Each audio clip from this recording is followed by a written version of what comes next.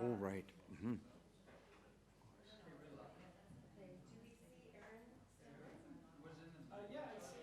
Yeah, he just has to turn on his video if he's linked here. Yeah. Hi, Aaron. Can you turn on your video, please, and let us know that you can hear us?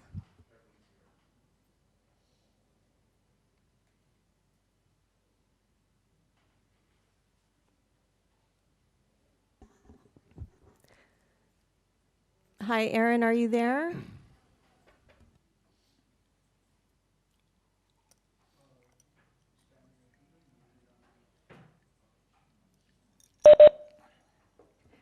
Hi, sorry, Aaron. Let's try one more time. Yes, Aaron. Let us know if you can hear us. Oh, Yes, I can hear you now. Perfect. Thank you. morning, Aaron. Yeah. Morning, everyone.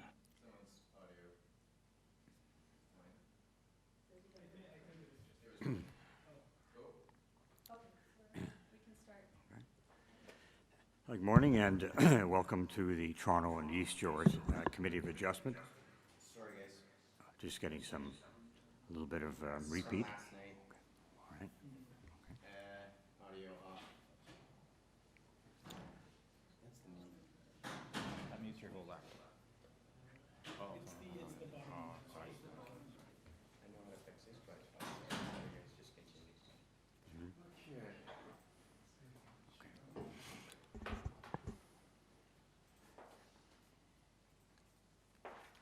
Okay.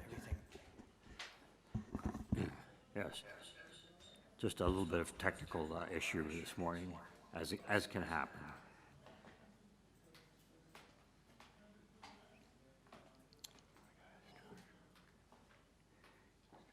You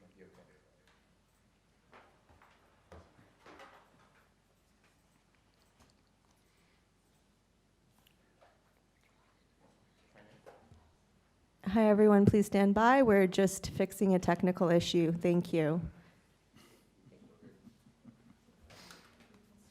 Right, okay. So just a word about our jurisdiction, and I'll say that in accordance with sections 45 and 53 of the Planning Act, this meeting of Committee of Adjustment is called to order now. And in terms of what the committee can do, I just want to remind everyone that the committee can handle variances from the provisions of the zoning that applies to property, a permission to extend or alter lawful non-conforming uses, and consent to sever property to create new lots. So there's some subdivision power there. Before we proceed any further, we acknowledge that the land that we're meeting on is the traditional territory of many nations, including the Mississaugas of the Credit, the Anishinaabeg, the Chippewa, the Haudenosaunee, and the Wendat peoples, and it's now home to many diverse First Nations, Inuit, and Métis peoples. We acknowledge that Toronto is covered by Treaty 13 with the Mississaugas of the Credit. So we've got a bit of an introduction here, but it's important. Committee of Adjustment public hearings are now conducted in a hybrid in-person and virtual format. Some applicants and participants will make their submissions in person, and others will participate virtually by electronic means through WebEx, an online digital platform. These meetings are also streamed on the Toronto City Planning YouTube channel, and anyone wishing to view the hearing may watch on YouTube. Those persons who want to participate virtually and have registered in advance will be connecting with their computer, tablet, smartphone, or telephone, and they have the option of participating via video or audio only. All virtual participants will automatically be muted on entry. When your item is called, you'll be unmuted by the moderator, one person at a time. So we ask you to mute your devices until you're called on to speak. Those who are participating by video appearance, they'll be temporarily upgraded to panelist when your item is being held. During this time, your camera will be enabled. You will only be visible during your 5-minute allotted speaking time. At all other times, your video will be disabled and you'll be reinstated as an attendee.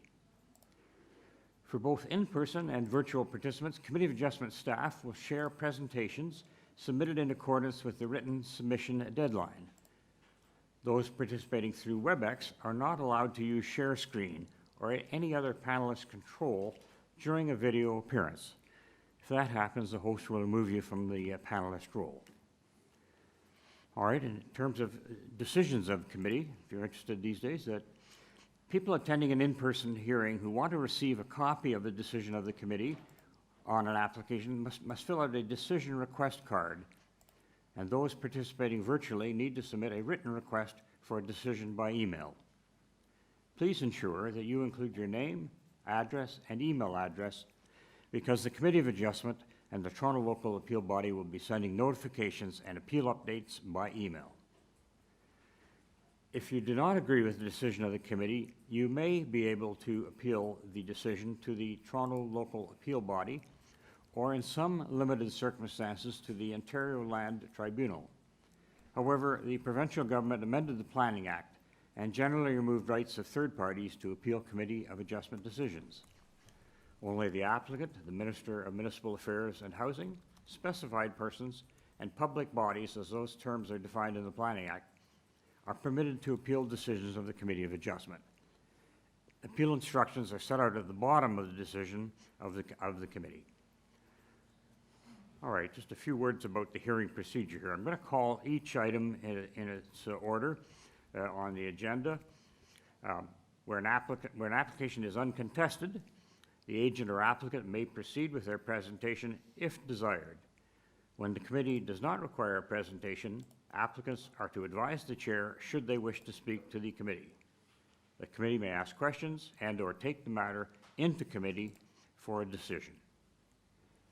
Each speaker, including the applicant agent, will be given a maximum of 5 minutes to address the committee. I'll comment when you're reaching that 5-minute deadline. Any presentation or other materials you wish to submit to committee must have been emailed in advance of the hearing. Staff and committee members cannot accept materials at the hearing. When you're addressing the committee, would you please state your name and address? Please remember to confine your remarks to the matters outlined in the application. Just in terms of order, the applicant or agent will proceed first and will make a presentation to the committee of the application. Please note that the committee may not entertain revisions to proposals at the hearing today. The committee may decide to defer the application if substantially revised to ensure the revised application is accurate and that all those entitled to notice of the application are informed of the changes.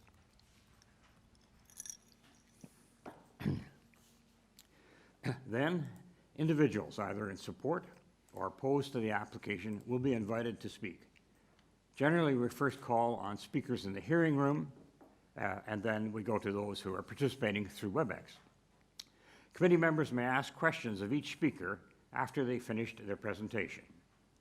When all speakers are finished, the applicant or agent has an opportunity to rebut only those issues that were raised by the speakers.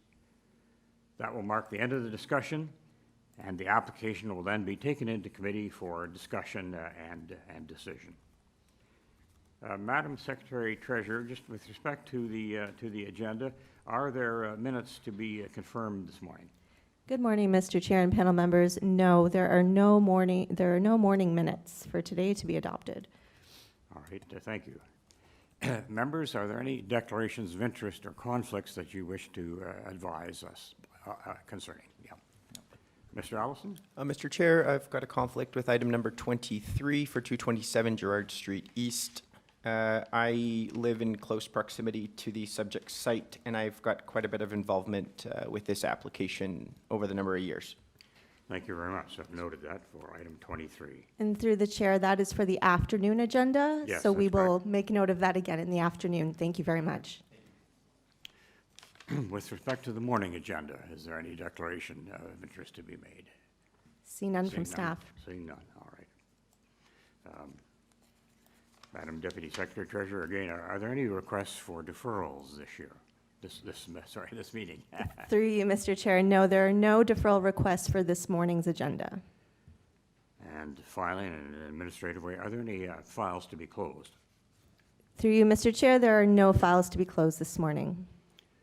All right, thank you. That's helpful. Okay. All right. think we can start now to proceed through our morning agenda. We have items 1 through 17. Item number 1 relates to 505 Plains Road. I'm just going to tell you about the purpose of this application. So the purpose is to legalize and to maintain the existing front porch enclosure, a glass solarium, and to permit the existing frame shed on the west side of the dwelling, which were constructed without an authorized building permit. Also to alter the existing one-story ancillary building, a detached garage, in the rear yard abutting Woodmount Avenue by increasing the height to accommodate a stacked car parking system. In connection with this application, committee has the following. We have a copy of the plan of survey, site plan, floor plans, and elevations. There's also an order to comply from the Buildings Department. In support, there's a 3-signature petition in support by owners or occupants on, I'll just mention the streets, Woodmount and also Plains Road. There's also opposition. There's correspondence from Eric Pressman, 12 Rednor Road, and that's been noted and received. All right. Through you, Mr. Chair, there are no registered speakers for this item except for the agent. I see. All right.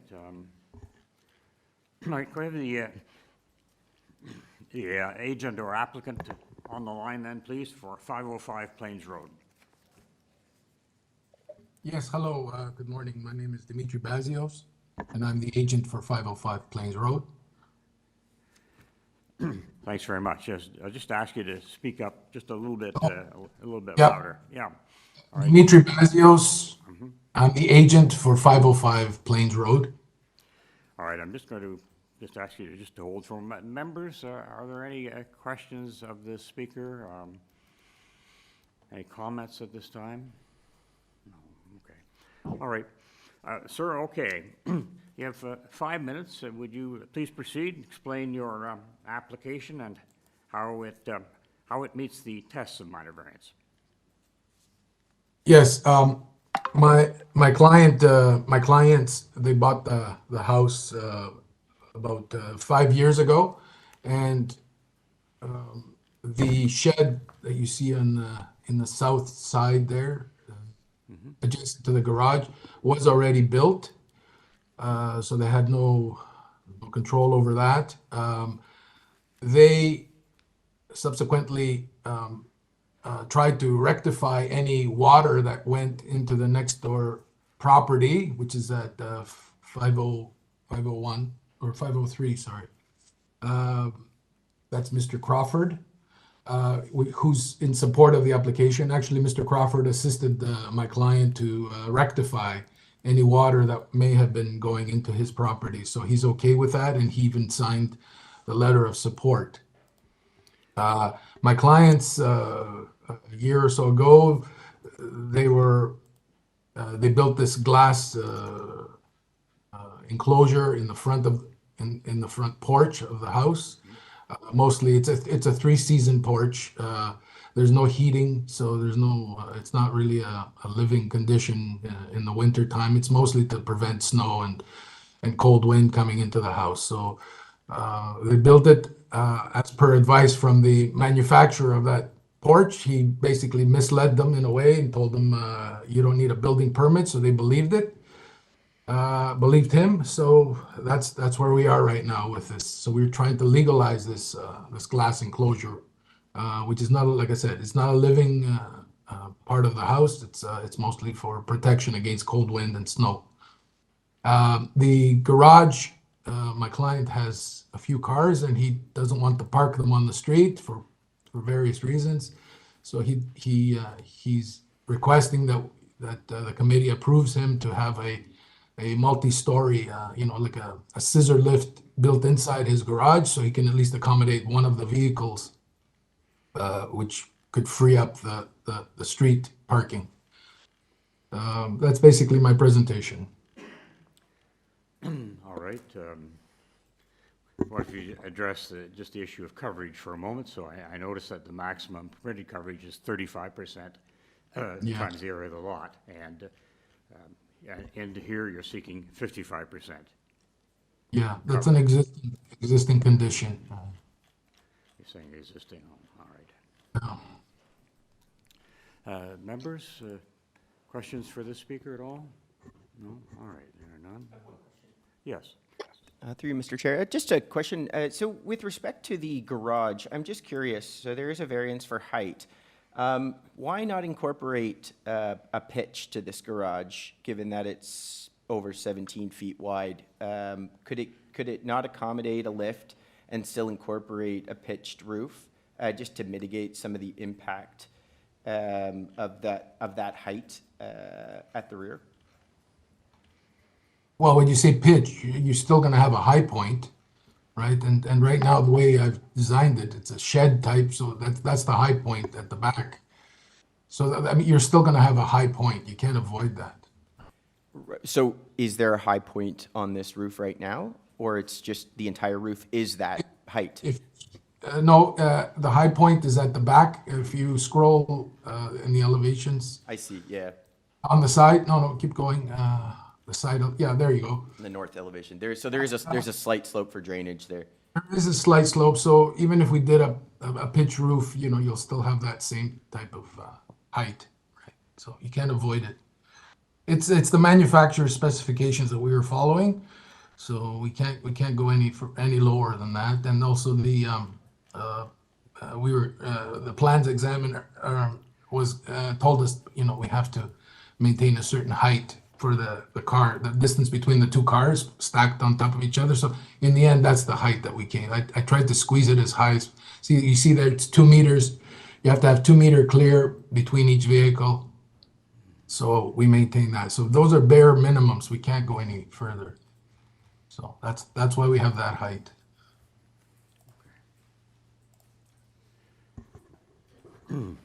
Okay. Thank you, yeah. Anything further, members? No, seeing none, all right. I think we'll take it into committee for discussion. Yes, it got sort of an as-built situation, and of course, as a committee too, we often say we're sorry to see that sometimes applications come that have been constructed before building permit was obtained. Yeah, okay. Because I'll start first. I think the parking is acceptable because it's lucky that it's a street corner. The north side is on the side of his own building. So basically all the shadow will be casting back to his own backyard. I don't think there'll be any problem to the neighbor. And the front porch, I think, is a very common error that many people have made, and I think it's acceptable this time as well. So I am happy to support the application. Yes, thanks for those comments. All right, Mr. Chang, would you want to put forward a motion, and we'll deal with this issue. Sure, I'm happy to do that. I would like to propose to approve this application. I don't see any condition attached, so it will be approved as is. All right, is there a seconder for that motion then, please? There is not, okay. I'll second it, but I had a comment that I wanted Please. to make before. Yes, okay. Seeing no one else seconding it.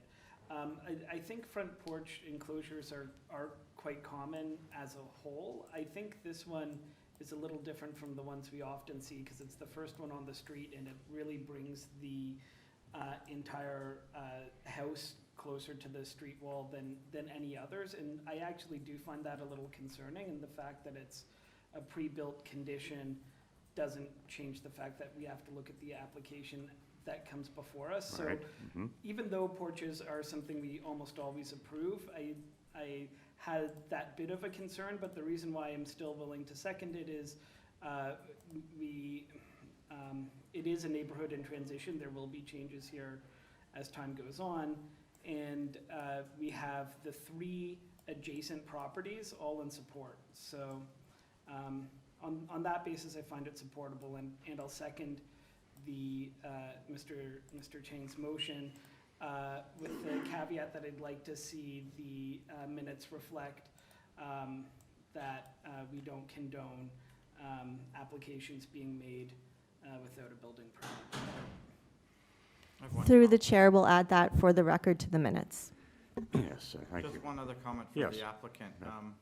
For the neighbor close to the garage, the neighbor closest to your garage, have you spoken to him and do they support your application? I think that was one of the letters, actually. It was, Yes. it was from the neighbor Yeah. directly to the rear? Yeah, Okay. the one, yeah. Okay, that's the question. I just think it's a big additional height close to that existing residential property. And if they support it, then I think that's fair. But I don't see, like, the garage height is really out of character with the rest of the neighborhood. And I don't know, I didn't see a letter for support from that property on It's just the signatory on Westmount or whatever the road is called. Woodmount, 332 Woodmount. Woodmount Yeah. in H1C, they signed it. Okay, thank you. All right, members, we have a motion before us. It's been seconded. All in favor? Okay. Yes, Mr. Chang. All right, so it's three in favor, 2 against. So Mr. Allison and Mr. Gauguin are dissenting. Thank you. All right, moving to the next item, 397 Lansdowne Avenue. Over here. The purpose of this application at 397 Lansdowne Ave is to alter the existing 2 1/2 story detached dwelling by constructing a rear 1-story addition with stairs, also to maintain the existing enclosed front porch. Committee has the following before it: a copy of a plan of survey, site plan, floor plans, and elevations. We have an order to comply from the Buildings Department. And in terms of commenting agencies, so we have a staff report from Community Planning, and we have really an advisory report from Metro Links. All right. So just in connection with that, and with the agent or planner can address us, Mr. Trotter, Andrew Trotter. Through the chair, before we get to the agent, I'll note for the record, there are no registered speakers for this item, so it is in the members' hands if you wish to have a presentation from the agent. We do have the agent on the line. Yes, Andrew Trotter, 81 Armstrong Avenue. Yes, thank you.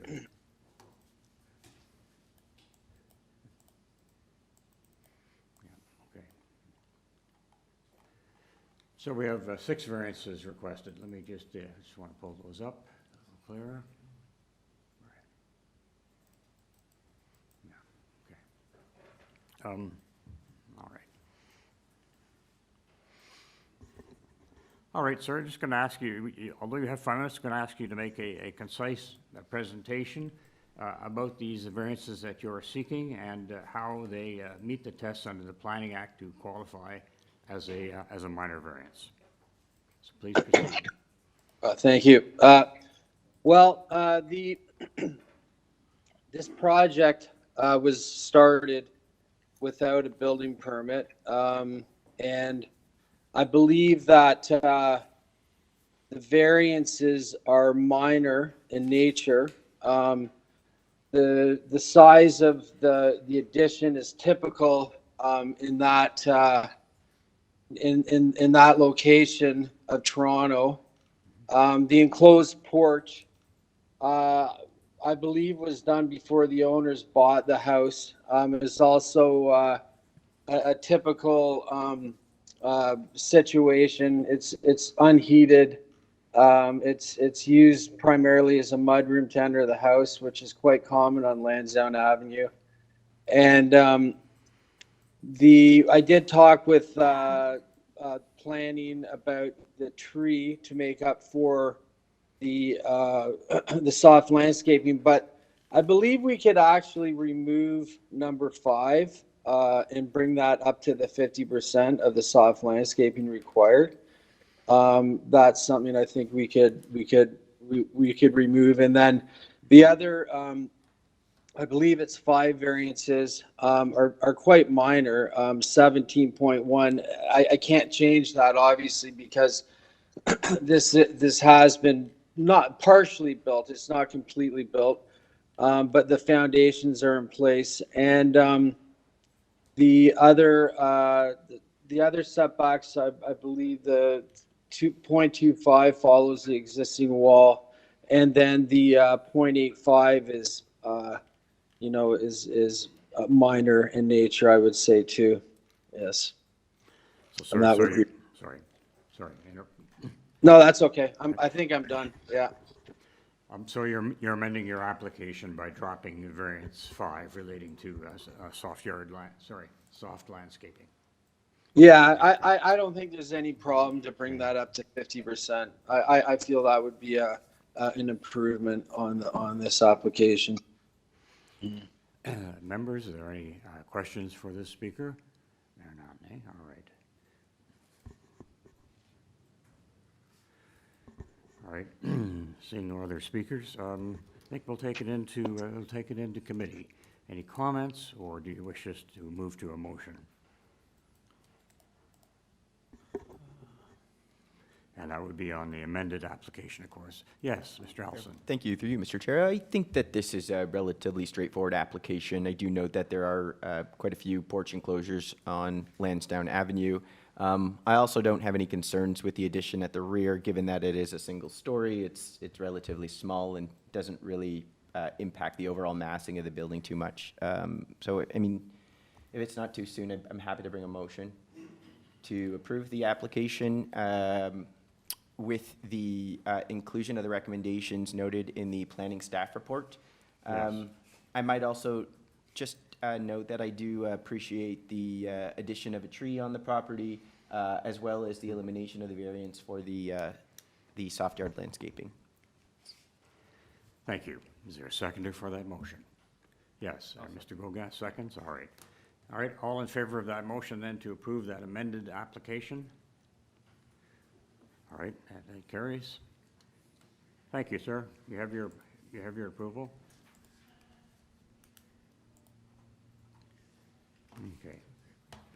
Okay. Moving to item number 3, let's take that.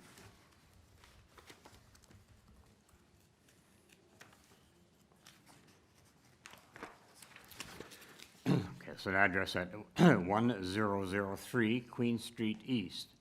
The purpose is to permit the existing rear second-story balcony, which was constructed without an authorized building permit on the existing 4-story mixed-use building.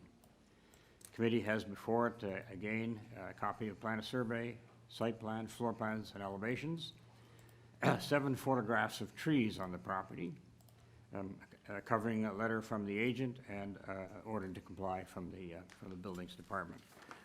All right, with respect to this item, we have Jim Kosatopoulos, if I'm pronouncing that correctly. And just got to get to. Through the chair, there are no registered speakers for this item. We just have the agent on the line. All right. Just going to take a moment, just want to call up something.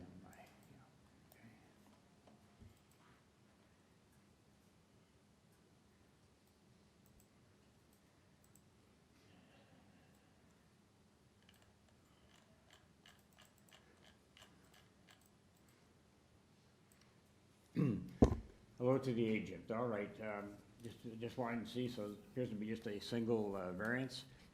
Perhaps you just come online then to identify yourself, sir. Good morning, Mr. Chair. Yeah, good morning. Members of the committee, Jim Kotsopoulos, 27 Field Flower Crescent. I am here on behalf of the owner, sir. Mm-hmm. Okay, thank you.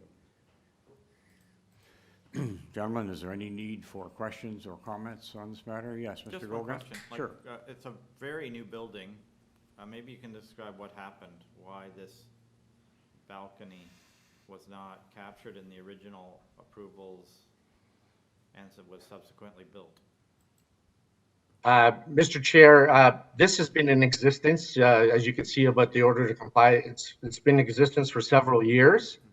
It was part of the original construction that, as the member said, they proceeded to build this this specific portion of the overall development, the 4-story, without containing that part in the building permit submission. This was built in 2015, 2014? Yes, sir. Yeah. Yes, sir. It was built in conjunction with the original build of the development. And I'm not sure, to answer your question, why it was overlooked in terms of the submitted building permit. This was not later on. This was not years later. It was part of the original built out. However, this portion was not included in the permit submission.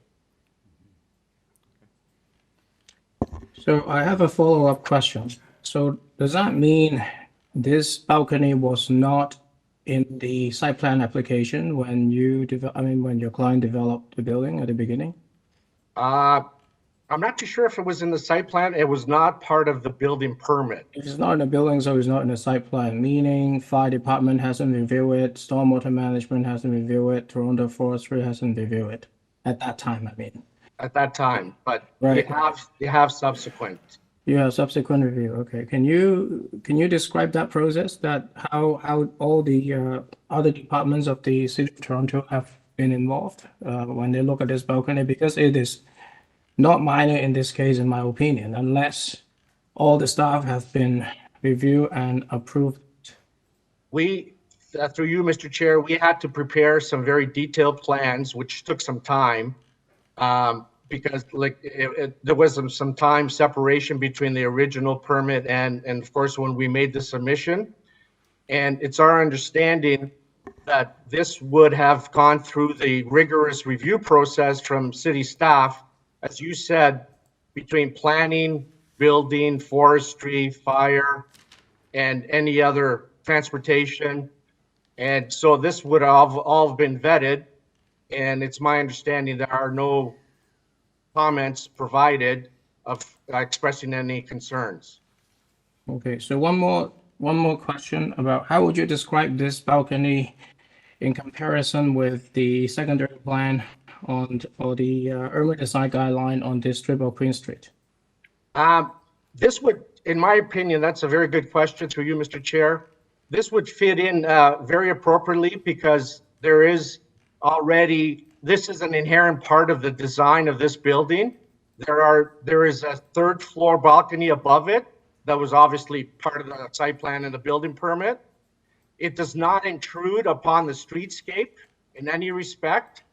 It does not intrude upon the one abutting property to the east through separation, through the mature vegetation fencing. So it does not intrude and does not impact upon any of the guidelines that you have described, in my opinion. And it has functioned without any incidents, without any negative impacts for several years, and it continues in our opinion. All right, that's a very good answer. Thank you. Yes, further question? Yes. So the order to comply came in 2016, and so it seems to me it was sort of maybe caught at the closeout of construction even. Why has it taken from 2016, until now, 8 years to bring this to committee? Through you, Mr. Chair, a very good question from the member. I've been recently brought onto this issue. My understanding is through some ownership changes, the fact that the original architect for this development, I believe has retired, and the business I don't think was continued on. So between those two combinations, it's taken some time. And when I was also brought on, just to add, we had to update a lot of these as-built drawings in order to actually make a formal submission to the City of Toronto Building Division. So it's taken quite a bit of time through those administrative reasons. Thank you. All right. That appears to be the discussion. Seeing that there's a single variance, would someone like to propose a motion? Sure, I'll propose a motion to approve. I do think that this is a very minor impact on the surrounding area. You can tell that the building to the south, it faces sort of their side wall. The building to the east, there is the vegetation, as the applicant noted. It does look to me to be actually a better condition for resolving the parking garage at the rear than if there was nothing there. So to me, it's approvable, and I move to approve it. Yeah, I'll second that. I think the applicant had provided a very good answers to my questions. All right, thank you. Then there's a motion and it's been seconded. All in favor? Mr. Support it? All right, we have, all right, one, Mr. Goga? No, I'm okay. I'm not declining. You're dissenting, right? Yes, thanks. Okay. All right, sir. You have your approval. The committee voted in favor, one dissent. So thank you for participating today. All right, moving to item 4. I just want to get our materials list here.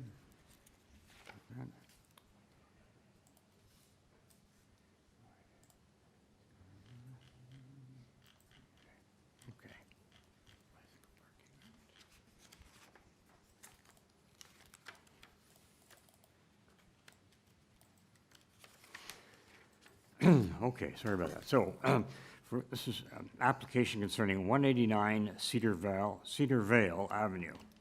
The purpose is to alter the existing 6-story apartment building by converting an existing laundry room and an existing lounge on the first floor into 2 additional dwelling units.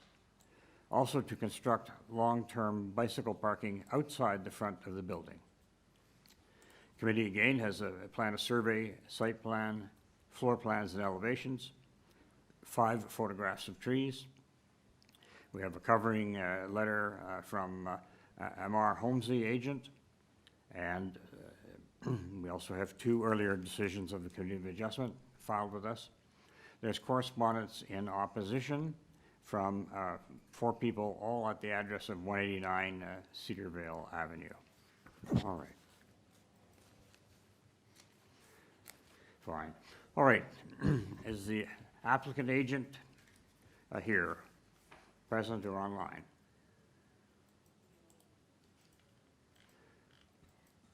Hi, good morning. This is Sri Paul Almala, agent for 189 Cedarvale Avenue. Okay, thank you. All right. And through the chair, we have no speakers registered for this item. Right, thank you. Let's take a quick look at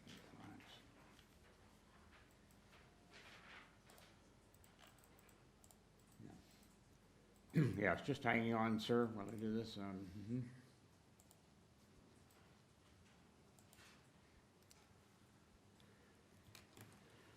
So some of the, lounge space and laundry space that are being given away so that 2 more residential units can be created. Yeah, That's the back is.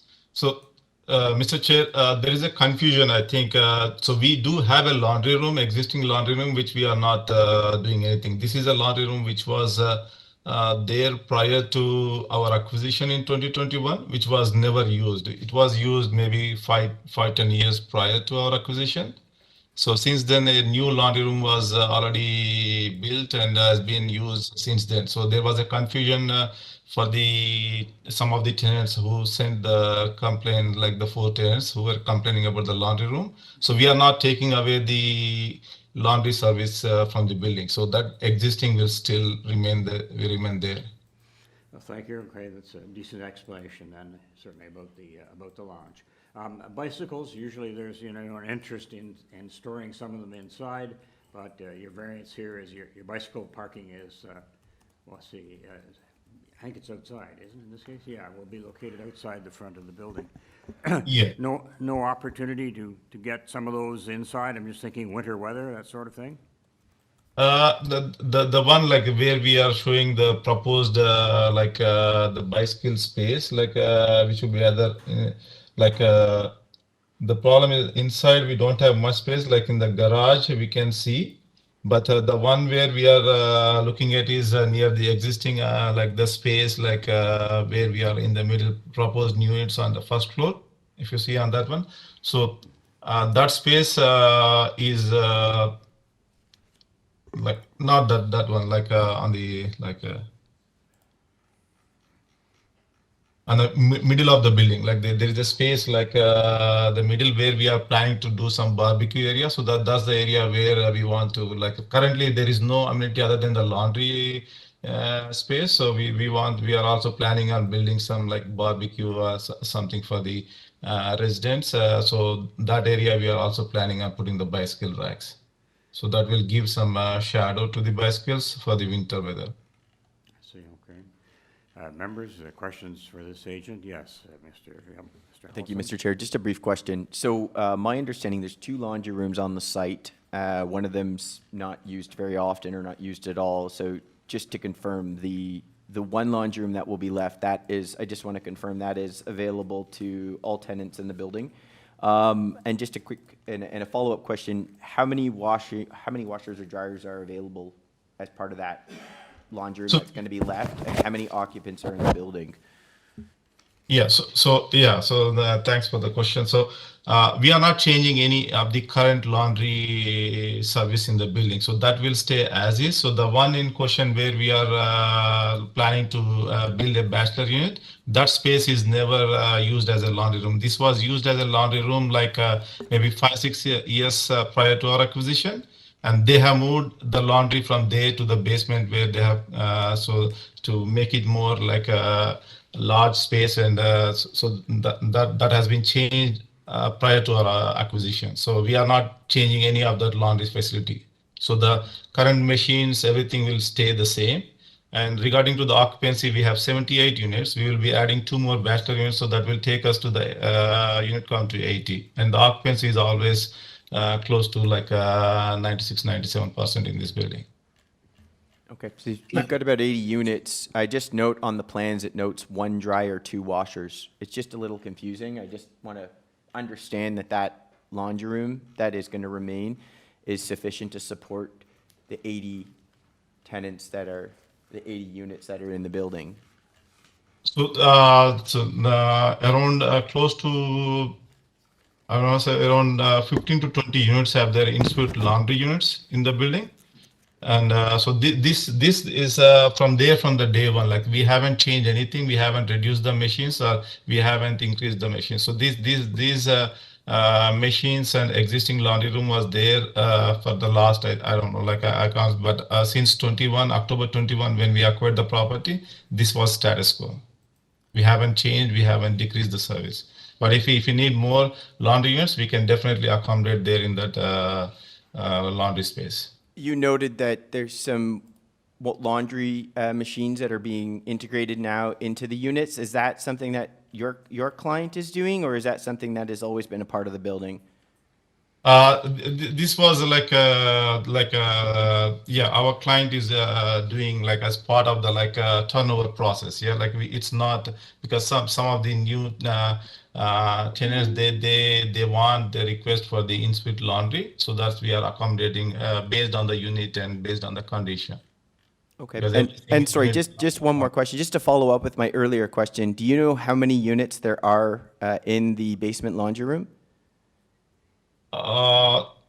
In the basement laundry room, like I couldn't get your question. Can you It's please? just, I note the plan notes 1 dryer, 2 washers.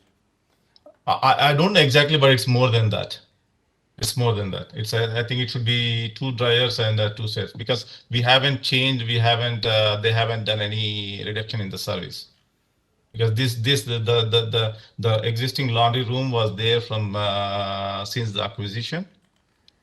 And the space where we are planning to build a bachelor unit, the laundry space, that was never used as a laundry room. So they moved whatever the machines were there from the previous landlord has moved the laundry room from that the first floor to the basement level. Okay, thank you. Any further questions? Yes. Yeah. Yes, all right. So I note on the plans where it says 1 dryer, 2 washers, it looks like there are 8 units drawn. Is that Yeah. more in keeping with what you think is there? Yeah, that's a typo error. I don't know how the architect missed that thing, but like, yeah, definitely we haven't changed anything. So there are like more like it's not just one dryer and two washers. It's more than that. And we are also like it's a card system, but we are upgrading the system to even more the latest with the Sparkle laundry service. We have a contract with the laundry service provider, Sparkle Solutions. Okay. I note that there was a previous application not that long ago to add 3 units in the basement, but it looks like there are only 2 units that were added in the basement. Was that application by your client or the previous owner of the building? That was, I think, the previous owner of the building. So I think it was Starlight Investments, I think. Okay, and do you know why only 2 were built instead of 3? Maybe I have no idea, but I think that could be to do with the existing like the locker room, like for the window or from the second access or something like that. I think there was no provision for the windows or anything, I think. Okay, so the one thing that I'm trying to reconcile, and I recognize that you know, your client isn't the zoning examiner, but in the previous application, there needed to be a variance for the unit count increase, which was granted to increase the number of units to 79. But now with this application, you're planning on putting in 2 more to bring you to 80, but there's no variance sought for that.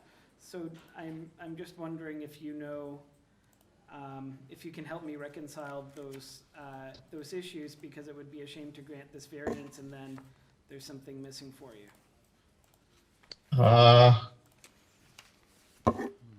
Like I think initially I think the first submission was they were only planning on I think when they applied for the 79 units, it was only for 1 unit on the laundry room. Like but then when they thought there was like a lounge area which is also underutilized or not utilized, and when they thought like the importance of like more housing units, that's why we thought of adding that, and that's why the 79 became 80 units. That's fine, but what I'm saying is there is no variance asking for 80 units. So I'm just maybe expressing concern on your client's behalf that even if we grant this variance, there might be an issue. Are you concerned about that, or do you think there is no concern from your dealings with? I don't think there's any concern, because like the parking is underutilized, and then the space like what we have, those 2 spaces is underutilized. Even we have the existing locker unit which is also underutilized. So at least like we want to, like our client wants to like create more units to support the housing program. So that's, and both these spaces are just there as like it's not even used for anything, and they are good. Like they have like the like Okay, thank you. I have a quick question to the staff. Did the applicant sign a waiver, or this is a notice prepared by the zoning examiner? Is that question for me? I'm sorry, it's actually to our colleagues. Through the chair, we'll just confirm that right now. If you give us Okay, a minute, thank you. thank you.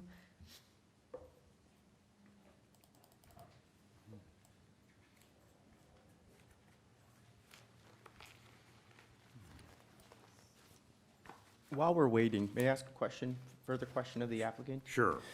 I just want to dig into a little bit more about what's going on with the laundry here. So my understanding too, you mentioned that your client is in the process of installing in-suite or en-suite laundry to the units. Could you give us a little more insight into that transition and how that's working? No, like it's not on every single unit. Like so, when the unit comes vacant on turnover, so there are certain prospects in the neighborhood who wants to like have their own in-suite laundry, and that also depends on whether like every single unit is not capable of having that. So depending on the unit and everything, so they are adding. So I don't know the exact count. So there could be like 5 to 10 units which might have their in-suite laundry or the rough-ins. So the tenants it's up to them. But at the same time, they will also have the access to the laundry facility in the building as well. So it's up to the tenant to use in suite or like to the laundry facility. But that's only a handful of few units. It's not all the units. Okay, thank you. Thank you. And through the chair, regarding the zoning review, it was done by the buildings department, city staff. There was a zoning review completed. Okay. That's helpful. And Right, just thank a you. follow-up to the secretary treasurer. So we should be comfortable relying on this being the only variance required for the plans before us? Through the chair, that is correct. That is what we have from Toronto building staff. Okay. All right, I think there's been fulsome discussion. Someone prepared to put a motion forward of a single variance relating to the bicycle parking spaces.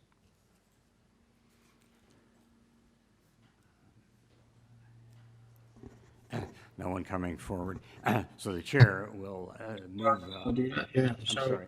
I think, Yes, Mr. yeah, Chair. I'll start the discussion on the motion. I'll have a motion to support the application. I think there is some confusion on the plans, on the notes, and there are many things that is related to the laundry room that we are not sure if it can support the residents in the building. And having said that, I think this application is about, there was no variance about adding the units. That's the bottom line, I would say. Yeah. Right? That's something we have confirmed. And if it's just about the bicycle storage on the outside, I'm happy to support it. All right, I'll second that motion to approve this minor variance. All in favor of that motion? Show of hands from members. Okay, we have three. All right. Madam Deputy Secretary Treasurer, so it appears to be a 3-2 vote, and you've noted those. Yeah. Okay. All right, sir, you have the approval relating to the bicycle spaces. Thank you. Thank you, Mr. Chair. Really appreciate. Okay. All right, moving to agenda item number 5, which is 6 RELMAR Road. And it's as follows then. So with 6 RELMAR Road, the purpose here is to legalize and maintain the excavated portion of the basement below the existing covered front porch and the accessible roof deck that was constructed without an authorized building permit on the 3-story semi-detached dwelling beyond previous minor variance decision that was granted, it looks like, in 2017. Committee has a copy of the plan of survey, site plan, floor plans, and elevations. There's a cover letter from Ali Malek-Zadok, agent. We have 2 orders to comply. Again, those would be from the buildings department. And we also have presentation materials and supporting materials that have more recently arrived from the agent, Mr. Ali Malek-Zadok. So, Ali Malek-Zadok, are you on the line or present here today? Through the chair, we have the agent here in person, and there are very good. no registered speakers for this item. So we'll have the agent come up to the podium.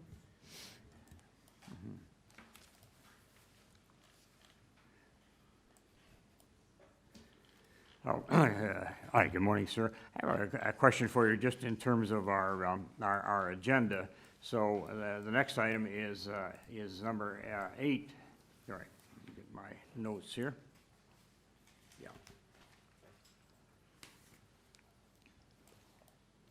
Yeah. Next is 8 RELMAR Road. Should we talk about these together?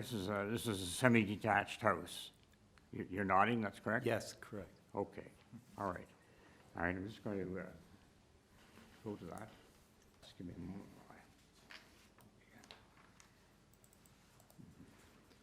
Thank you.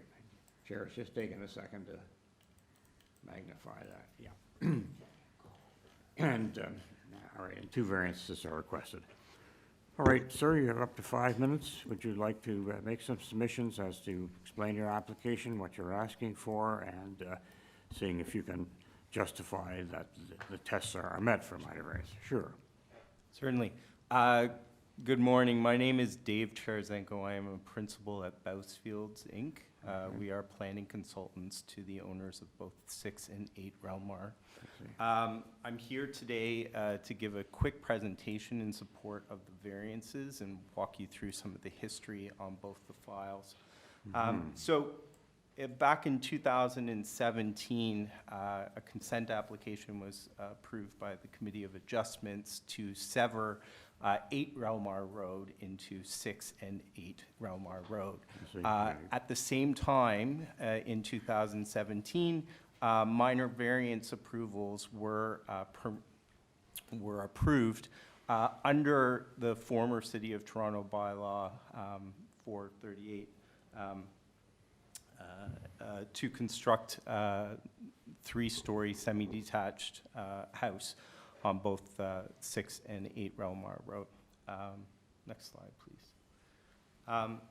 Subsequent to the consent and minor variances that were approved, building permits were approved by the City of Toronto, and the semi-detached house was constructed. During the construction process, there were 2 minor design changes that were required, and that those are differ from the approved building permit drawings from Toronto Buildings. And that the variances were identified by the zoning examiner in obtaining an occupancy permit for both 6 and 8 RELMAR. So the 2 changes are an area below the entrance stair that had to be excavated for a sewage pumping equipment storage room in the front of the building, and the area below a rear deck, which was excavated to extend the basement, all within the basement level of both 6 and 8 RELMAR. This requires an increase to the building depth permitted under 569/2013. Second variance is to extend a permitted rooftop deck on both 6 and 8 RELMAR Road. There was, in the approved building permit drawings, a glass railing between an approved rooftop deck and an area of the roof that was unoccupied. In the construction of the building, that glass railing was removed, and the entirety of the roof of both 6 and 8 RELMAR was used as amenity space. Next slide.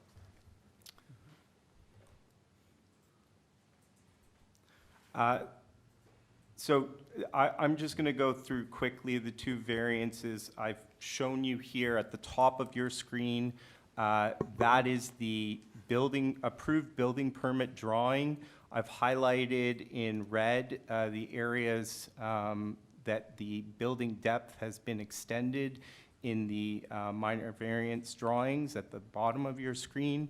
You can see, so the front yard is on the right of your screen, the rear yard is on the left of your screen. You can see that there was an area under, this is all at the basement level, under the front stair that was previously unexcavated. It was subsequently excavated to create a sewage pumping room with equipment.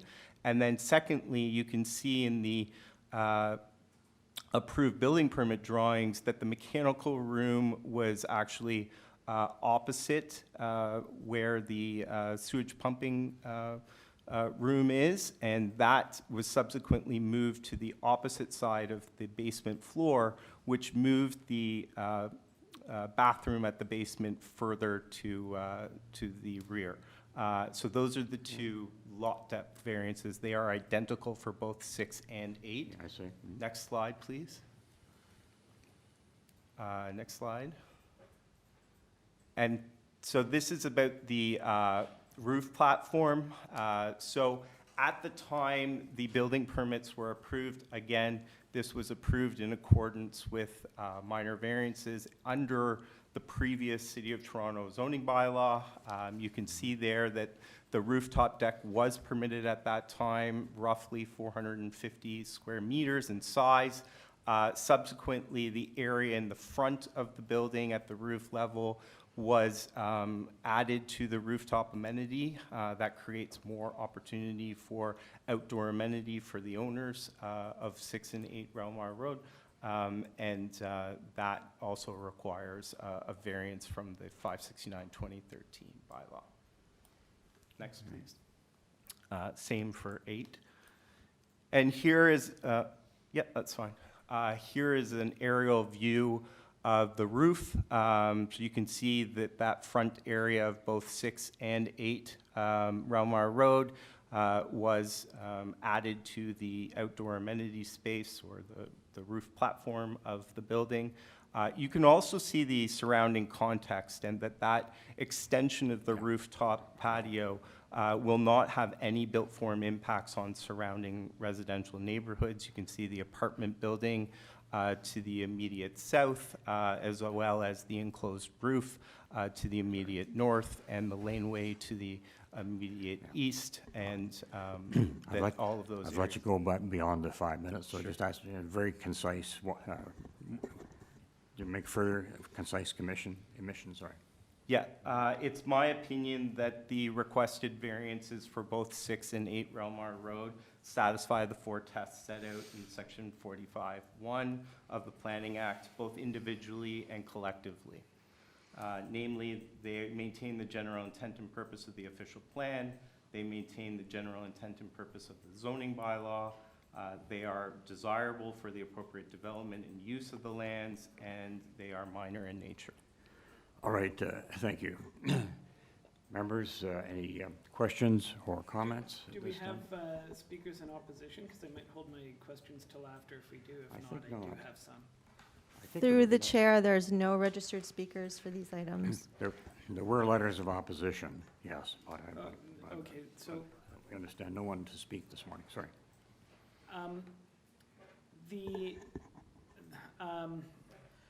The glass railing that, I appreciated your presentation materials. It was clearer than just looking at the plans, but the glass railing that was originally there halfway through the rooftop amenities of each to restrict them to the rear half. What was the design intent and purpose of that? Yeah, so it's through you, Mr. Chair. It's a very good question. At the time of the building permit application, the rooftop patio was of a certain size to accommodate outdoor amenities.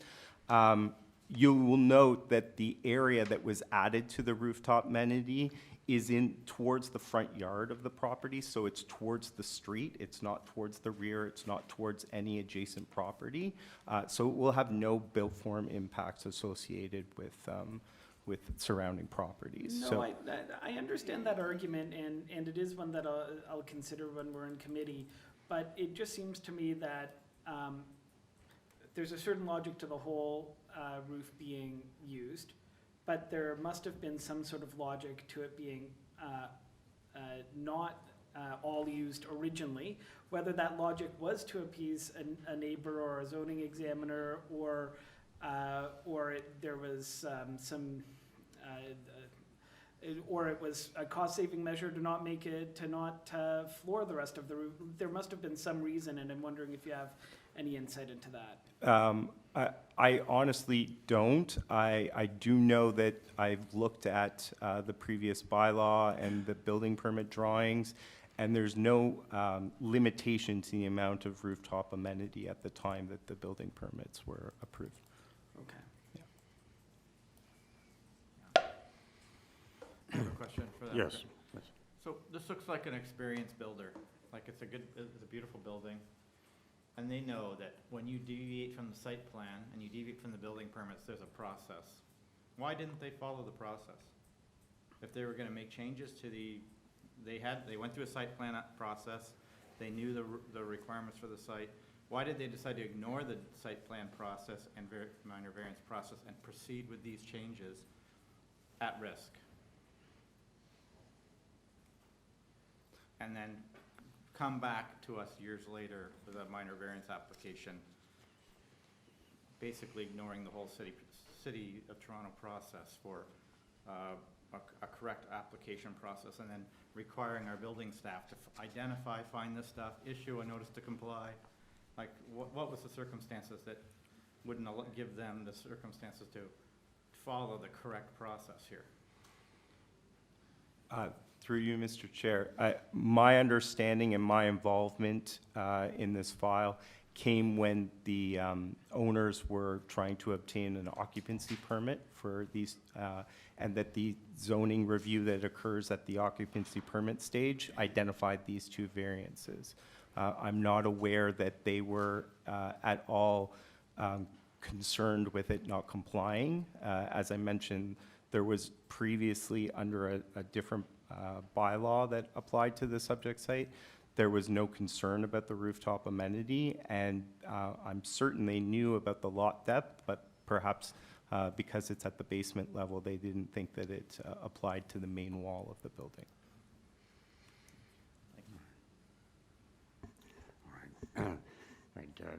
And members of the panel, are there any further questions or comments?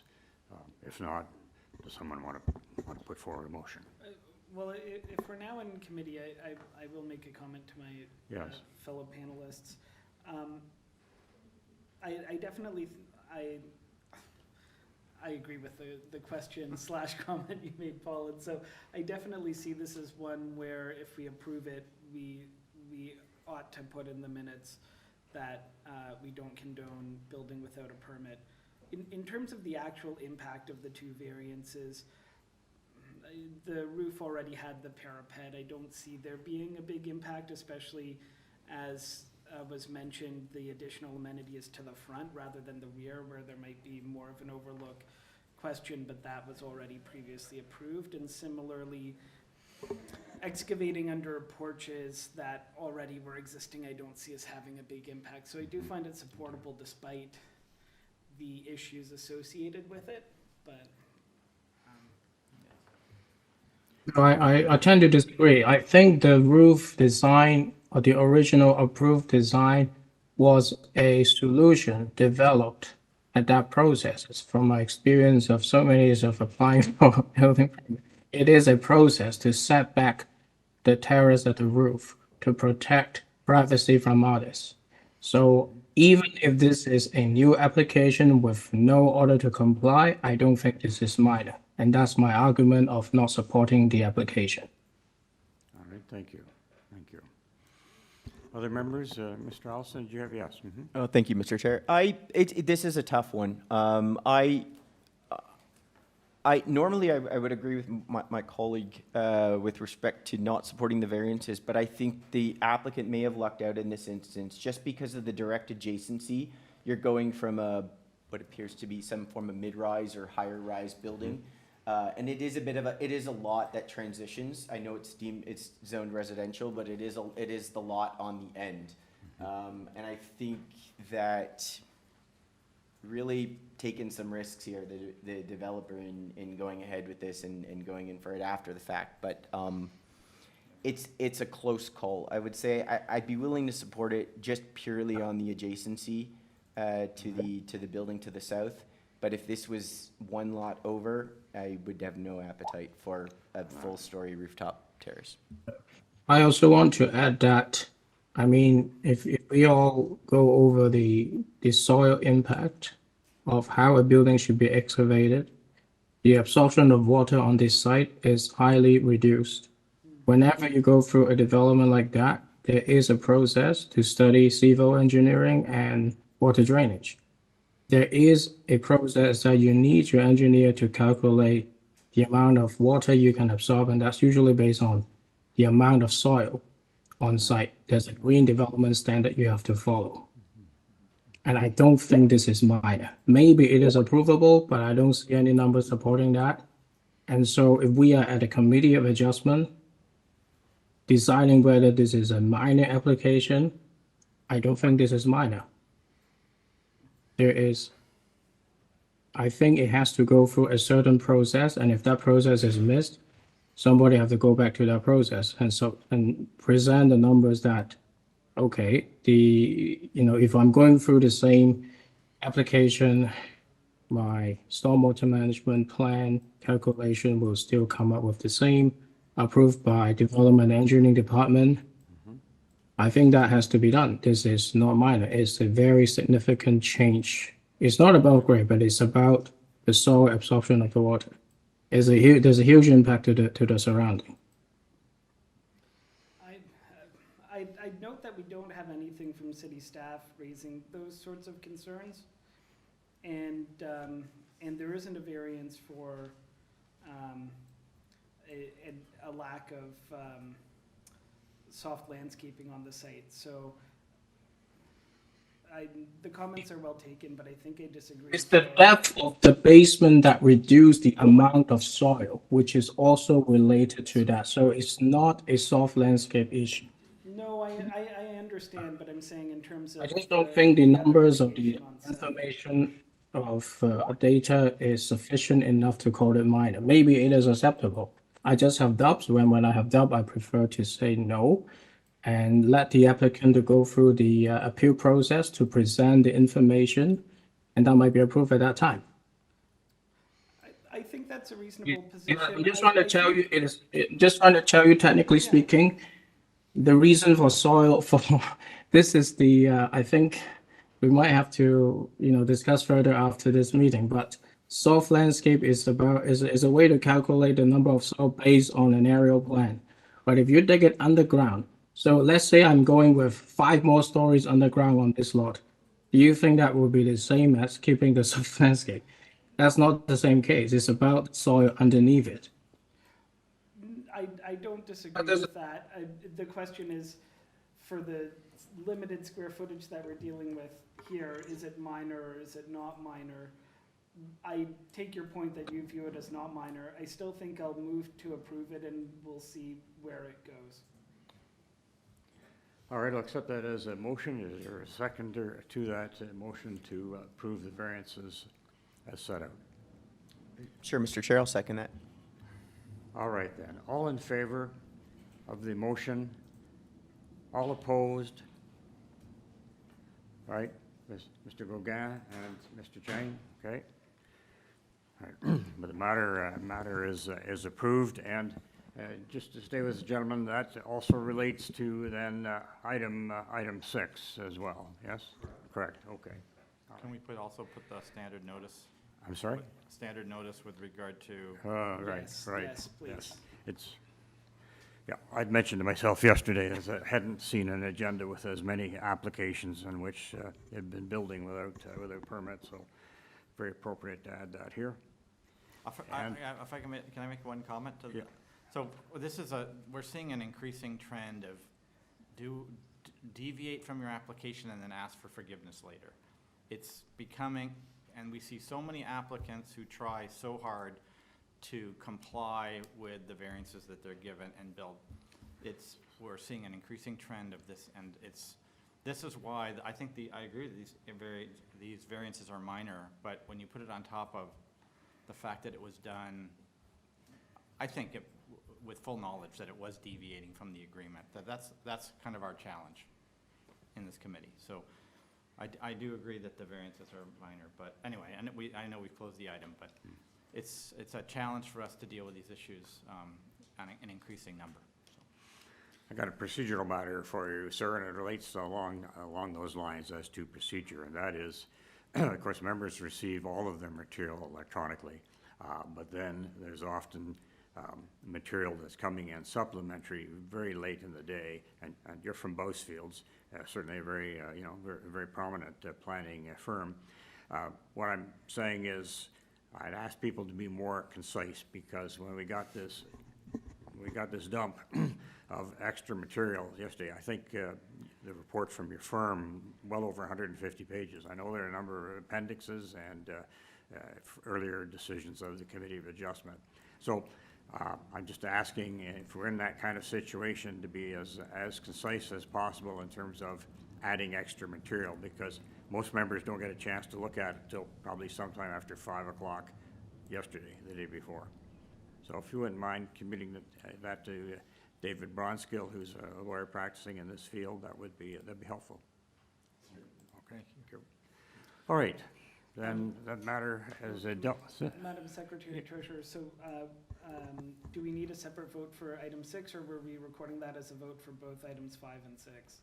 Through the chair, if it's the desire of the committee for the same vote, then yes. And the chair did reference 8 RELMAR Road as well, so it would stand for both. Okay. Thanks very much, sir. Okay. All right, we can move to item 7 then on our agenda, 430 Palmerston Boulevard. And again, the chair needs a minute just to catch up.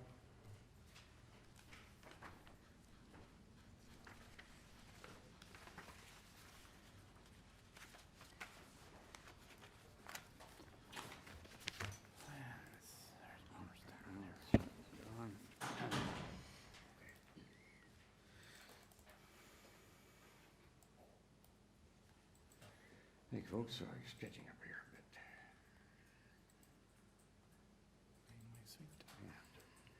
Yeah, we're at 7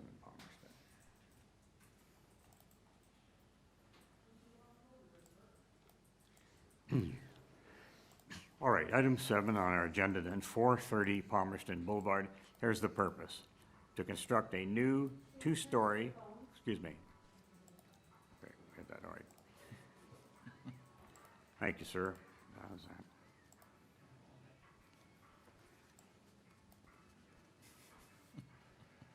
Through the chair to the public, just a reminder, please ensure you have all your devices on mute and turned on silent for this hearing. All right, just to reiterate then, the purpose on 430 Palmerston Boulevard is to construct a new 2-story ancillary building, detached garage, with 1 laneway suite and an east-facing oversized dormer in the rear yard of the property, abutting the laneway, Jewish Folk Choir Lane. Committee has before it, again, plan of survey, site plan, floor plans, and elevations. We have a prior Committee of Adjustment decision from 2023. There's a private arborist report and their presentation materials. And in terms of commenting agencies, I'm just thinking, I think on my own, I think we have an urban forestry matter here. See? Yeah, urban, sorry. Thank you. And thank you. And a staff report from tree protection. So that's fine. That one's pretty standard. All right. May we have the speaker then for this item 7, Palmerston? Is this Mr. Bronskill? Good Through morning, the- Mr.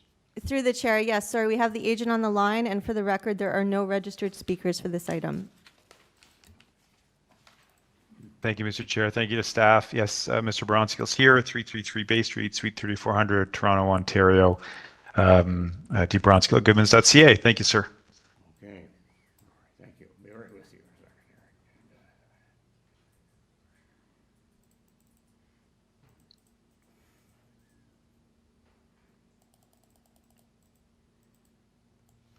And Mr. Bronskill, I'll mention that the chair raised a point on the last matter and even mentioned your name, but we were discussing, materials that come into the committee, and sort of late arriving, long planning opinions are, difficult for everyone to digest. Yes.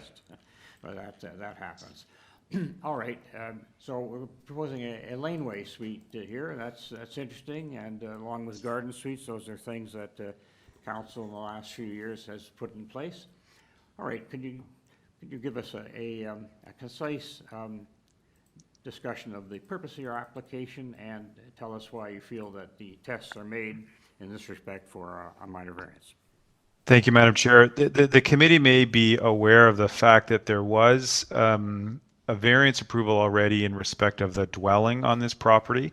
The application did originally include both the dwelling and the proposed laneway suite, but 2 matters related to the laneway suite caused us to break them out. So we're not coming, if I can put it this way, we're not coming back sort of incrementally, but we did break out the applications because there had been a report from transportation staff related to the laneway, widening, and there had also been an initial concern from urban forestry related to a tree removal. So we broke out the laneway suite separately so that we could have those conversations with transportation and forestry staff.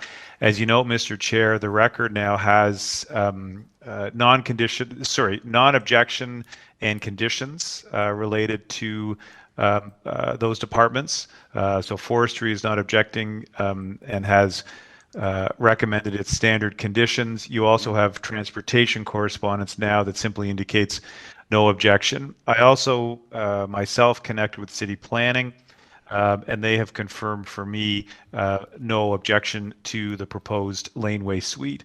So we've worked through all the issues with the appropriate departments at the city to confirm no objection.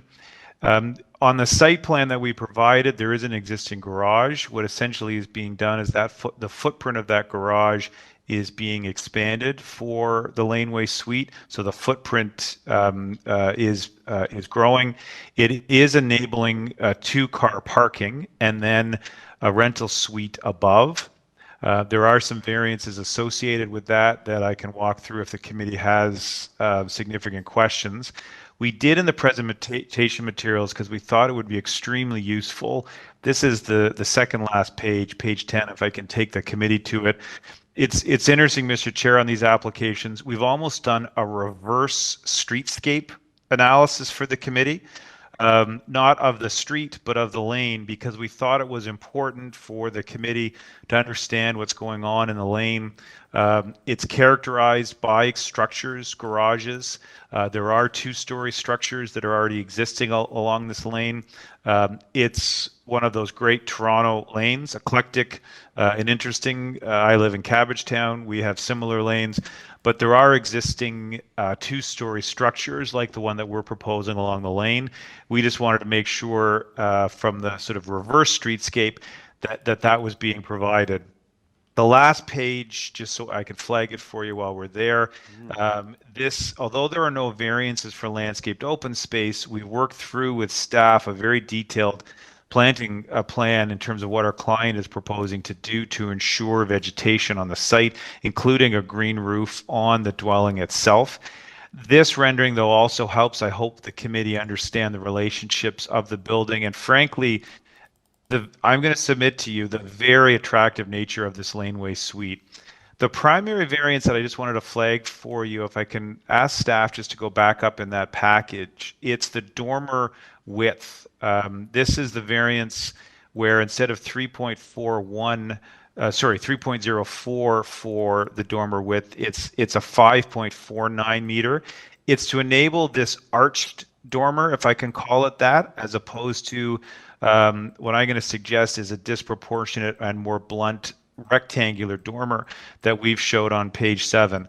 We think this is a much more attractive option, brings in more light, really no impact on any neighbors. And the final thing I'll say, Mr. Chair, is our client has been in touch with the immediately impacted neighbors to talk to them, review matters with them, and my understanding is that there's no objection. And I understand there's no correspondence, and as staff noted, no one here to speak. So we think this is a great laneway suite that will add to rental stock and is in keeping with the character of what you find along this lane. I'm otherwise happy to answer any questions. Thank you very much. Thank you. All right,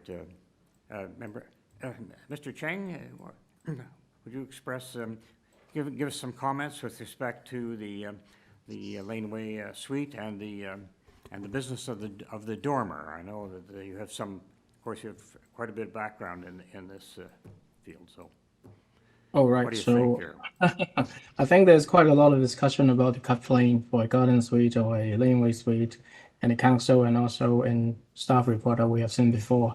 And in this particular instance, I think it does match with the context of the site. And I'm glad that the applicant have given us this panoramic view of how the laneway looks like at the back, and quite a lot of information about how this development is actually connecting to the design of the front and of the surroundings. So I think the design helps and the drawings help to explain and justify the variances, and I'm happy to support. Thank you. Other members, questions for Mr. Bronskill? I didn't give you a chance. Any questions or issues? Yes, Mr. Sure. So I think the suite itself is quite attractive as you describe it. And the variances as a whole, I think, are probably supportable and minor to enable the suite. But I do note that there was that forestry staff concern that you mentioned with the original application, and there are trees that are going to be removed. Maybe you can just speak a little more to the landscaping plan that you say you've developed with planning staff, and is there, the plans do seem to show a landscape plan, but it doesn't really include much detail other than soft landscaping versus hard landscaping. So maybe you can just speak to that landscaping a little more to compensate for the loss of the tree canopy. Yeah, so what we worked through with urban forestry was, in fact, the footprint of the as of right would, in fact, impact that tree regardless. And that's why ultimately the condition from urban forestry is condition 2. So we are going to have to remove that one tree, but it's an as of right condition at the back. So it's not actually impacted by any of the variances.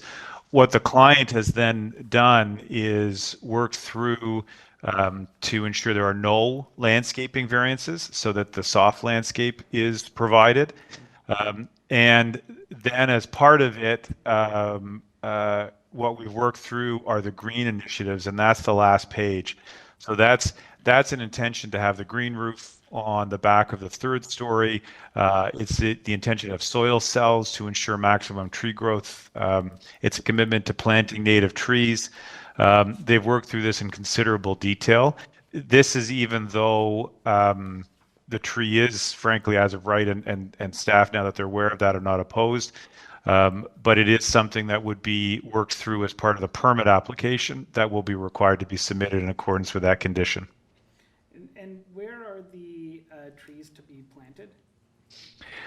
So where the client hopes to plant the trees, if you see, and this is where the soil cells will be used, on that landscape plan between the dwelling and the laneway house, you'll see the intention to plant 4 trees.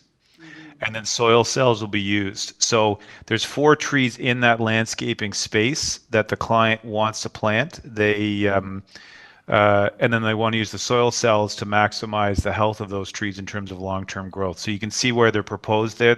I would say that they're ghosted, but they're green, right? You can see them. It's just hard maybe to pick out exactly where they would be. I did see them, but I just Okay. wanted to confirm that what I was seeing was what I was seeing. No, okay, great. Would you have any issue with a condition that not to maybe tie your client's hands too severely, but a condition that at least 1 tree be planted in the rear yard? That would be fine. I was going to ask if there's any way to tie to this green initiative plan, but it's quite difficult. I mean, that might be an even better condition, but I'm just not sure that this one page really would be enough to go by for the green initiative plan. That's my only concern. Right. Perhaps a site plan. Right. Mr. Sorry, any comment, any question from any other member at the time? All right, Mr. Ghosh, you want to put forward a motion then on this application? Sure. So then I'll put forward a motion to approve it subject to forestry conditions 2 and 3, and with the additional condition that the applicant plant at least 1 tree within the rear yard. Yes, is there a seconder for that motion then, please? Yes, Mr. Cheng, thank you. All right, all in favor of that motion? Motion appears to be unanimous. It's approved. Thanks very much, Mr. Brunskill. That's great. Thank you, Mr. Chair. Okay.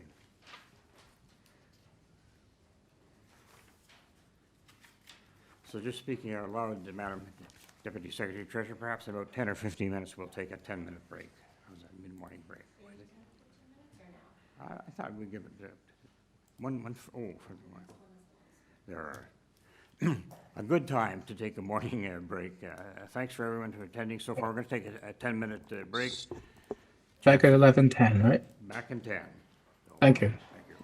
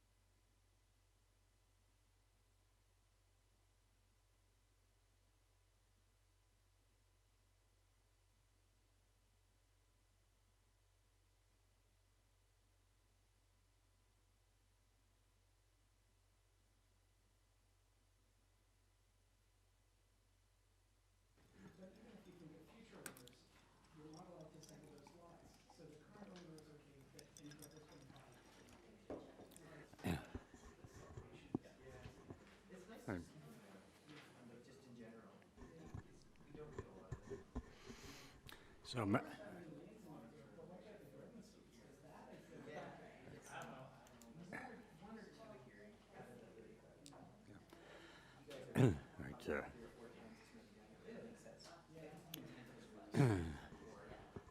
right, all right, members, I'll allow another minute and a half if people can. We're just checking with some technical matters right now here as well. Good. This one is crazy.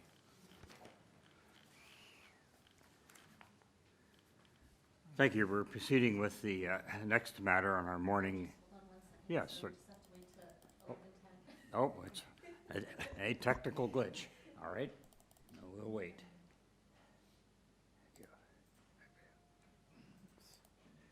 Yes, we don't have. Yes, I was just waiting for Aaron to come. Okay. Oh, yep. We don't quite have our quorum here, but we're getting it. Good.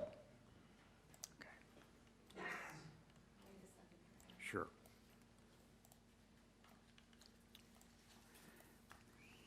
So I'll get that, put that in my pocket here somewhere. Yeah.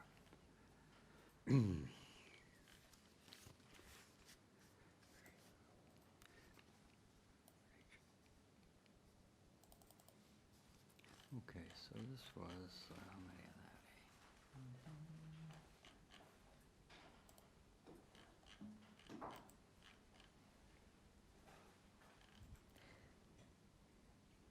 Aaron, if you're back, can you turn on your video, please, and let us know? Yes, I am here. Thank you. Great, thank you. All right, continuing with the morning agenda, then we've come to item 8, and the property address is 90 Sumac Street, Unit 702. So the purpose of this application is to legalize and to maintain the residential rooftop terrace enclosure. That's Unit 702 in the 7-story mixed-use building, which was constructed without an authorized building permit. Committee has before it, in terms of communications, a copy of the survey, site plan, floor plans, and elevations. We have a cover letter from Mr. Franco Romano, agent. We have also presentation materials from Mr. Romano. We have an order to comply from the Buildings Department, and then 2 site-specific bylaws are cited as affecting the subject property. We have correspondence in support from a David Vellante at 90 Sumac Street, Unit 703. In opposition, we have a number of letters and persons. Correspondence in opposition from Bill Eddy, 455 Shooter Street, from Lynn Lawson, 459 Shooter Street, from Richard Skiwitz, 96 Sumac Street. We have correspondence also in opposition from an Angela Ryan at 90 Sumac Street, Unit 710.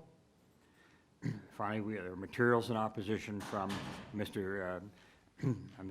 David Vellante and Michael Sparling at 90 Sumac Street again, and these are units 703 and 704. And also from Karen Snyder, 90 Sumac Street, Unit 620, and those were received in March. So that's the matter before us. Yes.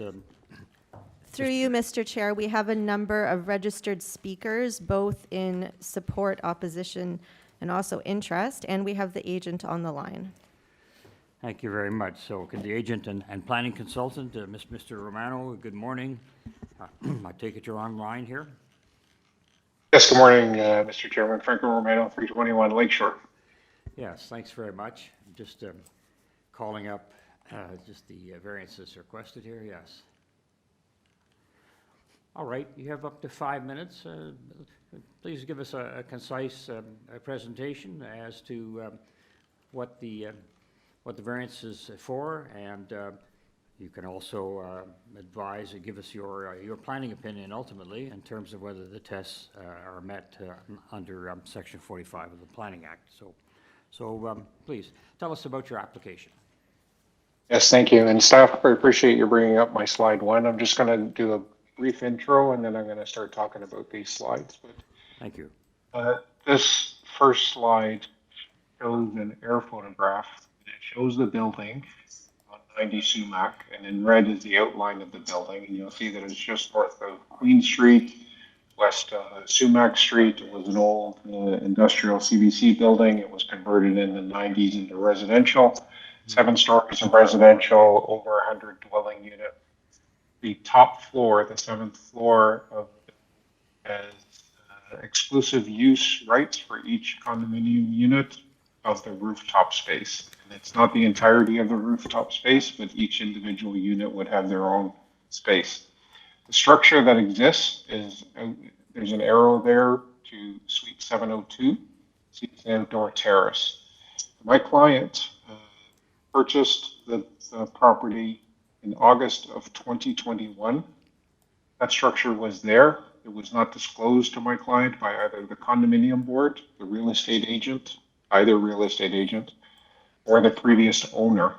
My client purchased it again in August 2021, and you will see that the order to comply is dated October 2021. So it is impossible for this structure to be constructed by my client. My client is seeking to remedy a situation that was created by a previous owner, and they moved expeditiously to do so, comply with all city rules. They applied for and actually obtained a zoning certificate. And I apologize, Mr. Chairman, I heard your previous comments. This is one of the items that I submitted yesterday because it wasn't in my possession before. They actually obtained a zoning certificate, permit zoning approved plans dated March 29, 2022. And it was not until February of 2023 the city informed my client that the certificate was issued incorrectly. My client then proceeded to remedy the situation, and based on a November 2023 zoning applicable law notice submitted to the Committee of Adjustment in November 29, 2023, and you'll see my cover letter. So since then, since that November 29, 2023, city zone examination has issued another 2 zoning notices, the last of which is included in this March public hearing notice, which identifies the first variance to suggest that it is a 738.2 square meter increase in gross floor area, but the actual size of the structure is 23.2 square meters, and it is an outdoor terrace area. You will see on slide 1, roof consists of a number of amenity and accessory areas, including terraces, and there is a large mechanical area that is right in behind the subject site, the subject structure. We move on to slide number 2. We will see air photographs. It's impossible to see this structure from the street or any adjacent residential property. The rooftop does contain existing structures as well as fencing, and you'll see that the view from looking north, see that it blends in, and right in behind there's a larger mechanical area. View to the south, one cannot see the structure. So from much of the rooftops area, even when on top of the roof, one cannot see the structure. It is set back 6.5 meters from the edge of the area that is exclusive use to my client, and it is over 8 meters away from the edge of the building itself.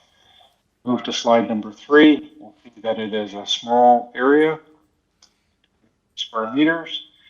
You'll see in the bottom of slide 3 the elevation, how it is lower in height than much of the existing structures that are located there. And if we move to slide number 4, you'll see 2 photographs that show the elegant nature of this outdoor enclosed terrace. It is not habitable living space that's associated with a dwelling unit, which is a matter that was identified by previous non-authorized enclosures that have been supplied by others' submission of the application.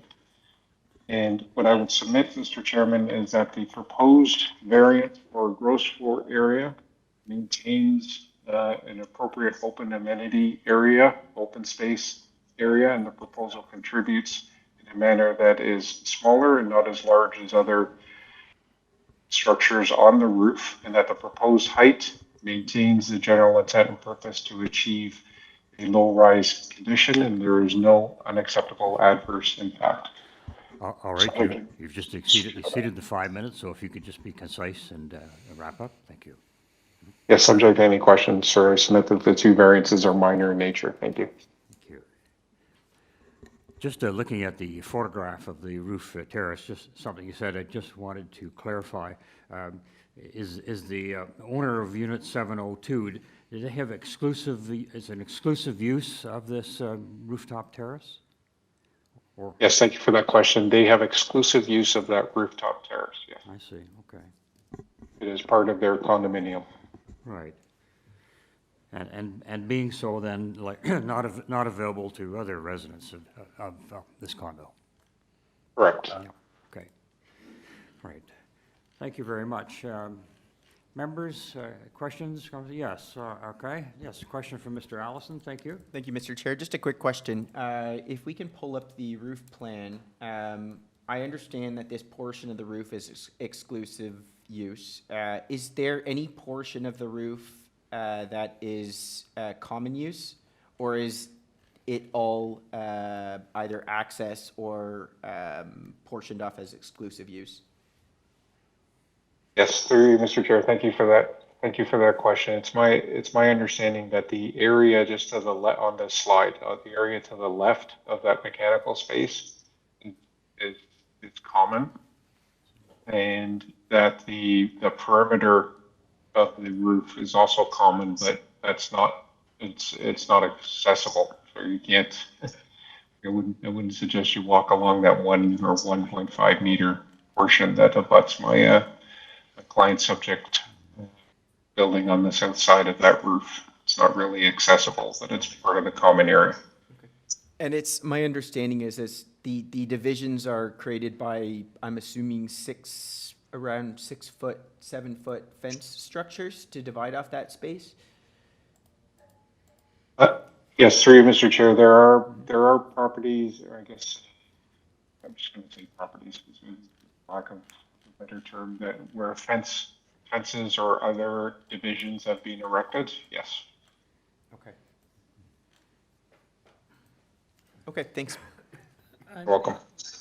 Just to follow on, thank you. Just a follow-on question to that of my fellow panelist. That area in the center that you know is commonly accessible to the building's residents. Do you have a sense of what that's being used for at present?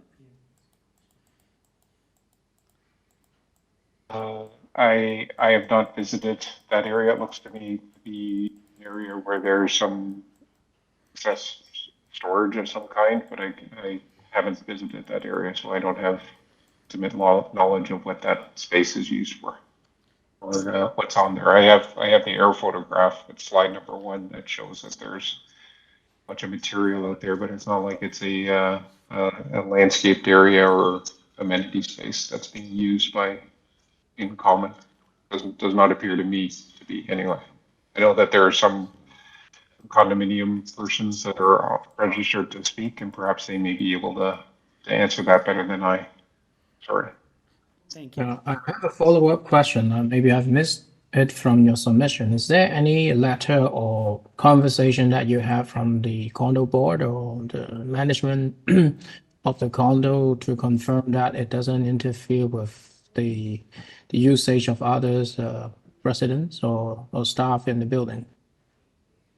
Yes, thank you for that question. There is no letter that I submitted or asked for from the condo board. I do know that there is current litigation between my client and a number of those parties that I said did not disclose what the structure, and that includes the condo board. The condo is fully aware of this structure and has no, to my knowledge and our knowledge, no objection to it in this circumstance. I see. So in a way, they might want to support it. Okay, thank you. You're welcome. Yes, just in support of that statement, you know, I see no, like, response from a condo corporation, for example, giving any opinion here, so, yeah. Thank you. All right, other members? I Yes. have a question about the stair that comes up in this addition or this. Did that pre-exist? They had to add that stair in, right? They had to do structural changes to get up from the unit below up into that space? No, it's it's a better question. I'll let them answer. But my understanding is there are stairs for a number of the units, but it's just the size of the enclosure They that's might different. have had to change it or something. I thought there wasn't access at all from the units. I thought they added the stair. Well, we should clarify Yeah, that. let's have the applicant respond. So go ahead and just put that to him again, then. Sorry, Mr. Gosher. well, just clarify the question. Yeah. Is the stair that we're showing, the stair that was part of the original unit, or is that was that a newly added and modified opening and stair?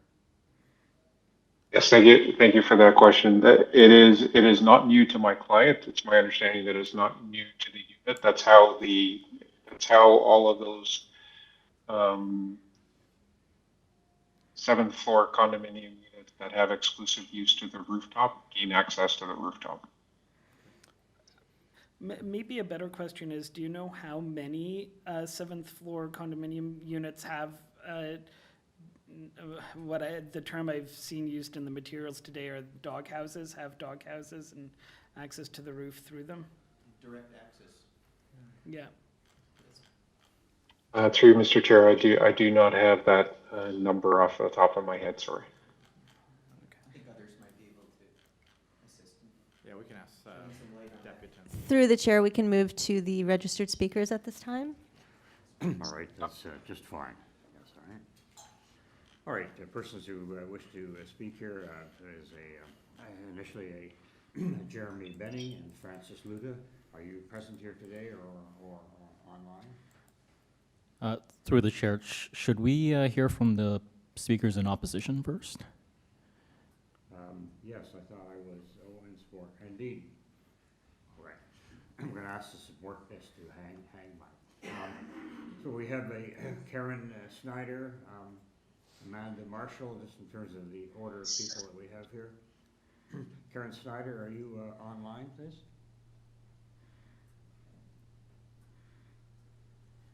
Karen, you've been unmuted. Oh, thank you. Okay. I was trying to unmute myself. Hi, my name is Karen Snyder. I'm the owner of Unit 620 at 90 Sumac Street. Right. The application before us to legalize the enclosed additional living space built on the rooftop terrace above 702 involves the same issues as previous applications submitted for Units 703 and 704, which were heard by the Committee of Adjustments in May of 2022. These previous applications to construct enclosed living structures on their rooftop decks were unanimously refused as they did not meet the 4 tests under the Planning Act. The decision was appealed to TLAB, and TLAB denied the appeal and upheld the decision of the Committee of Adjustments. A review of the TLAB decision was requested, and a final order refusing the review request and confirming the final decision and order of TLAB was confirmed. The Committee of Adjustments and TLAB have made it very clear that rooftop structures such as these are not appropriate for our rooftop and should not be built. In our condominium declaration, rooftop structures contravene what was specifically set out in Article 4 of the said declaration. It states that each rooftop deck unit shall only be used as a deck in accordance with all condominium rules, zoning bylaws, and government regulations. A roof deck is a rooftop patio or garden area, known mainly for being connected to the rooftop level apartments known as penthouses. A rooftop deck is not a 10-foot high, 10 by 10 second story of an apartment with a solid concrete wall running along the common area walkway. This enclosed concrete structure is not what was intended for the rooftop deck areas. They are meant to be patios.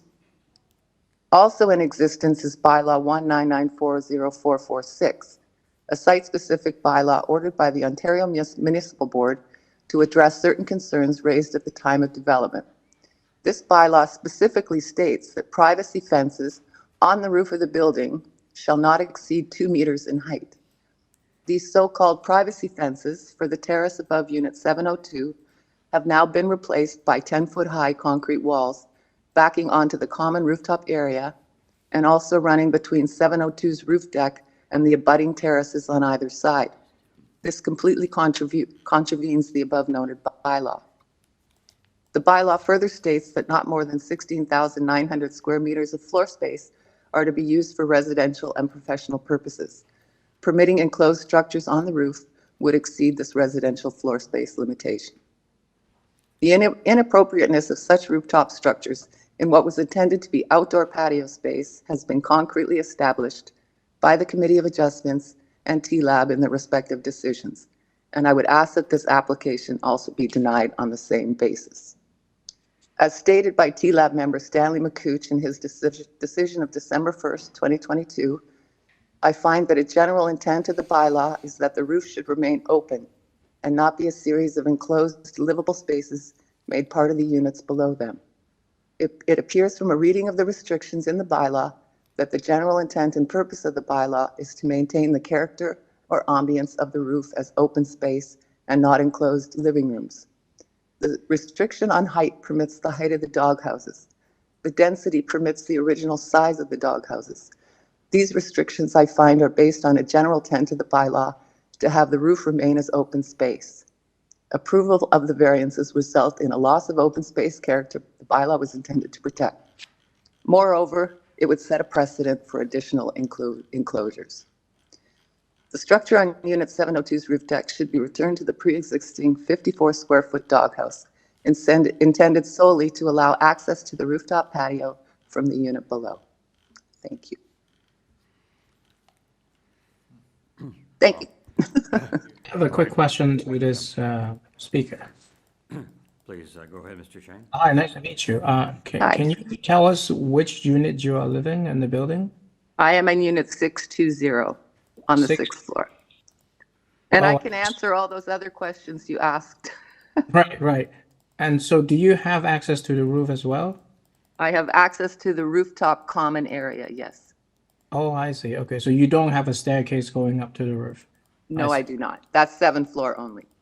And if this is not built, are you able to access this part of the building that is already occupied? Was it a common area? No, it's an exclusive use patio area above their unit. I see. But you can see it from the common area.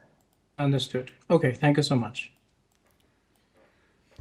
Yes, I have a question for you. Just wanted to understand, you mentioned units 703 and 704, and a bit about the planning hearings that have taken place. My note is you said those are enclosed structures. So are they different from what's on in 702? And we were able to take a look at a picture, at a photograph of the one that's before us today. So how about that? 703 and 704, are they enclosed? 703 and 704 have been torn down. I see. Okay. They're torn. 702 is enclosed. The portion of it is enclosed. It's got glass wall and it's got walls around and it's got a solid concrete wall that runs along the common area walkway. And that space that was occupied by 703 and 704, what uses of that now? Is that just roof structure? They were returned back to the original state, which was the 54-square-foot doghouses. With exclusive use for those units just as a patio, not with a structure? Correct. Could you maybe answer the question that I had before about how many of these doghouses there are and how many of the these exclusive use patios there are? There are exclusive use patios. Not all of them are connected from below, but I would say 11 to 12 would have doghouses that connect to the unit below. Okay, and is this the last one that has a structure that's larger than a doghouse? No. So how many others have structures that are larger than a doghouse still? 3. Okay, and the common area that, is that the area that the applicant was pointing to on his, on the roof plan? You'd agree it's that area sort of in the middle? Yes. Can you answer the question I had about that? What's it used for? We have benches and tables and 2 beautiful barbecues. It was just all redone. It's all landscaped with trees. That's where we kind of hang out all summer. Okay. And then my last question is more just for you yourself, because you're here objecting today. You gave us a lot of legal arguments, but what actually is more helpful is, can you explain how this actually affects you? Because given that you're a couple floors down, this doesn't look like it's actually adjacent to the common area on the roof. So what about this affects your use of your building? In honesty, that particular unit, I have to walk by the walkway. But in other ways, it affects the building. It was never discussed with any of the owners of the building. They have an air conditioning unit going on to air condition that unit. We're not sure who pays for those common expenses. And our worry most substantially is that it sets a precedent. So if this one is now okayed, then 703 and 704 can come back and say, okay, well, we'll just make it smaller. And then 705 can do it, and 706 can do it. And then the whole common area is surrounded by concrete structures. And I don't think that was the intention. Okay, and then my last question is just, is it your understanding, do you agree with what the applicant said, that the condominium board itself, like the condominium corporation, has taken no position with respect to this either way? I believe the condominium corporation approved 702, and, a new board or newer members approved 703 and 704. Okay, but without requiring any kind of permitting or anything else. So yes, I believe right now the condominium board is not taking a position either way. Okay. Thank you, that was really helpful. Yeah, thank you so much. That's really great. All right. Yes, further person? Amanda Marshall? Amanda here or online, please?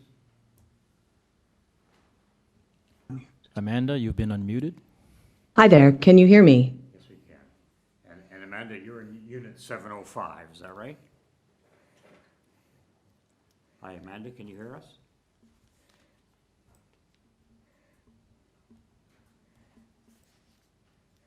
Hi there, can you hear me? Yes, we can. I guess you went. Fantastic. Okay. Yes, my name is Amanda Marshall, and my address is 90 Sumac Street, Unit 705. So I live 3 doors away from this particular structure.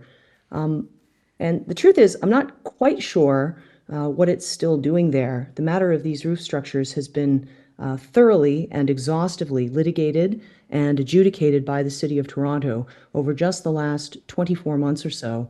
And the city has clearly and repeatedly determined that the only structures permitted on this roof by these site-specific bylaws are these small 50-square-foot utilitarian structures that are colloquially known in the building as doghouses that were installed by the developer strictly to allow residents to access their open, uncovered outdoor roof decks. So this structure is one of several in a row that were built side by side by side by side without a permit by the same contractor in an effort to create second stories on the roof of these luxury penthouse apartments. The others, as Ms. Snyder mentioned, have already been removed by order of the city. So this owner seems determined not to take no for an answer and is now asking the committee to overturn decisions and orders on these variances, which have been examined, denied, refused, and rejected by 3 different governing bodies, starting with the Committee of Adjustment, and then followed by the Toronto Local Appeal Body, which, as Ms. Snyder also mentioned, denied the owner's appeals and then rejected their request for a review of that denial. And contrary to the previous discussion, the building's own condominium board has required the structures to be removed. That letter can be found at page 37 of these my submissions, which are available to you at Letter of Objections materials that were submitted on March the 13th, 2024. All of those decisions have been entirely unanimous, and there's no question that structures like these are not permitted here by the municipal bylaws. They don't meet any of the 4 tests for variances of those bylaws, and they're a violation of the building's own internal declaration, which is governed provincially under the Condominium Act of Ontario. I've also included the passage from this building's declaration that can be found at page 34 of my submissions, which clearly forbids the enclosure of these outdoor uncovered roof decks and states that they shall only be used as a deck. Condominiums, as you probably know, have clear, unambiguous rules about what you can and cannot build, which is why this owner, like his neighbors before him, has likely been instructed by the building to remove this structure. And just to be clear, incidentally, it's worth noting that the sole letter of support that you mentioned here is from one of the owners of one of those other illegal structures that was removed after being refused these variances just last year. So evidently that owner is hoping that this committee will now reverse itself and set a precedent for these types of structures going forward. As I mentioned, I've submitted all of the documentation generated by the City of Toronto for your review. I'd just like to briefly direct your attention to the following passages. On page 2 of the 37 pages that I submitted, and page 6, you will find that on May the 4th, 2022, the committee refused the minor variance requests of units 703 and 704, which were the structures that adjoined this structure of unit 702. That decision was unanimous, and as you can see, the committee found that the request did not meet any of the 4 tests for a minor variance. On page 12 of the 37-page submission, 6 months later, on December the 1st, 2022, following 2 more separate all-day appeal hearings, TLAB Chair Stanley McCouche, as Ms. Snyder mentioned, denied the appeal for the same variances. And I'll direct your attention both to the issues and analysis paragraph and the conclusion, which Ms. Snyder, I think, previously read to you, both of which affirm the Committee of Adjustment's original findings, and importantly found that the intent of these site-specific bylaws was to keep the roof as a green space and allow only the small structures that were originally installed by the developer, and that granting the variances would set a precedent for future massive structures like this on the roof. And it's worth noting that we already know that to be true because Unit 702's structure went up first, and it set the precedent for the other illegal structures that followed it. On page 30 of 37, you will find that on April the 12th, 2023, after a year after the first Committee of Adjustment hearing, I'll direct you to paragraphs 105 and 106 in the review request, which was refused by TLAB Vice Chair Ana Basios, which further confirmed all of the decisions and orders which preceded that request. And finally, I just have one very brief note, and then I'm going to wrap it up. I'm not going to dwell on this, but it does speak to the impact of this construction. I understand that it is not the job of this committee to adjudicate any kind of structural issues or construction damage, but I do want to make you aware of the fact that the damage caused by this construction is currently being litigated in the correct forum elsewhere in Ontario Superior Court, because these structures involved extensive drilling and cutting into the building's 66-year-old concrete roof without any permits or engineering studies or inspection for code compliance. And there is ongoing and worsening damage to my home, which is on the end, right next door to what was essentially, until quite recently, one massive structure, 702, 703, and 704. So I'm not trying to be an alarmist, but, just in case there's some sort of catastrophic structural event in the building, I want to be clearly on record as having raised as many red flags as possible about the construction for the city. Okay, thanks very much. I'll take any of your questions if you have them. All right, thank you. Members, any questions? Quite a history that you've outlined for us in terms of Committee of Adjustment hearings and TLAB. And, Yes. Just a couple quick ones, because I think the previous resident answered most of my questions. But firstly, so how long have you lived in the building? I've lived in the building for 24 years. And which unit again, can you remind me? I'm in unit 705. Okay, and you have a doghouse as well? That's correct. So you're 3 units to the west, I suppose, is that correct? That is correct. Okay.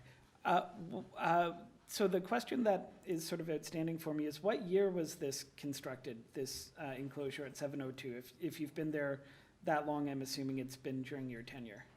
The enclosure was constructed in 2019. 2019, okay. And just to be clear, the residents who live on the south side of the building, as I do, who have these small 50-square-foot doghouse units, were aware, obviously, that this structure was going up. But because it appears that the condominium board approved this structure in error, it appears that nobody thought to check as to whether or not this owner had a permit. So when Toronto Building Services showed up in 2021, it was because someone had called to alert them to the building of 703 and 704, which directly abutted my property. And it was when they showed up in 2021, that's why that order to comply came in October of 2021. It appears that since the condominium board realized their mistake, they then began issuing removal requirements to these owners to remove the structures from the roof, belatedly.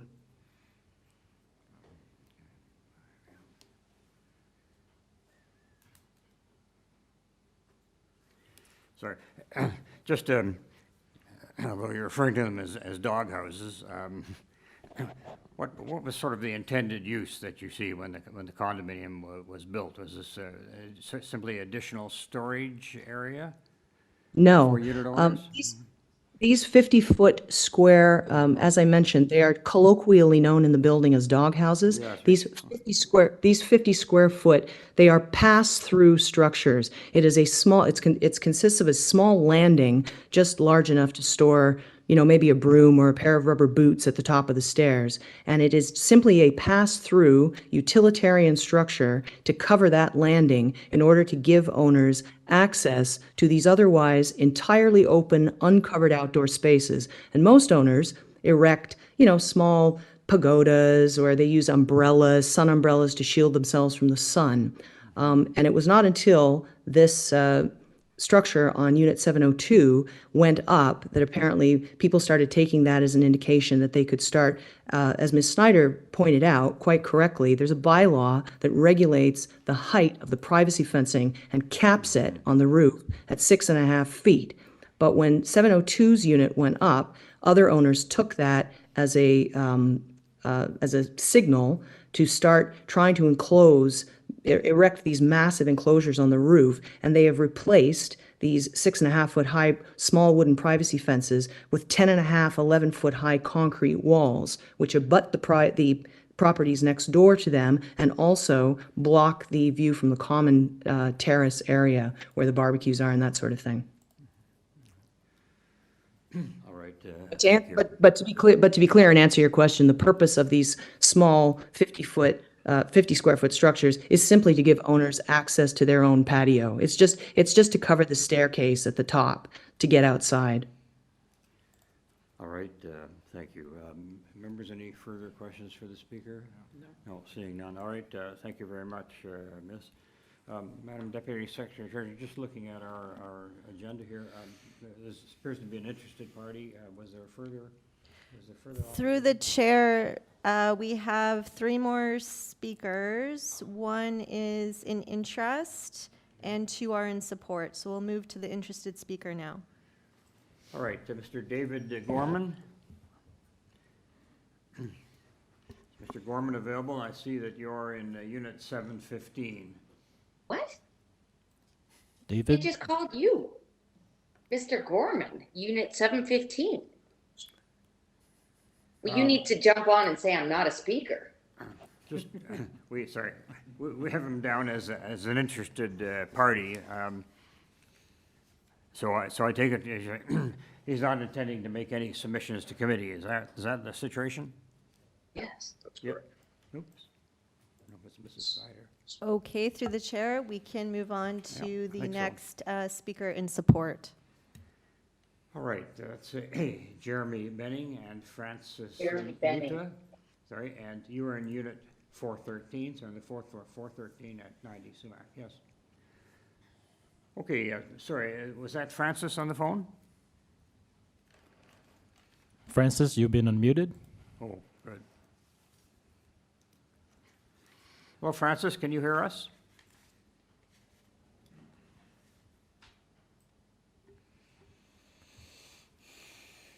Can you hear me? So, yes, is this Jeremy Benning? No, this is Francis Luda. I'm sorry, Francis, right, okay. I'll keep it short. I live at 413. I'm on the 4th floor, so I Yep. just wanted to be clear in terms of the common space that you see here. Yeah. As a non-rooftop owner, we do have direct access to the common space, and so I just wanted to add that the 702 construction doesn't obstruct my view from enjoying this rooftop common space. So that's all I wanted to say. All right, so, so you don't see yourself in opposition then to this, to the matter before us this morning? No, okay. No, not at all. All right, thank you.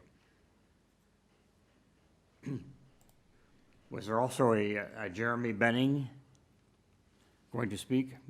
Our note is that Mr. Benning would be someone who would be in support, and his unit is, or no, same unit number, 413.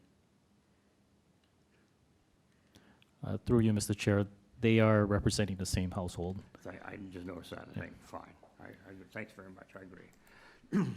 All right, we'll move to then David Violante, who's at unit 703. He's here at support. Hi, David, are you on the line with us? I am, can you hear me? Yes, quite clearly, thank you. All right, you have up to 5 minutes, but we're trying to be as concise as we can on these things, Sure. So my name. Yeah, go ahead. Go ahead, sorry. sir. My name is David Violante. I'm the owner of Unit 703 at 90 Sumac. I'm the direct neighbor to the west of Unit 702. Yep. And I want to take the opportunity today to support, voice my support for the proposal that has been put forth. As I mentioned in my letter of support, the structure in question exists and was built not in 2019, but actually over 7 years ago. Over that time period, the structure has in no way hindered the enjoyment of my terrace. It does not create any issues with shade, and it does not block my view in any way. I know that there has been objections made against this application with reference to the TLAB decision that was previously rendered for Unit 703 and 704. In that decision, you'll note that the only issue the TLAB member had was with the application regarding the use of the space and that it should be used for an outdoor space. With that being said, the application for 702 differs from the applications for 703 and 704 in a number of ways. Number one, the application being put forth by 702 is over 50% smaller than the application put forth by 703 and 704 and should be looked at as a completely different project. The structure covers only 200 square feet and leaves approximately 450 square feet of outdoor living space on the roof. One could easily argue that that is more outdoor space than many of the houses in the surrounding neighborhood. 3, the application allows for greater accessibility to the outdoor space. Before the construction of the structure, the only way to get to the terrace from the unit was via a narrow spiral staircase that no longer meets the current building code. Many units on the 7th floor have these spiral staircases. They will all tell you how dangerous going up and down can be. After the construction, the roof opening was enlarged to allow for a proper staircase to be installed that provides much easier access and allows the terrace to be more useful. This is an enhancement to the outdoor space. The next point is livable space. Due to the size of the opening needed for the staircase, approximately half of the 200 square feet. Just going to interrupt you for a second. We're just having, we're having a little bit of difficulty hearing you at times. Okay, sure. Did you need me to back up at all? This is good if you, fine. If you want Sure. to go back. Yeah, I was. Yep. Go ahead. What was the last point you had heard? Well, I written down the 200 square feet. The 200 square feet leaves approximately 450 square feet of outdoor space. One that could argue that that's more outdoor space than many of the houses in the surrounding neighborhood. The application allows for greater accessibility to the outdoor space. Before the construction of the only way to get to the terrace was from the unit was via a narrow spiral staircase that no longer meets the current building code. Many units on the 7th floor still have these spiral staircases, and they will all tell you how dangerous going up and down them can be. After the construction, the roof opening was enlarged to allow for a proper staircase to be installed that provides much easier and useful access to the terrace, an enhancement to the outdoor space. Livable space. Due to the size of the opening needed to allow for the staircase, approximately half of the 200 square feet of the structure is being used as an opening for the staircase. This leaves approximately 100 square feet of floor space. I would say that 100 square feet is more of a glorified stair landing than livable space. It provides an opportunity for some storage and a place for someone coming up the stairs to stand. It's definitely not enough space to live in or use as a bedroom. It's just enough space to keep items up on the terrace out of the elements. And again, it's an enhancement to the outdoor space. The structure provides shade and an opportunity to provide additional shade throughout the terrace due to the ability to install a large awning that covers a large portion of the terrace.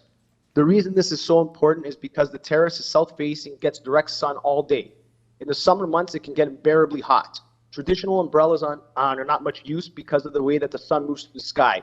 You need to constantly be moving the position of the umbrellas throughout the day, and this is not possible due to the heavy umbrella bases that are needed to keep the umbrella on the terrace.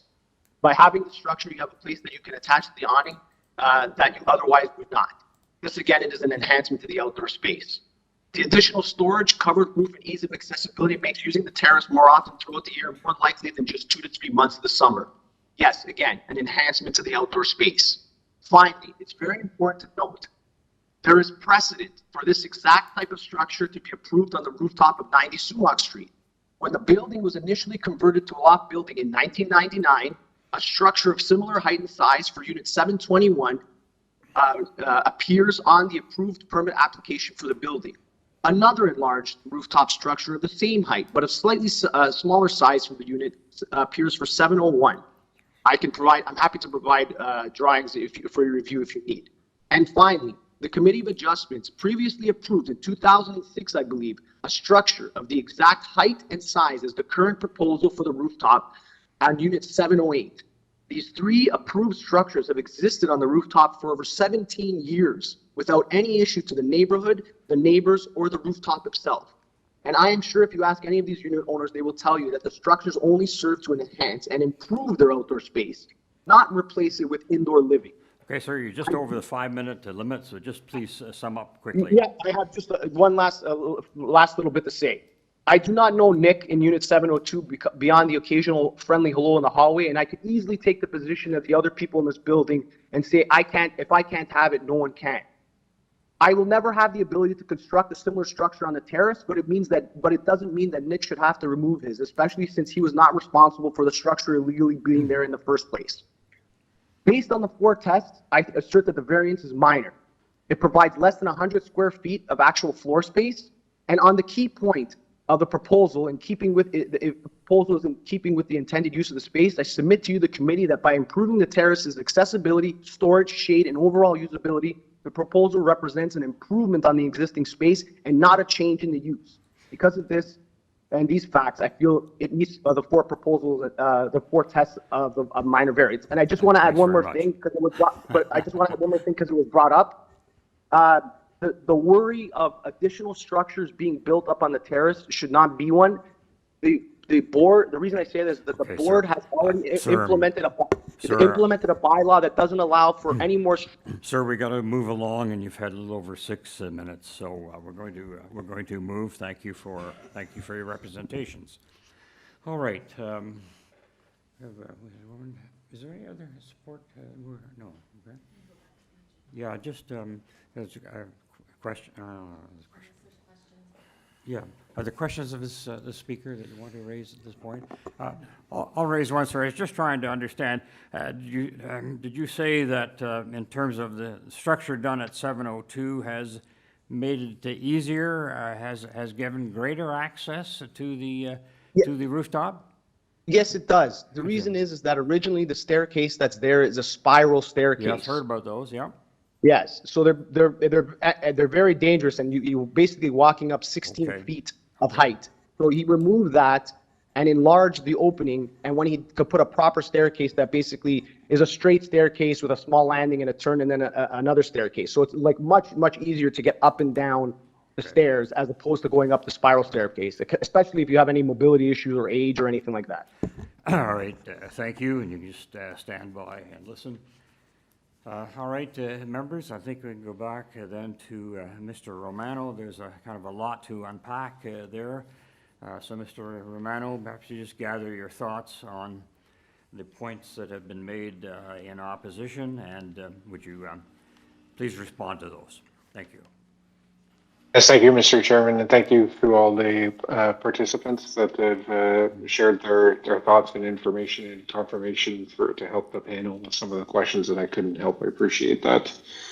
This proposal is nowhere near, not comparable, definitely not similar to what was previously either authorized by the Committee of Adjustment or the previous development, or not authorized by the Committee of Adjustment and the Toronto Local Appeal Body. It is clear when looking at the TLAB decision, because it does explain in detail what is before it and what was before the Committee of Adjustment, that those two spaces at 703 and 704 were for living areas. It was additional living space, so basically creating an 8th floor for the condominium unit.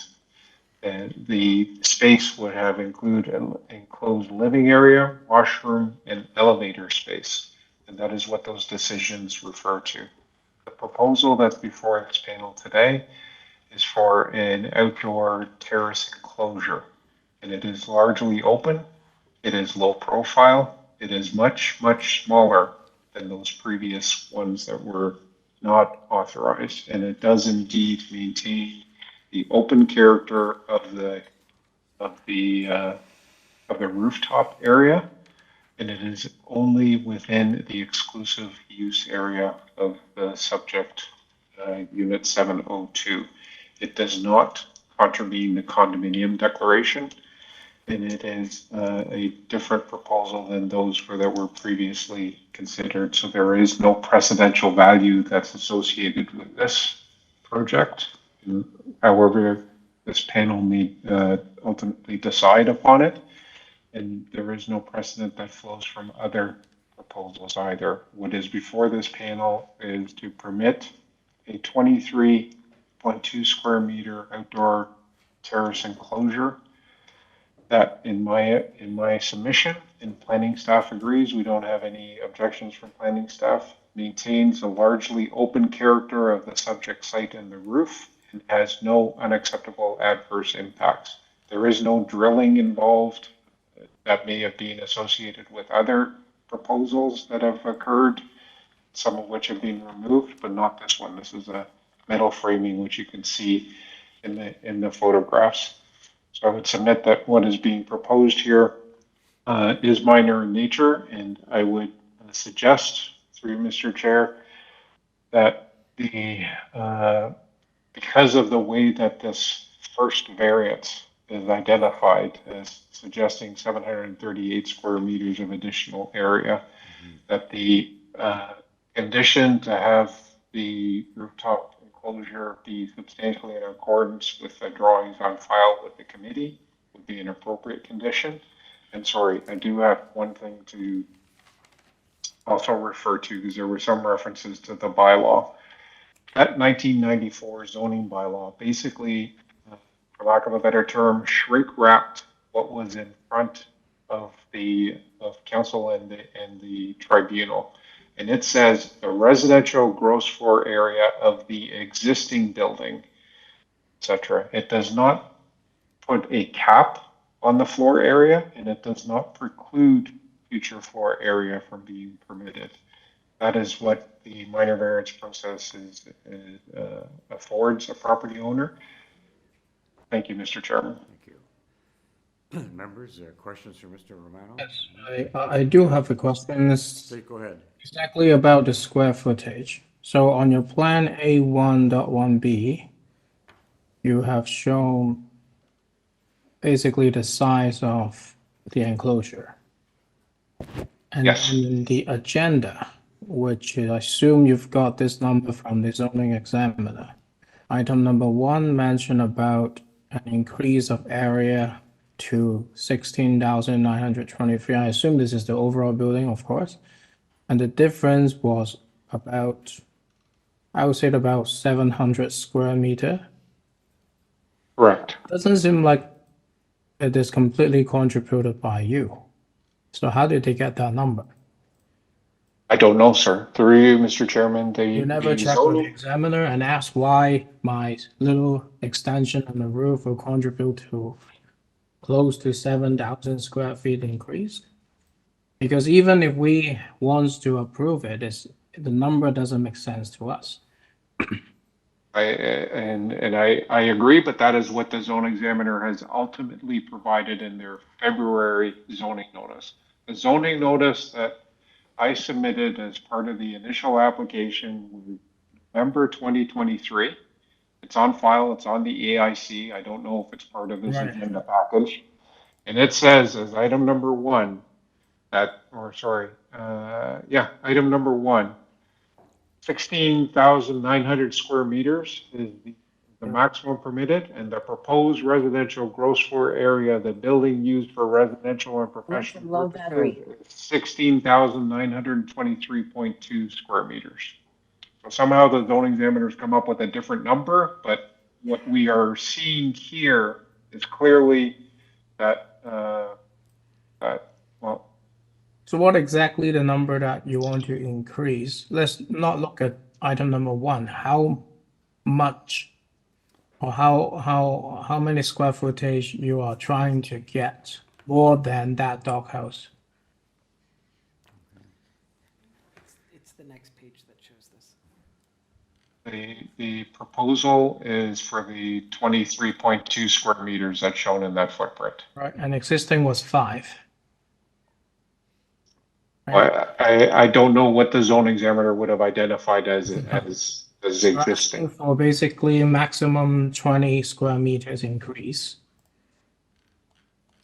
Plus or minus, I'm yes. just trying to understand if we are going to approve. I don't think that number is something somebody have to amend that or put a condition for item number 1 if we're going to approve it.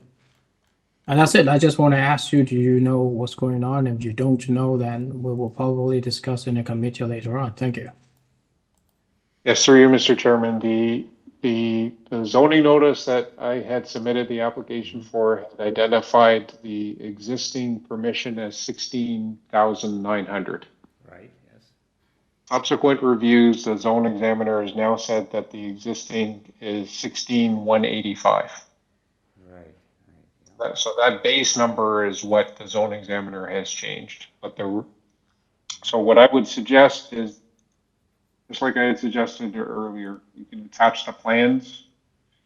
But we can also have a condition to say that the rooftop enclosure shall not exceed 23.2 square meters.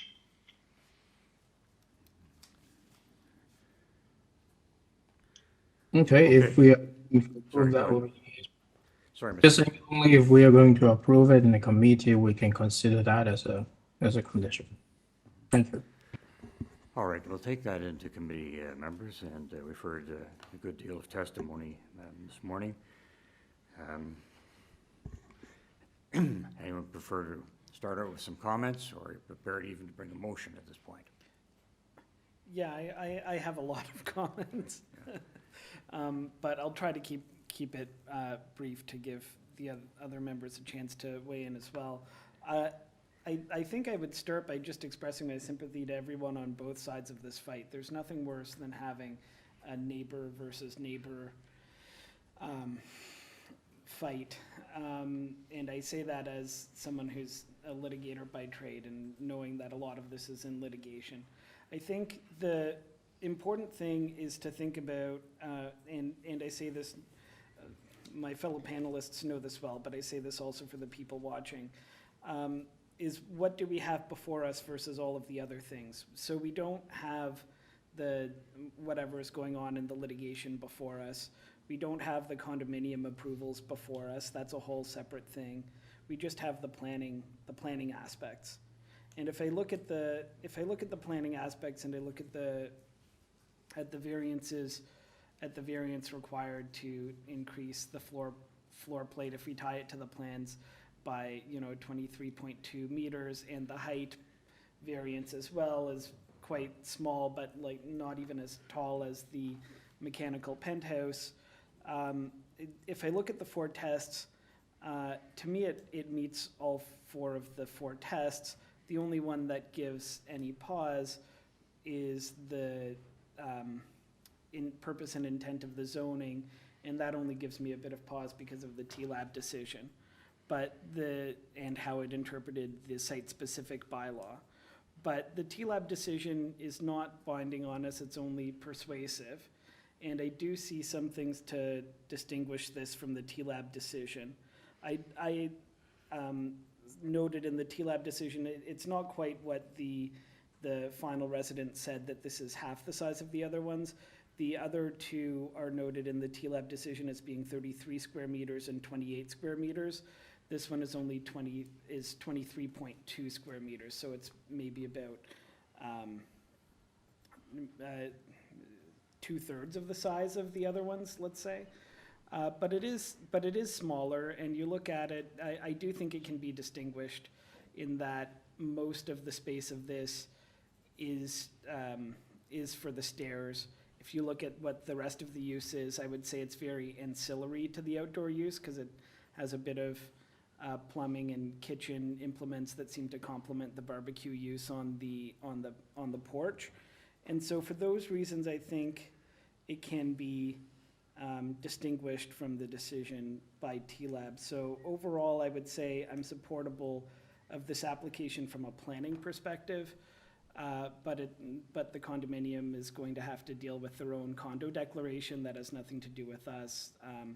And if there was a construction issue, I imagine that is something that the city will still explore when this goes to the building permit, because this is just the zoning to help that aspect of the order to comply, but maybe the Secretary Treasurer can confirm to me it still will need to go through, it still will need to have a full building permit.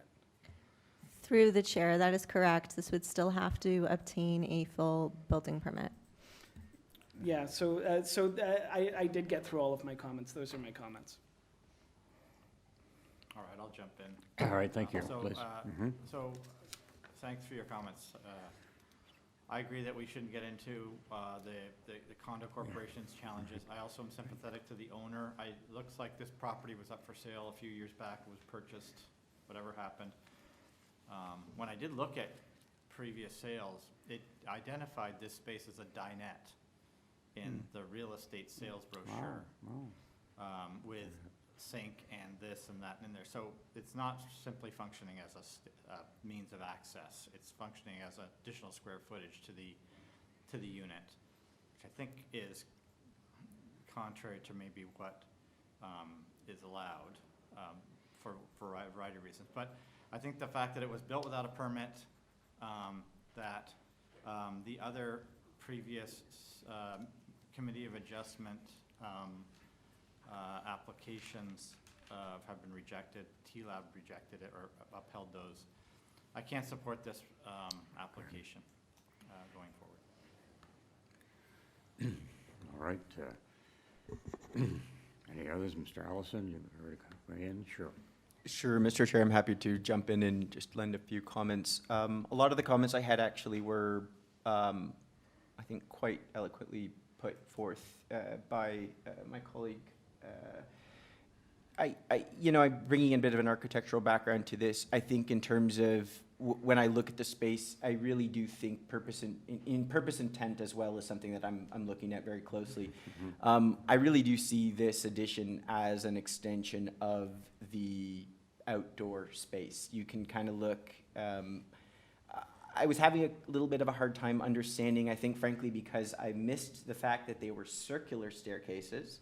And in looking at the plan, I couldn't quite understand how you get a staircase up in a doghouse of that size. Yeah. Once I heard it was a circular staircase, it made sense.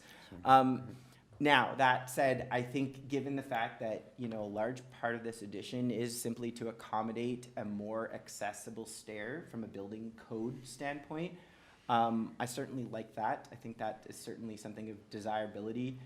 Certainly in thinking of the long-term use of this building and how, you know, how this may progress in future years with other units that may seek to replace those circular staircases with proper stairs. But I do think that there has to be an element of restraint here, right?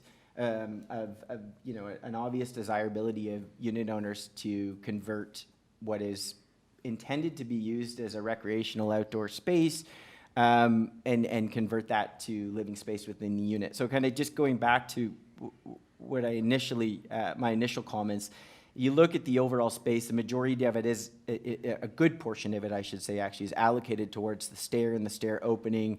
And while I don't quite agree with the fact that what is at the top of the stair would be considered a landing, I am satisfied that that space is very much in nature an extension, or intended to be an extension of the outdoor recreational space. There's no additional bedrooms, there's no additional bathrooms. They've maintained the kitchen on the lower level.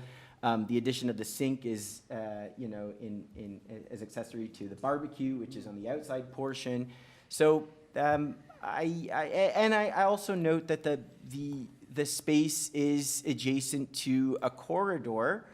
While used by other residents in the building, I wouldn't necessarily believe that space directly adjacent to be used for amenity purposes. It's more of a through space to get to the stairs. So I'm satisfied with this, but I certainly would caution restraint on certainly future developments in this particular building. All right. I just want to jump in. Good, please. I think I look at it as a new application where someone wants to increase the GFA and height of a condominium with two precedent cases similar to the application, which we look at the two cases, and agree with Philip that those two cases are relevant but have no direct relationship with this development because this is much smaller. And when you look at the four tests, they do meet with that requirement. So from a strictly planning point of view, I think they do meet the requirement to be considered as minor. But I think we also have the obligation to accept or to listen to the neighbors' concern. So I think to kind of harmonize the ideas, what we have is I would like to propose an approval with a condition that there will be no plumbing, and I would say no plumbing will be sufficient that to be allowed in this space, and it has to be approved by other authorities. And I also want to mention that in that process, I think the City of Toronto will continue to monitor the structure and the integrity of the roof, so the neighbor will be protected with our regulation. And there is also some private litigation among different parties which we cannot interfere. So I think this is probably a more comfortable solution for everybody. Would you be willing to make that motion no new plumbing to permit the existing? Yes, I think that has to be a condition, so that it is more like an extended outdoor purpose, right? We can even mention that gives the future examiner or inspector a more guidance to execute their work. Through the chair, I would only caution again, just to be mindful that we cannot have a condition that would permit something as of right. Right, that's true. So I guess, can we allow that this is that no plumbing allowed? Is that possible? Would that be a condition that we cannot? Maybe tying to plans is sufficient since there's no. Right, tied to plan, that's a good idea, yeah. Tied to plans would be a good idea. Thank you. Yes, I'll just mention that there's been no community planning report, and this is a detailed matter, but we haven't heard from planning, and generally, if not, there's not great concern. But heard the representations. I agree, tying to plans would be a very good idea. So if one of the members would like to put forward a motion, we can entertain that now. Oh, I took it that that's what Mr. Chang was doing, was putting forward a motion, or did I misinterpret? Right. That's the motion, to approve the condition tied to plans. So I'll second it. All right. All in favor of that, then? There's a motion on the floor to approve with plans. Plans. Can we identify them better, or is that the plans? I- Okay. Okay, all right. I mean, we could say as noted on A1.1B, since that's the relevant. Good for you. So through the chair, just point of clarification, so you want to tie to the full set of plans or just that one plan? I'm just going to plans with you here. I'm fine either way. Mr. Chang, do you have a sense of what's better? Oh, Aaron, he was, sorry, Phil was just asking if he thought that needed to be reworded at all in terms of identifying the plans. Is the Right. I'm so sorry. I think approving identity to the plan, and I think the condition of variance number 1 has to be, I think what we can do is to, a second condition is to limit to the area allowed up to that numbers on the plan. So it's not coming from 1,685 to 1,923. That would be quite significant. Well, through the chair, so variance number 1 would still remain as is. But if you Right. want to add a separate condition, you can do so. But I also just want some clarity if you want to tie to the full set of plans or just the one plan that. Full set of plans, please. The full set, okay. Yes, thank you. All right, with that clarification, I think we should revote on this. Plans and the size will be the conditions. Okay, and so the size being 23.2 square meters. Right. And I guess having the building permit is a natural process. We don't have to call it out, right? 24 square meters.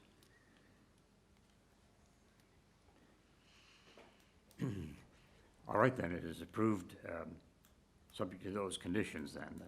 Tying to the plans have been put forward, and we're mentioning, as if I got this right, 23.2 square meters of size.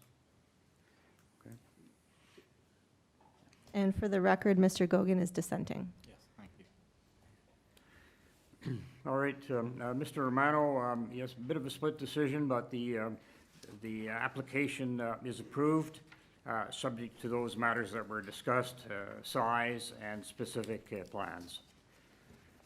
All right, this completes this particular matter, and we'll proceed in a moment to item number 9 on the committee's agenda.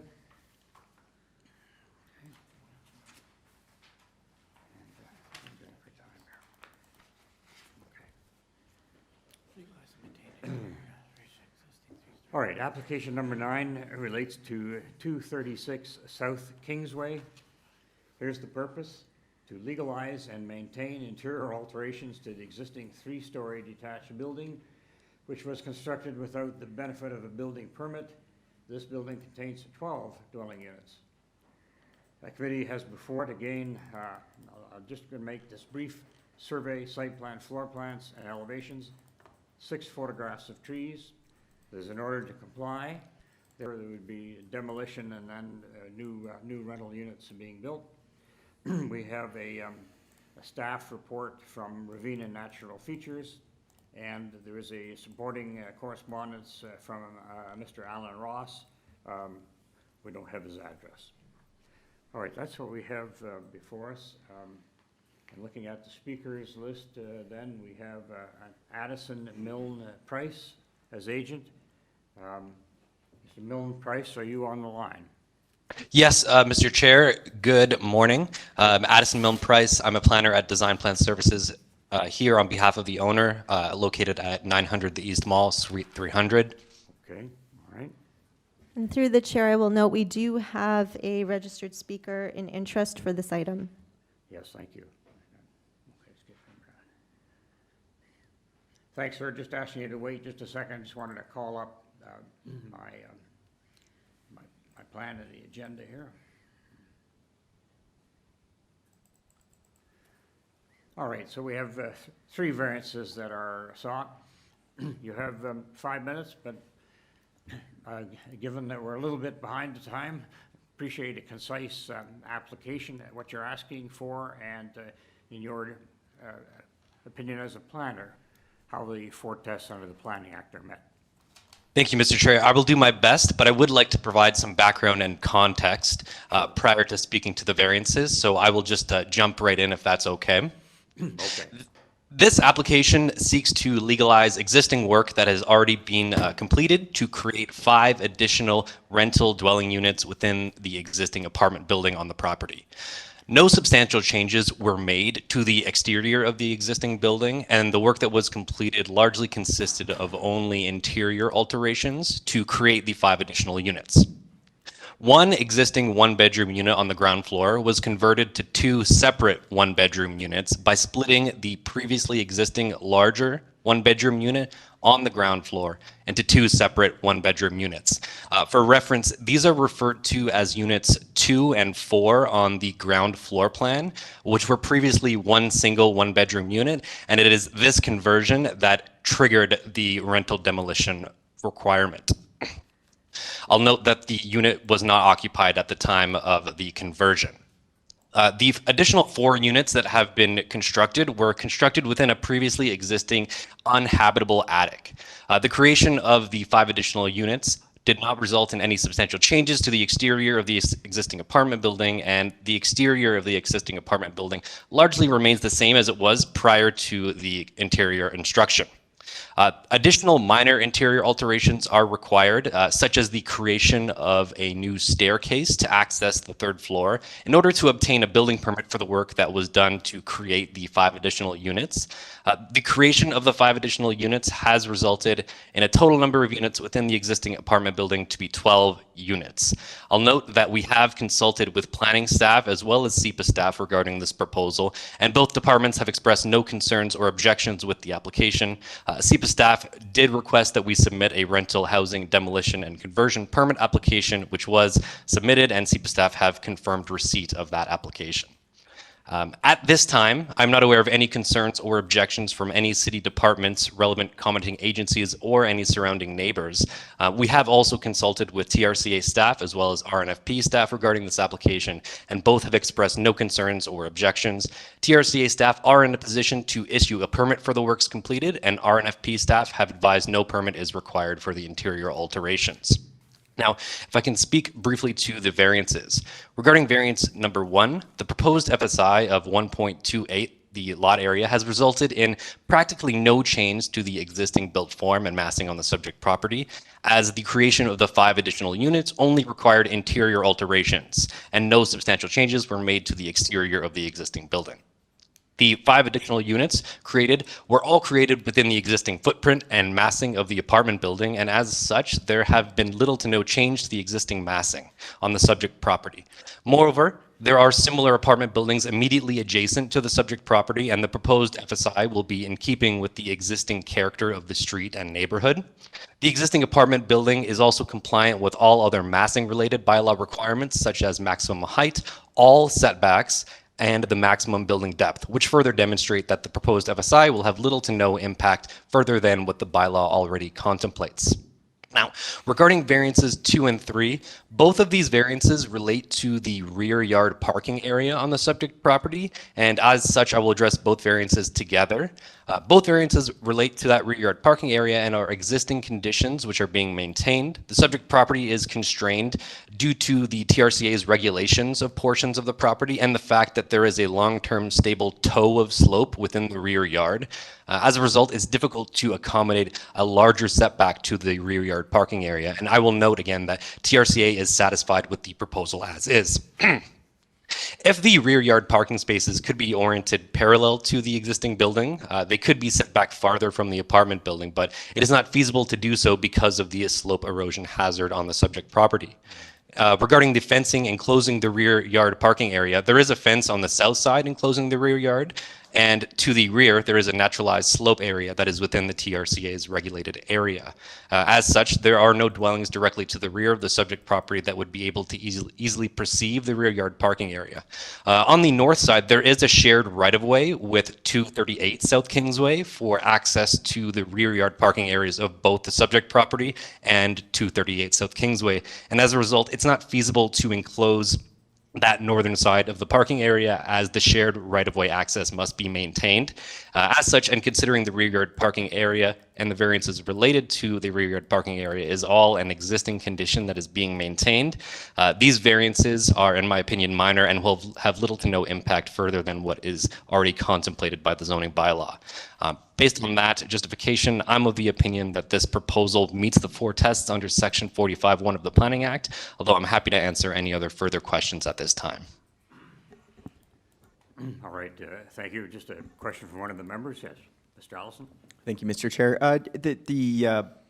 The applicant noted the third floor is a conversion. I just wanted to clarify that space, I guess, was, like, what was that space before?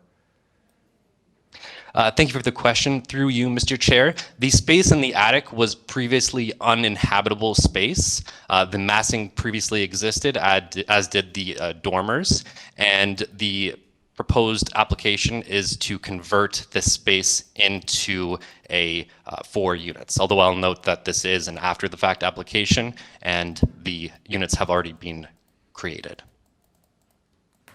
Okay. I mean, I just a little bit, it just was a little bit confused that it was a non-habitable space. I mean, I guess it's not out of the realm of possibility, but it seems it's a full height space. It's got lots of dormers, lots of windows, and you're just saying there's an entire floor of the building that was just inaccessible for all these years? Through you, Mr. Chair. My understanding is that a building permit to create this attic space was approved, and a construction of that occurred in approximately 2015. I see. However, this space was intended to be uninhabitable as per the building permit. This conversion is to convert it to habitable space and does not change the massing of the proposal. Okay, fair enough. Just want to make sure I understand this correctly. Right, so I have a follow-up question. And I think what you said is correct based on the information in the order to comply, which basically said your previous permit is to rebuild the roof of an attic space, which is nice enough to host the room. So here it says you have 4 additional bedrooms with a new staircase. And then in your rental house demolition on conversion form, you are adding 5 units. So I'm just curious, you said order of compliance says 4, and your form that you're filling it says 5. So how many units are you adding?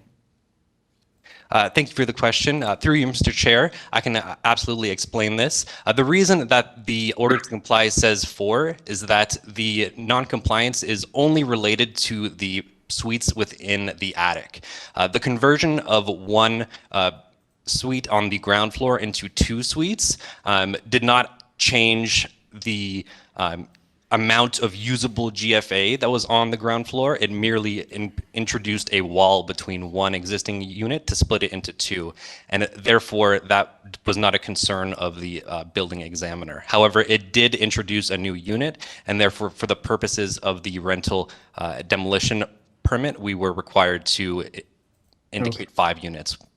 Understood. And no exterior work to be done. It's just purely interior. Through you, Mr. Chair, that is correct. Thank you. Yes, I had perhaps a similar concern. It's just with respect to variance 1 and the FSI, it's a significant jump. But you're saying, the exterior of the building is not changing. So this is now the ability to make a living space informally was essentially attic space and not habitable. Is that correct? Through you, Mr. Chair, that is correct. This application only seeks to convert interior space that was already approved. Sorry, forgive me. It seeks to convert massing that was already approved into habitable space. All right, thank you. Members, anything further? No, okay. Madam Secretary Treasurer, there was an interested party, Adam Bialzik. Do we have that person online? Yeah. Yes, we do. I'm just for this. Oh, the gentleman's here. Good. You're just monitoring that. You don't have anything you want to add, right? Yeah, okay. All right, thank you. All right, members, let's take this into committee. We've had I think a good explanation of a bit of its history relating to this building. There are 3 minor variances requested, and 2 relate to parking. Is there any comment? Yes. I'll even move it. I think it is minor in nature. I'm very intrigued by a full height attic space that was available for renovation. Yeah. But you know, in the spirit of more housing in the Toronto region and providing for it, I think it's, and if it makes no significant modification to the existing building form, I do find it minor, and I would support it, and I would move it as, I'll wait to move it until we get other comments, but I generally support the application. I would like to comment. I also support it for the reasons that my colleague mentions. It's additional housing in a great spot for it. It doesn't have impacts on the surrounding buildings. But I do think it's worth noting that this is probably in a day of hearings where we've seen more after the fact. True. Applications than any that I've been involved in. I actually think this is the most egregious and indefensible of those after the fact applications, because if you look in Street View and you look at the historical data, this quote unquote uninhabited attic space was constructed probably in about 2015. So a building permit was granted for what to me seems very obviously was always intended to be 4 additional units. And then we also see the importance of a building permit by the fact that only now that an order to comply was granted is the building code requirement to have a second stairwell egress for these additional units being implemented in the plans. And so there was an illegal construction that was actually a dangerous illegal construction. So I didn't ask any questions of the applicant because there's nothing more to say on it except to say that I'm very disappointed to see this, despite the fact that if it had actually been applied for the proper way, we would be approving this and all congratulating the applicant on bringing 4 large family-sized units to a great neighborhood, walking distance from a subway. This would have been a shoo-in. So it really, it dampens my spirits to see how it was done. All right, gentlemen, someone would like to put forward a motion then, either for or against this matter. I'll move this, that we accept it as applied for, without modification. All right, it's been moved in favor. Is there a second motion and support? I'll second, Mr. Gosh? provided that everyone is fine with us putting the, in the minutes, Sure. for the record that we don't approve that it was constructed without permit. All right, all those in support of that motion then to approve? All right, appears to be unanimous. So you have your approval, sir, and yes, we'd like to see any further building be done via permit. Thank you. Okay. All right, just moving to number 9, number 10, item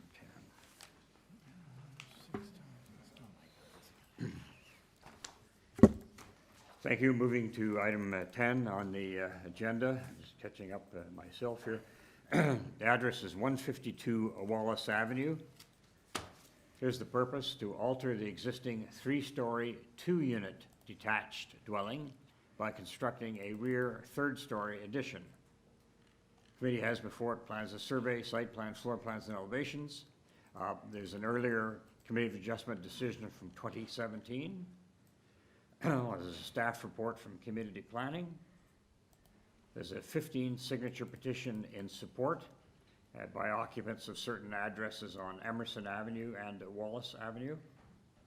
In opposition, there's correspondence in opposition from Madeline Kravit and Almog Ben David at 110 Emerson Avenue.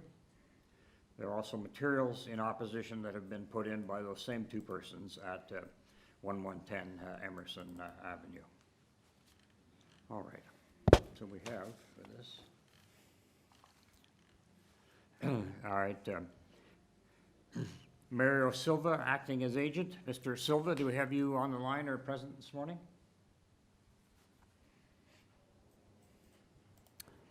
Through you, Mr. Chair, just for the record, we have the agent as well as 1 speaker in opposition. Thank you so much, very helpful.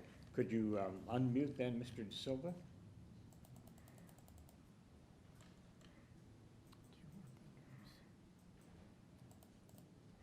Good afternoon, Mr. Chairman and committee. It's Mario Silva, 100 Uxbridge, as the agent representing the application.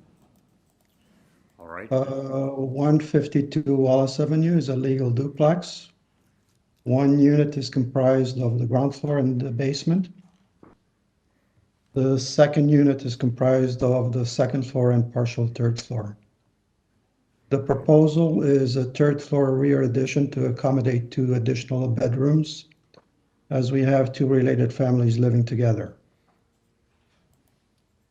I'm seeking a single variance. We aim to adjust the floor space index from 2.04 to 2.52, covering an area of 55 square meters, which is approximately 595 square feet. This adjustment is necessary due to the building's location on a 0 lot line, prompting the need for a higher FSI. The addition complies with height and setbacks. The building's size harmonizes seamlessly with others along the street, blending in naturally and maintaining architectural cohesion and within its surroundings. The variance aligns with the objectives of the official plan and zoning bylaw for intensification, while also maintaining consistency with the distinctive character of the neighborhood.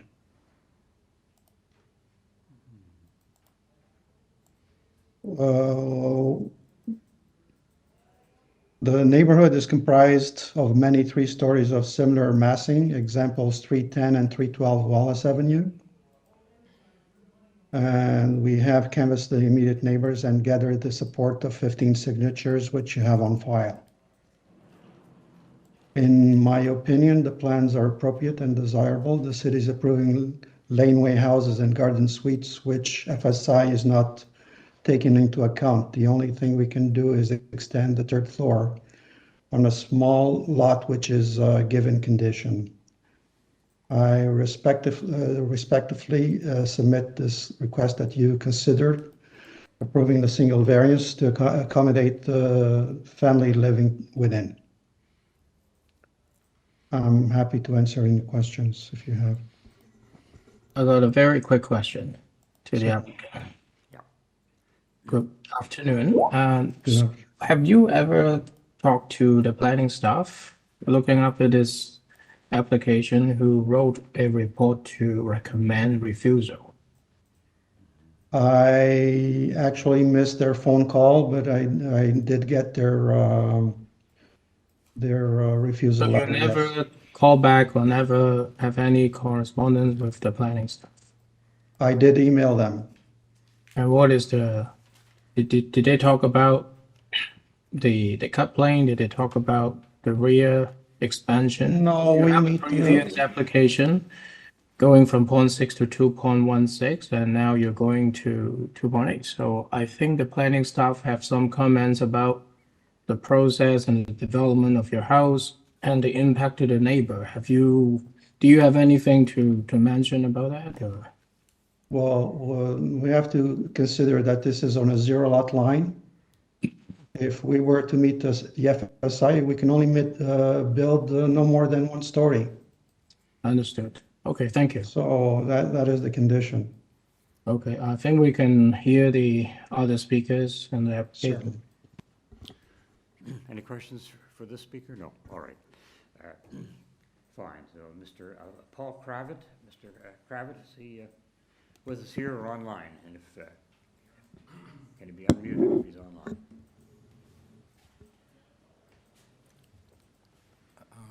Thank you, Mr. Chair and committee members.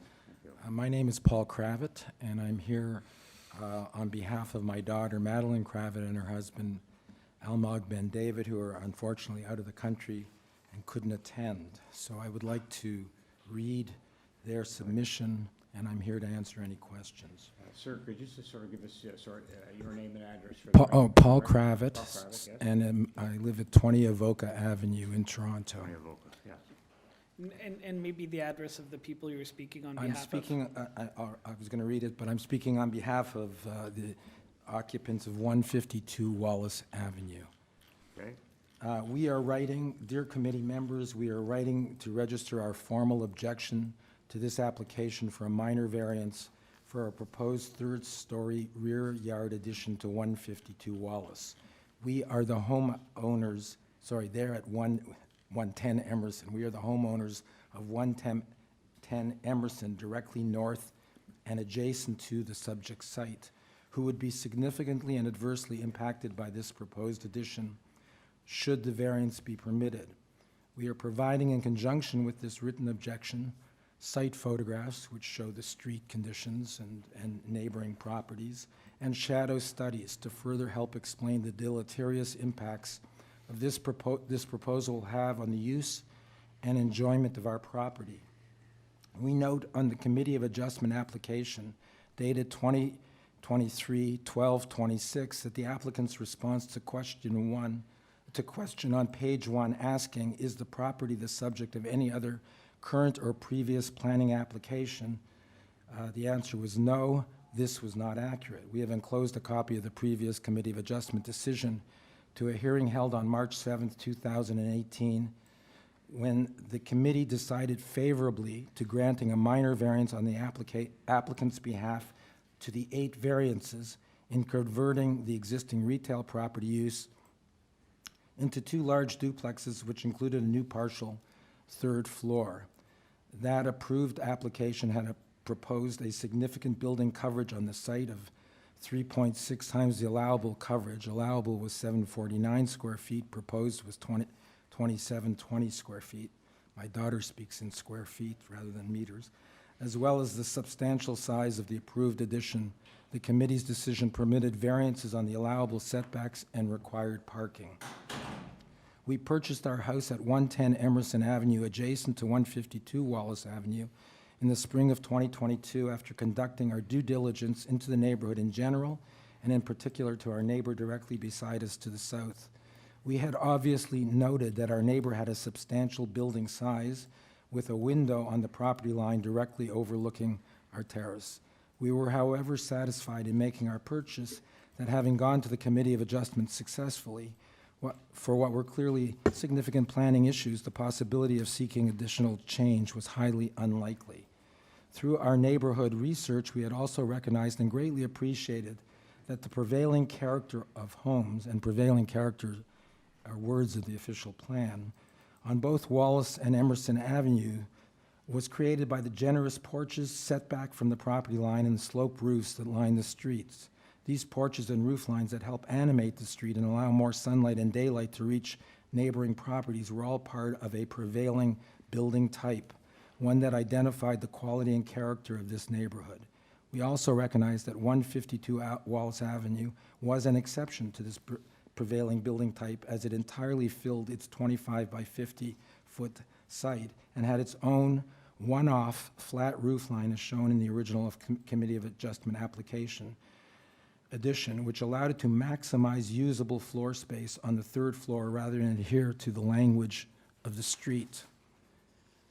The proposed new infill third floor of almost 600 square feet addition will create, if approved, coverage of 4.2, which we do not believe to be minor in any sense of the word.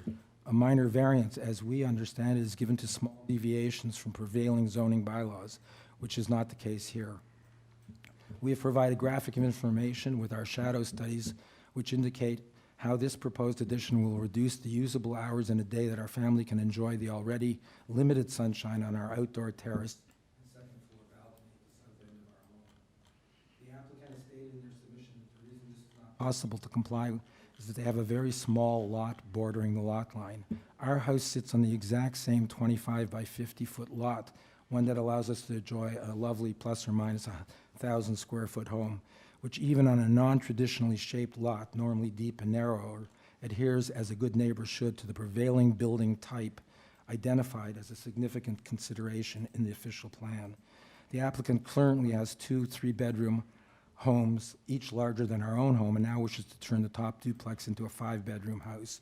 We would respectfully submit that the lot is not too small, but rather that the aggressive building addition proposed is in fact too large and has exceeded considerably the allowable zoning coverage. One final note, and I know time is just about out, on a personal level, we would like to offer that we are very uncomfortable to be forced into this adversarial role, as we have enjoyed excellent neighborly relations we have fostered in this community since moving in. This application, however, with the obvious time and expense that went into it, caught us by complete surprise as it came without any prior consultation with us, as the neighbors who would be most adversely affected. As such, we believe that unfortunately we need to rigorously raise our objection.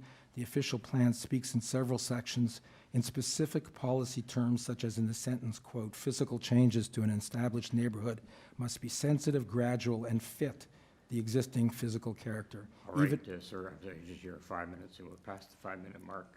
Would you just do a final statement, please? Yeah, just one last sentence here. Even recognizing the anomaly of this building type at 152 Wallace Avenue as a converted retail use to residential use should not automatically, in essence, allow it to pile on and massively fill almost every square inch of its site with over 4 times coverage at the expense of its neighbors. We think this application does not meet the 4 tests of compliance for a minor variance and should respectfully be rejected. All right, thank you for that. And members, are there any questions for Mr. Kravitz? No. All right, seeing none. All right, thank you, sir. We'll go back to the agent and to him respond. So we're going to be back to Mr. Silva and to respond to that opposition position as it was set out. Mr. Silva, just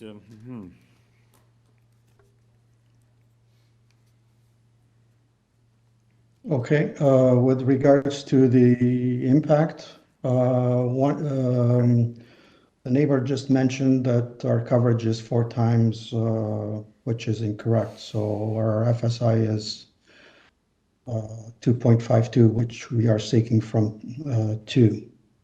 110 Emerson side yard backs into our rear yard, and the distance between buildings is 4.66 meters. So this is quite normal in the city of Toronto on side yards, and there's usually the distance between buildings is between 0.45 from the lot line to the building between houses. So this is quite normal in terms of impact, in terms of sunlight. So as such, we are in a 0 lot line, and we really need the addition to accommodate 2 families. I just want to stress that. okay. All right, sir. Members, any questions then? We've heard the response from Mr. Silva. Maybe just a clarification. It says the Certainly. FSI is 0.6 on the notice. Yeah, 0.6. And now it's going up to 2.52, and you're saying it's actually a 2, FSI of 2? Yes, currently it's 2. If you look at the lot size, on a zero lot line. When you cover the lot, that's already 1 times coverage. Okay, but We have, so you have we have 2.5 stories. So there's a variance in place to get the 2 that they currently have. There is, yes. In 2017, there was a CFA Decision in approval. E3. Thank you.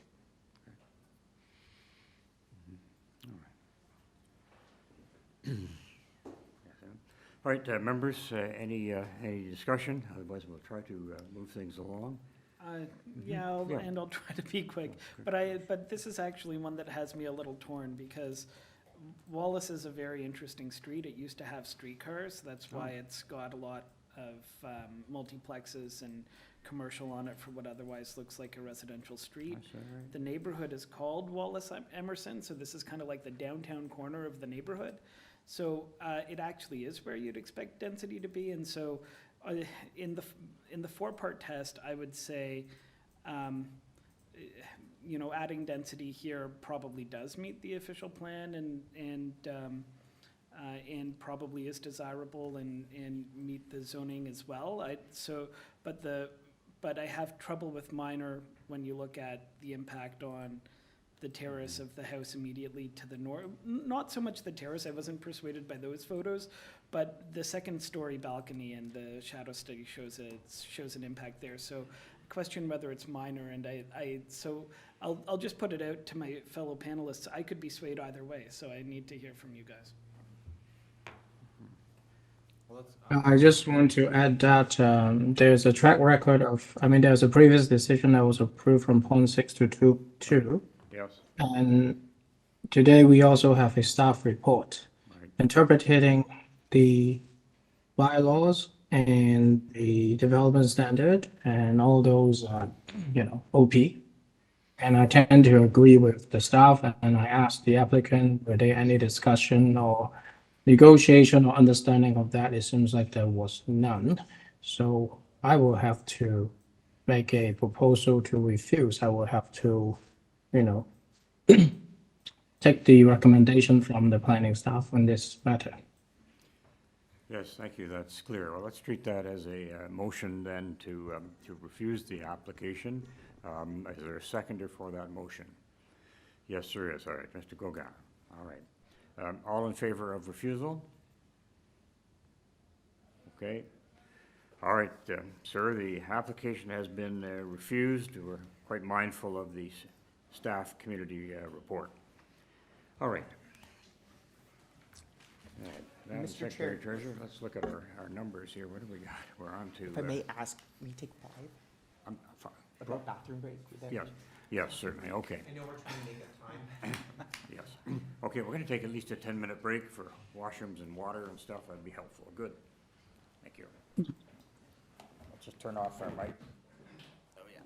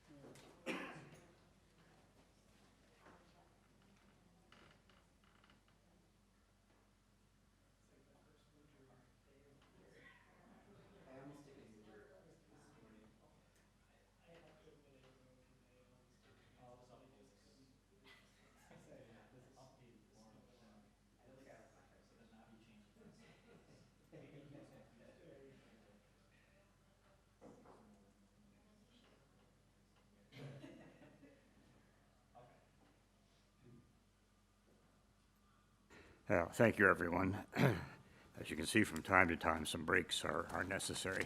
So I'm bringing us to item number 11, which is 1105 College Street. Oh, sorry, Aaron, not with us? Okay. Thank you. Let's go. Sorry, through the chair. Aaron, if you're there, can you turn on your video, please?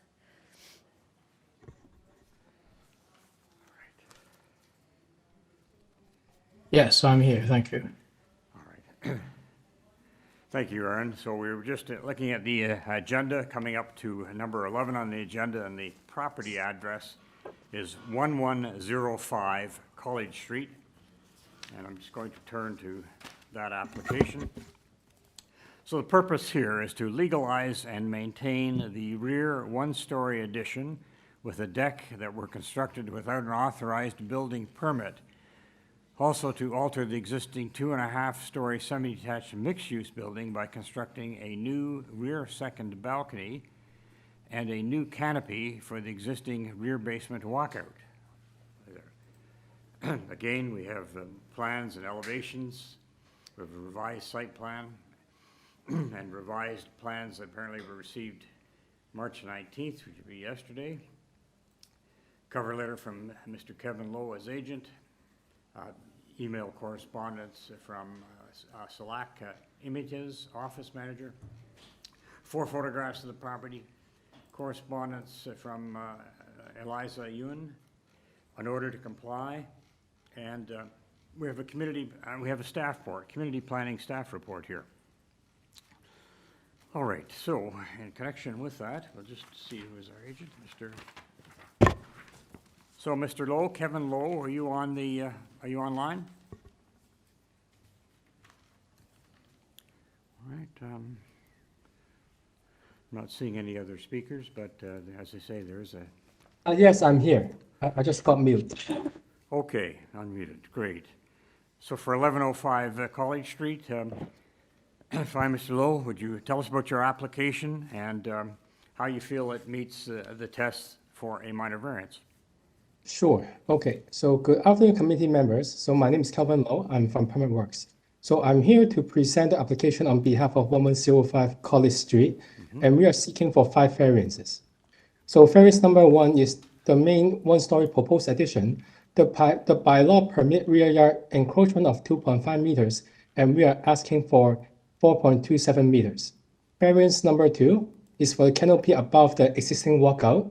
Again, the bylaw permits rear yard encroachment of 2.5 meters, and we are asking for 3.23 meters.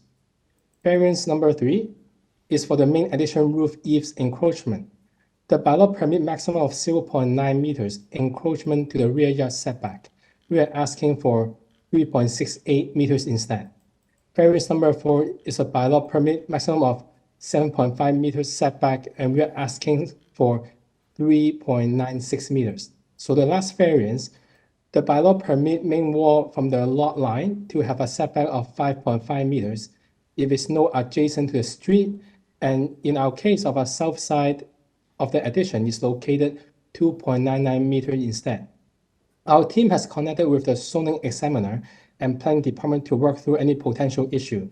As per the planning report, the city staff do not object the variance requested. However, recommended for privacy screen to be installed on the east side and west side of the deck above the addition, and a planter on the south side to address the neighbor privacy concern. If there's any, I have talked to the homeowner and he's agreed with the staff recommendation and will implement to the project. So instead of the planter, we propose all three privacy fence to enclose to surround the second floor deck. I believe this application is minor in nature. I believe the proposed structure is appropriate for neighborhood since it does not affect the existing street curb appeal of the neighborhood, and also the proposed rear yard addition and proposed deck above size is very similar to the neighborhood addition that was previously built in this neighborhood. At this time, to my understanding, I do not see any opposition from the neighborhood or from the city's review staff. Thank you, and if committee members have any questions, I can address them. Members, any issues or questions? No. So, sir, you're satisfied with the sort of the conditions that and matters that the planning staff have outlined? Everything, I think, from opaque screening, planters, etc., and you're also being asked, of course, to build substantially in accordance with the plans that are with the committee's office. Correct. Yes, the homeowner is okay with it. All right, thank you. Any questions for the speaker? Shall we take the matter in hand? We'll take it into our own conference here. I'll just go ahead and move a motion to approve. I think Fresh motion, it's okay. Yes. very small application with reasonable variances being sought. So on that basis, I would move to approve it, subject to the planning conditions. I'll second. All right, there's a seconder. So all in favor then of approving this with those particular conditions from the planning report? Okay, looks good. Thank you, Aaron, too. All right, Madam Secretary, that is approved. Approved. We'll move towards number 12.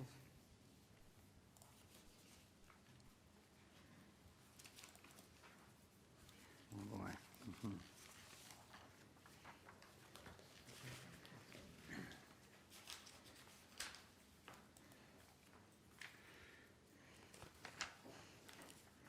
All right. Moving on to the next item then, we're at agenda item 12, and we are at 71 West Lynn Avenue. And members, the purpose is to alter the existing two-story semi-detached dwelling by enclosing the front ground floor porch.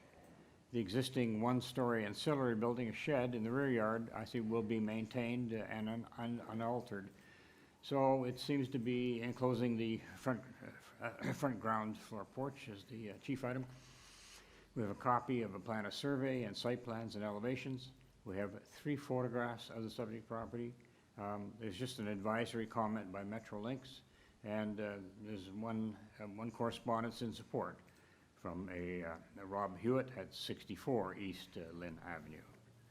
All right, and speaking to that matter is Adam Brander. Mr. Brander, are you with us here in person or online today? Good afternoon, Mr. Chair. Hi, good afternoon. Yes.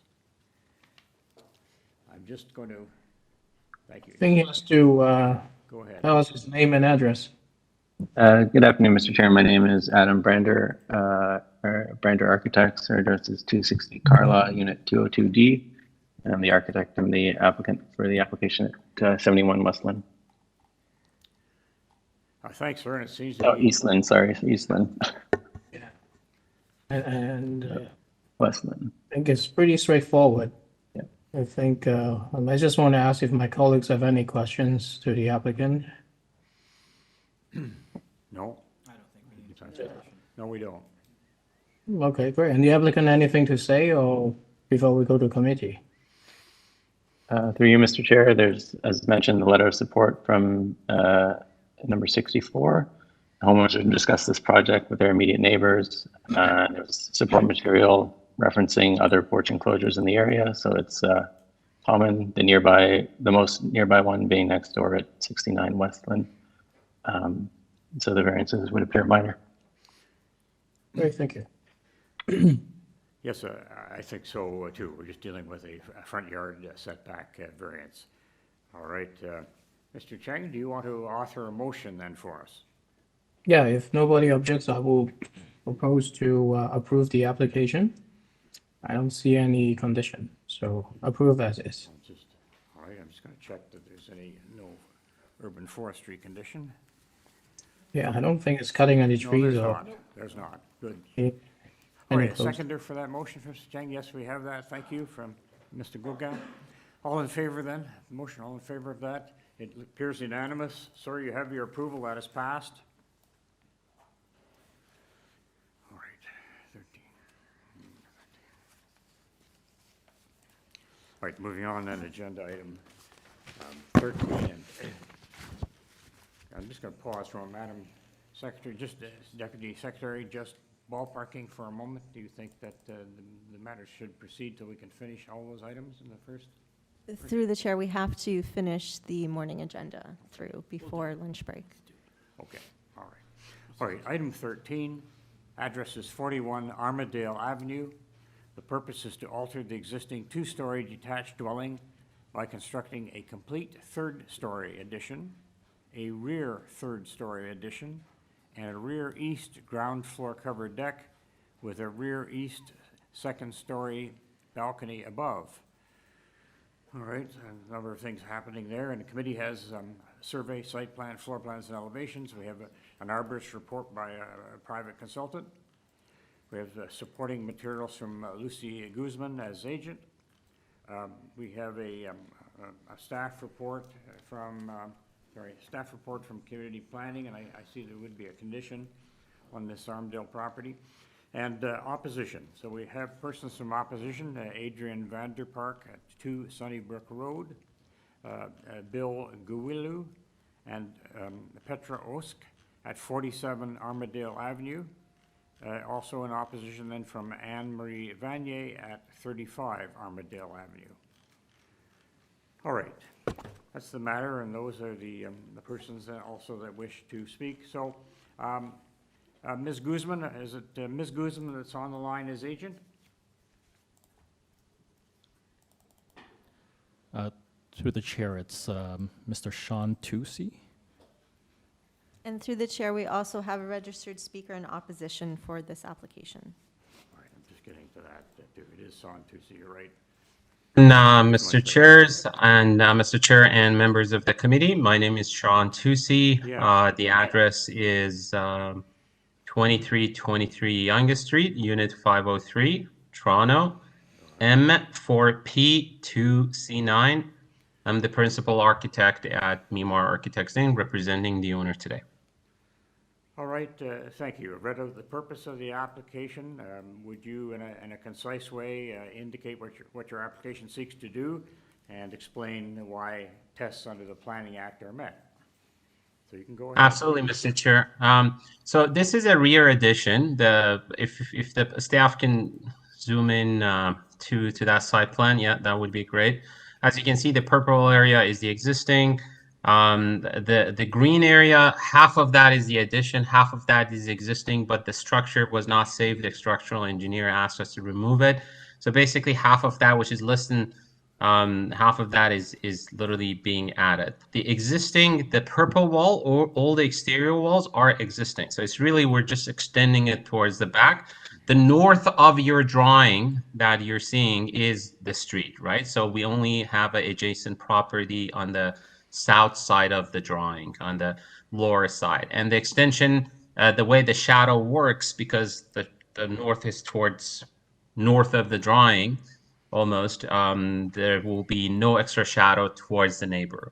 So if we can go to the next slide, one of the maybe the elevation, there are a letter of objections, which I will just focus on that. This is a sort of a sample of showing in the neighborhood that there has been similar approval. So we think it is not going to create any precedents.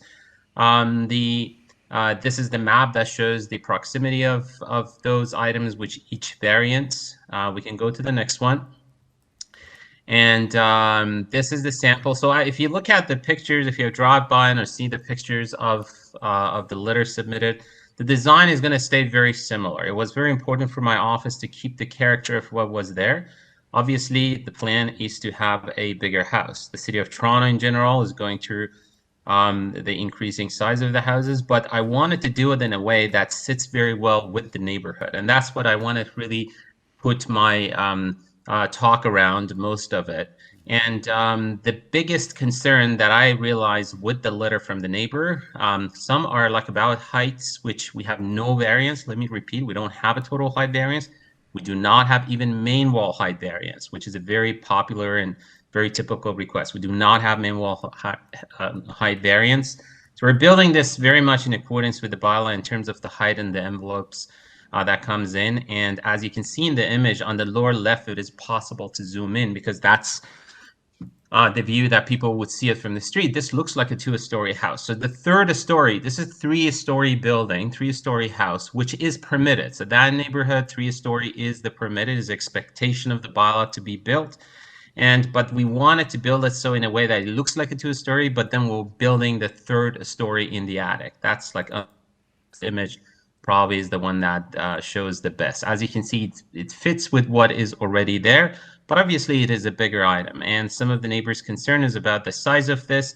If you remove the attic, if you remove the space in the attic, which if it is a dead space or if it is like a living space, it makes no difference to the people, the envelope, the massing, it makes zero impact. If you remove the attic space, it's only 73%, Mr. Chair, 73%.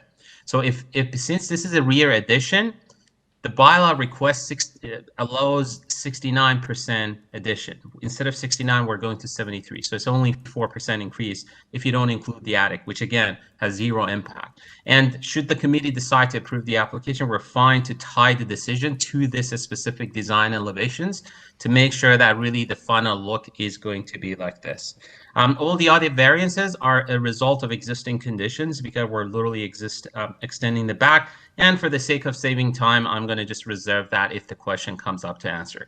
With that said, we think this is minor. I think this is a very good example of how a house can benefit from a three-story, for example, in a neighborhood that is under development, meets the recent requirement by the City Council to really try to intensify the sizes, but yet keep it homey, keep it the size that meets with the neighborhood. And the third story doesn't really look like the third story. With that said, I'll be happy to answer any question. Members, are there any questions for Mr. Chusey on his presentation? All right, seeing none. All right, thank you, sir, for just stand by. So we have a speaker. We have Adrian Vanderpark.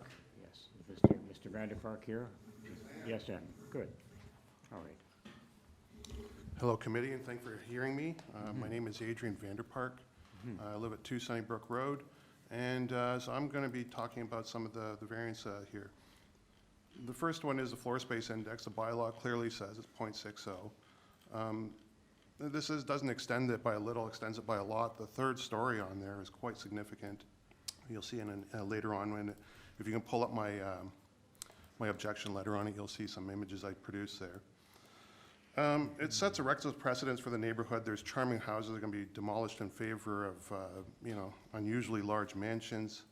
The site plan stats say that there is an FSI allowance of 0.69, but that's for an exception for 1249. The bylaw actually states that it's for additions to the back of the house only and not to exceed the uppermost floor of the existing building.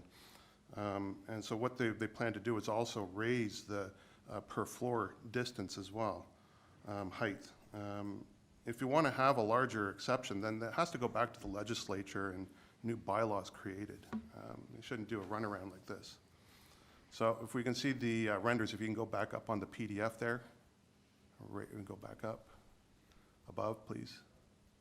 There we go. We got a before and after, so we can actually see some context here, as opposed to the renderings that had no context from the architect.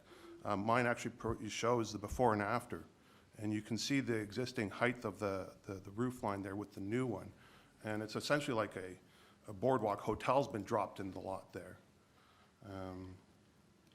So you know, I took time to generate this, and you know, it shows kind of why, you know, a floor space index of 0.60 was set at the beginning. In my opinion, it's excessive. The floor-to-floor heights, you know, from the basement to ground are 3.05 meters, ground floor to second floor 3.35, second floor, third floor 3.05, and third floor is 2.84.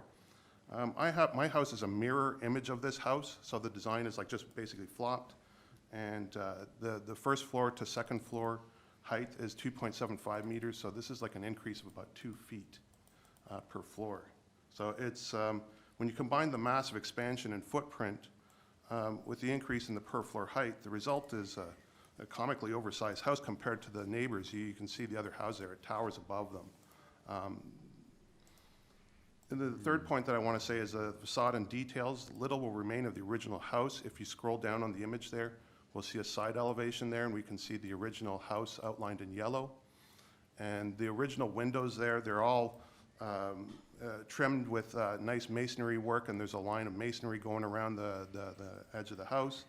And that's all going to be gone because the windows are going to be removed, resized, relocated. And you know, many of the neighbors have gone to great lengths to do renovations out the back, you know, as per the 0.69 variance allowance, but they've attempted to keep the nice fronts of the houses, the 1930s charm of the neighborhood. And there's one neighbor around the corner, he did a really nice job. He went out the back, but he kept all the original stonework, mason work on the front there, and he actually had it all repointed, and it was beautifully done. And that's kind of like what we like in the neighborhood. And then finally, if we can scroll down some more, there was no real public notice signage that was displayed prominently. I would have not known if not for the notice letter sent to me. Many other neighbors who did not receive a letter are totally unaware. And this photo was taken on March 12th, and you can't see the notice sign anywhere. But if you scroll down, you can see behind the large bushes, there it is. It's kind of hidden in behind there. And I live kitty corner right across from there, and I did not know the sign was there. And so I drive past there all the time, and I didn't see it. You know, this is not what I would say is in the, you know, in the signed affidavit to ensure the sign is posted in a prominent location. My litmus test for a prominent location was would I put my house for sale sign there, and I have to say no. And so, you know, so it's my impression that they're not interested in abiding by the FSI limits as per the bylaws. They're not interested in keeping any of the original house. The windows are going to be moved around, and the walls are going to be Swiss cheese, and there's going to be very little original brick remaining. And the levels are increasing in height, and the second floor is going to be completely brand new, as will the attic. So they're not interested in properly informing the neighbors either. And so I'll just conclude my speech there. Just with respect to the notice about the variances, was this the case of one where a sign was taken down, maybe some vandalism, and then reposted? There's another issue? Okay, came up, okay. So you're just saying that it wasn't posted that conspicuously on the subject lot, right? Yeah, no. It was okay. Like I remember when that house first was for sale a few years ago. I don't remember the exact year, but if you scroll up to the wider angle of the house, it was posted right by the okay. No exit sign, street sign there. So you can see the yellow sign. It was like right under there. All right, thank you. I'm sorry for that. Members, are any questions or comments from this gentleman, from Mr. Vanderpark? Seeing none, okay, all right. All right, then, we'll go back. Thank you, sir, if you'll stand by. We'll go back to Mr. Tuzzi as the agent here. And I'll say, you know, concern about Well, the density, I suppose, right? Yeah, I'm going to also address the couple of concerns because I think it is not fair to the owner. So this house is 41 Armadale, which is the other street where the sign is actually sign in. And according to the photo is to me is very clear. There's just one sign requirement. Half of the front yard and the side yard are city property, and the sign has to be placed in the property, and that's what they did, and that's why it's maybe further back from the sign. And if somebody else, the previous owner, assigned some sign at some point at some place, I don't think he's gonna create a standard on how the neighborhood signing has to go. So the sign was there. I don't think there's any issue in there, and I think city staff can comment on it. I think the big issue is about the size, and I think the reason this concern has been created is that the neighbor is comparing the existing house with the new house, and this is how they're making the comparison. And say, wow, the existing house is like this, the new house is like that, so the new house is much bigger, which I think is an incorrect comparison. And the reason is that if you do want to compare, you want to compare as of right to the proposed, because the as of right is something that the owner can build. Prime Minister of Canada cannot stop them from building them. They can update the building permit, they build it, it is their right. And now they're asking more than that, and then the question is if that more is meeting the four tests, not the comparison between the existing. And I would like to emphasize that. And once you do that, you will see that this is not a big house by any stretch of imagination. We're not even over one, and the neighborhood has at least 5 or 6 comparisons that are over one. And that anything over 73% is in the attic. So even if we would be here in front of you with just 70%, which is 4% more than an extension of back, or if you don't accept the 9%, doesn't make a big difference. It's like 13% over it. It wouldn't make any difference in terms of the mathing, the look, the impact on the neighborhood. So we don't think this is a big design by any means. We think this is actually a very good sample. And the city has that place as the 3-story. So it means they're looking into creating that. And then finally, as for the design, so I'm an architect. I've been to Ryerson. I've been studying 25 years. So this neighborhood is the Georgian style with Tudor mixed. And what we have done in this design you've seen is Georgian style, which is very common. Even on the images, if you could scroll down to the neighbors' images, if you look at some of the images, not this specific house, but the other houses are mix of Georgian and Tudor. If you could go a little bit lower, yeah, go lower if you don't mind. Yes, go lower. Go lower, I think a little bit more. Yeah, this one is good. So if you could zoom in on the lower photo, if you look at the house on the left side is in the background, so that's the houses are either like the one on the left, which is basically a Georgian style, and then or they're like this house that is a mix of Georgian and Tudor, or like the neighbor to this house, they're fully Tudor style.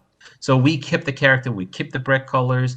And obviously, this is not a heritage house. There's no requirement of keeping windows or doing anything like that. And at some point, it becomes the taste of the owner. They purchase, they have certain rights.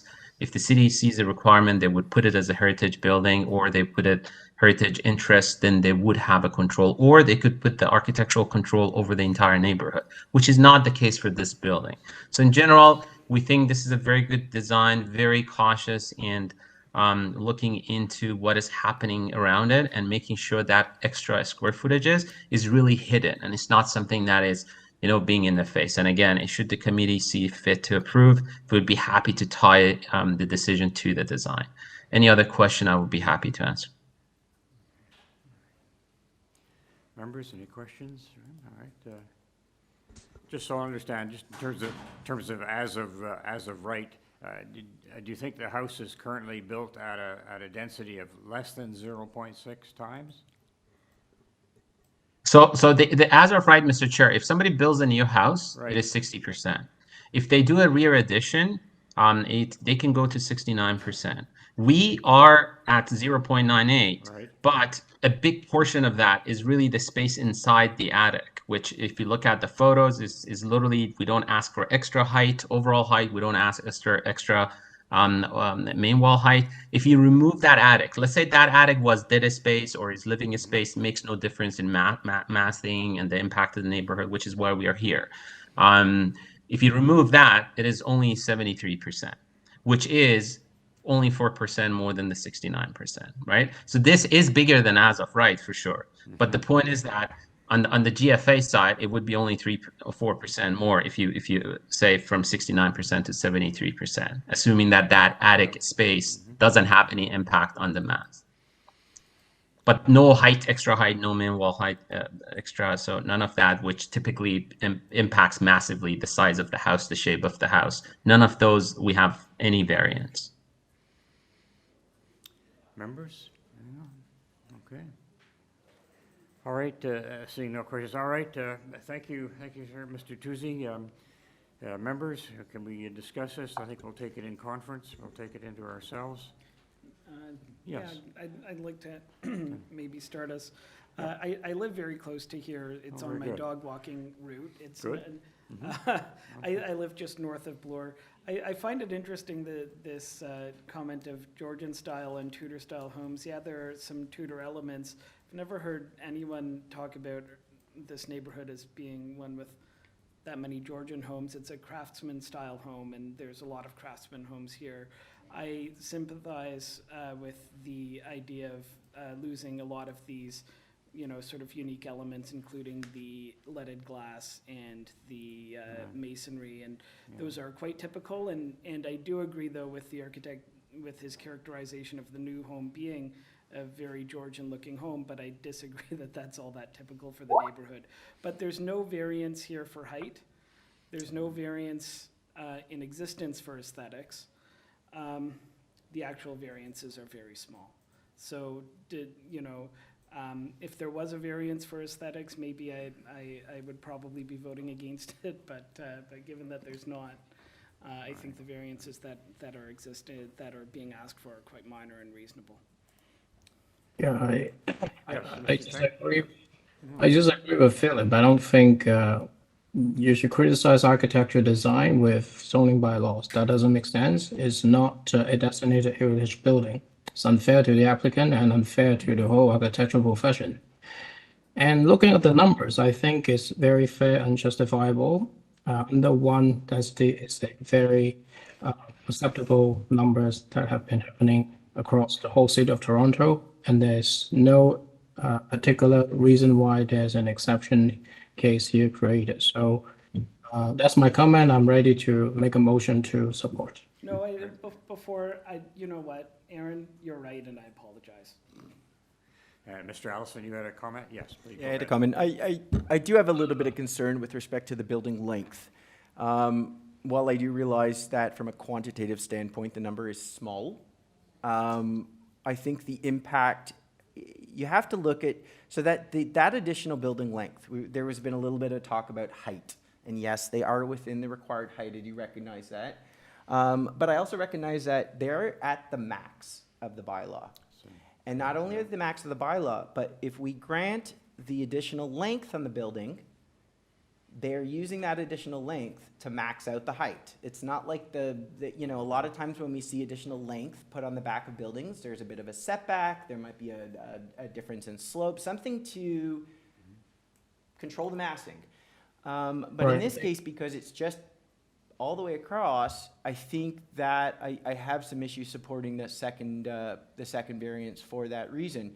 And I think, frankly, if the applicant was really concerned, if the objective here was really to pack in that FSI, perhaps they would have been a little bit more considerate of the new heights on the proposed building. It is their as of right, but if they're asking for additional building depth and they want to now bring that 10-meter building height all the way back, I think that certainly weighs. I also just kind of looking at the location map and the figure ground plan of the area of adjacent properties, it seems like there's a pretty clear and distinct rear main wall on that street, and I think that the additional depth would create an undesirable impact. That combined with the height. Now said, if it was a single story step down, or there was something that was a change in the building, I think I'd be comfortable with that variance, but given the fact that it is just a continuation of the same height, I've got some concerns there. Anyone else comment? I just want to add that normally I would agree with what Jordan mentioned, but because it is at a street corner, frontage basically continue to wrap around it. imagine this is a shorter lot rotated at a 90-degree. You will be also seeing the same, I would say, massing continuing on the street. So, and it doesn't really affect the neighbors in that case because it is at a street corner. So that's why I think it is, the length is acceptable. And I would like to make a motion to support the full application. I don't see any, there is a forestry report, condition 2, that would be the only condition. Right, yeah. All right, thank you. Is there a seconder for that motion? Yes, all right, Mr. Paul, you got that, right? Okay, not Paul, Philip, sorry. All right, sorry. So we have a motion, seconded. All in favor then? So the vote on it. All right. Dissent. There's one dissenting vote. Mr. Allison. The application carries and supported. Thank you, sir.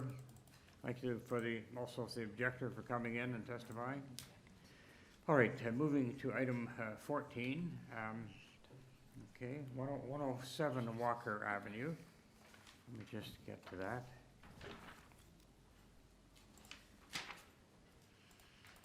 Mr. Romano, okay.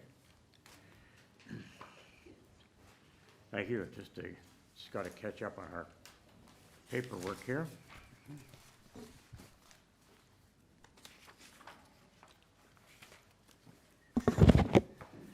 Thank you. And then on agenda item 14, its address is 107 Walker Avenue. Here's the purpose: to legalize and to maintain the rear ground level deck and stairs, the parking pad, and the driveway width abutting the laneway, and the ancillary building, a detached shed, that were constructed without benefit of an authorized building permit. Also to reconstruct the front porch and stairs. We have the following material. Committee has a copy of a plan of survey, site plan, floor plans, and elevations, a covering letter from Franco Romano. We have an arborist report, private report. We have presentation materials received from Franco Romano as agent. We have an order to comply, of course. We have presentation materials from Franco Romano that I think just came in yesterday. In terms of commenting agencies, we just have a staff report. I'm just checking here well, I'll let that go for the moment. I think we have probably a condition for urban forestry. And we have a staff report from transportation engineering. Support, we have correspondence and support from a number of persons and streets.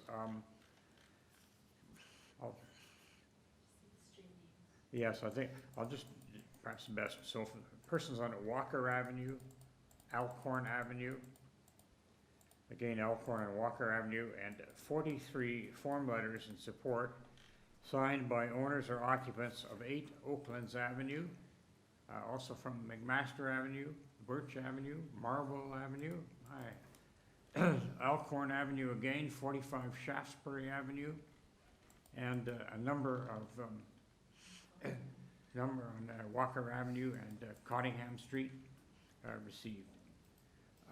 We have 6 form letters in support signed by owners or occupants of 113 and 150 Alcorn Avenue, and from 16 Woodlawn Avenue West, and from certain other addresses on Walker Avenue again.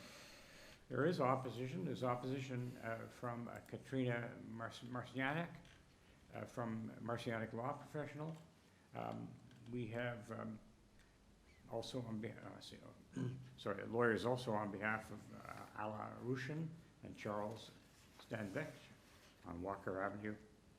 There's correspondence from, and again, okay, there's an Ala Rushan, no address. Apparently, there was an opposition letter from no person named and no address provided. Robert Bogue at 105 Walker Avenue opposes. And materials in opposition, no name provided, no address provided, were received yesterday. All right, there was a fair bit to unpack there. Just to, I'm going to read out the purpose again, since there are many oppositions again. Just to legalize and maintain the rear ground level deck and stairs, the parking pad and driveway width, and an ancillary building detached shed that were constructed without a permit. Also to reconstruct the front porch and stairs. So, Mr. Romano, do we have you online then for this item? Through you, Mr. Chair, we have the agent and 3 registered speakers, 2 of which are in person. All right, I'm just going to note that for 3 in person. Thank you. There we go. Good afternoon, Mr. Chairman. Franco Romano, 321 Yes. Lakeshore. Yes, thank you. Yes. Staff, if you can bring up my supplemental supporting material, 14E4.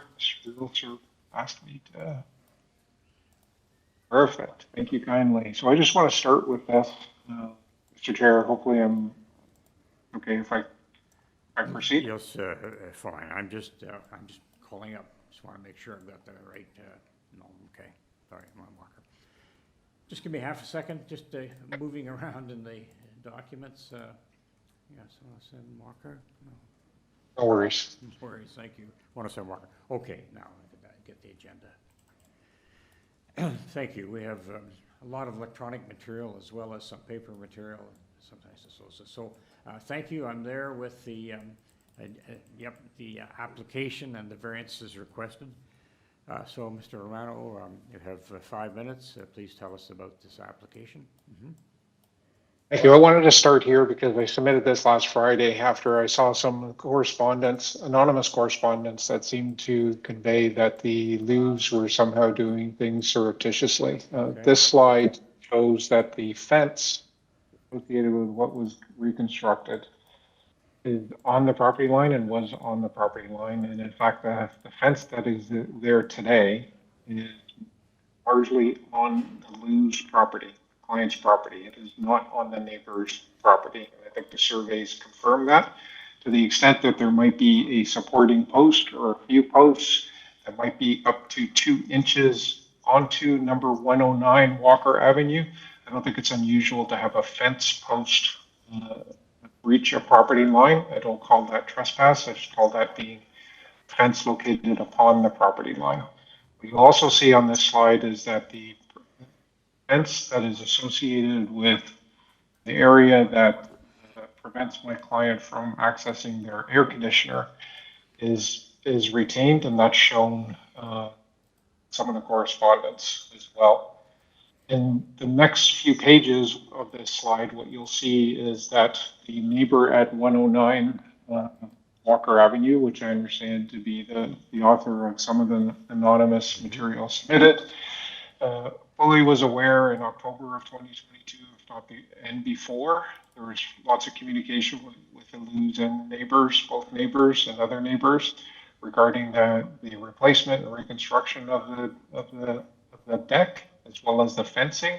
Both immediate neighbors were not interested in participating in the fence reconstruction, but my clients offered and continue to offer to do the fence in an appropriate manner, and the fence is there. But you will see on page 2 of this slide that there's discussion about what's happening in the front city boulevard under item number 1, which is not before this panel. Item number 2, there's a discussion and agreement that the middle fence between the 2 properties will not change, and that has not changed. And item number 3, there's a discussion that while building your U deck, please make sure any grading and design of your drainage does not affect our property, and that is 109. Go back to the previous page, please, Jacob. That was bullet number 3. So full communication.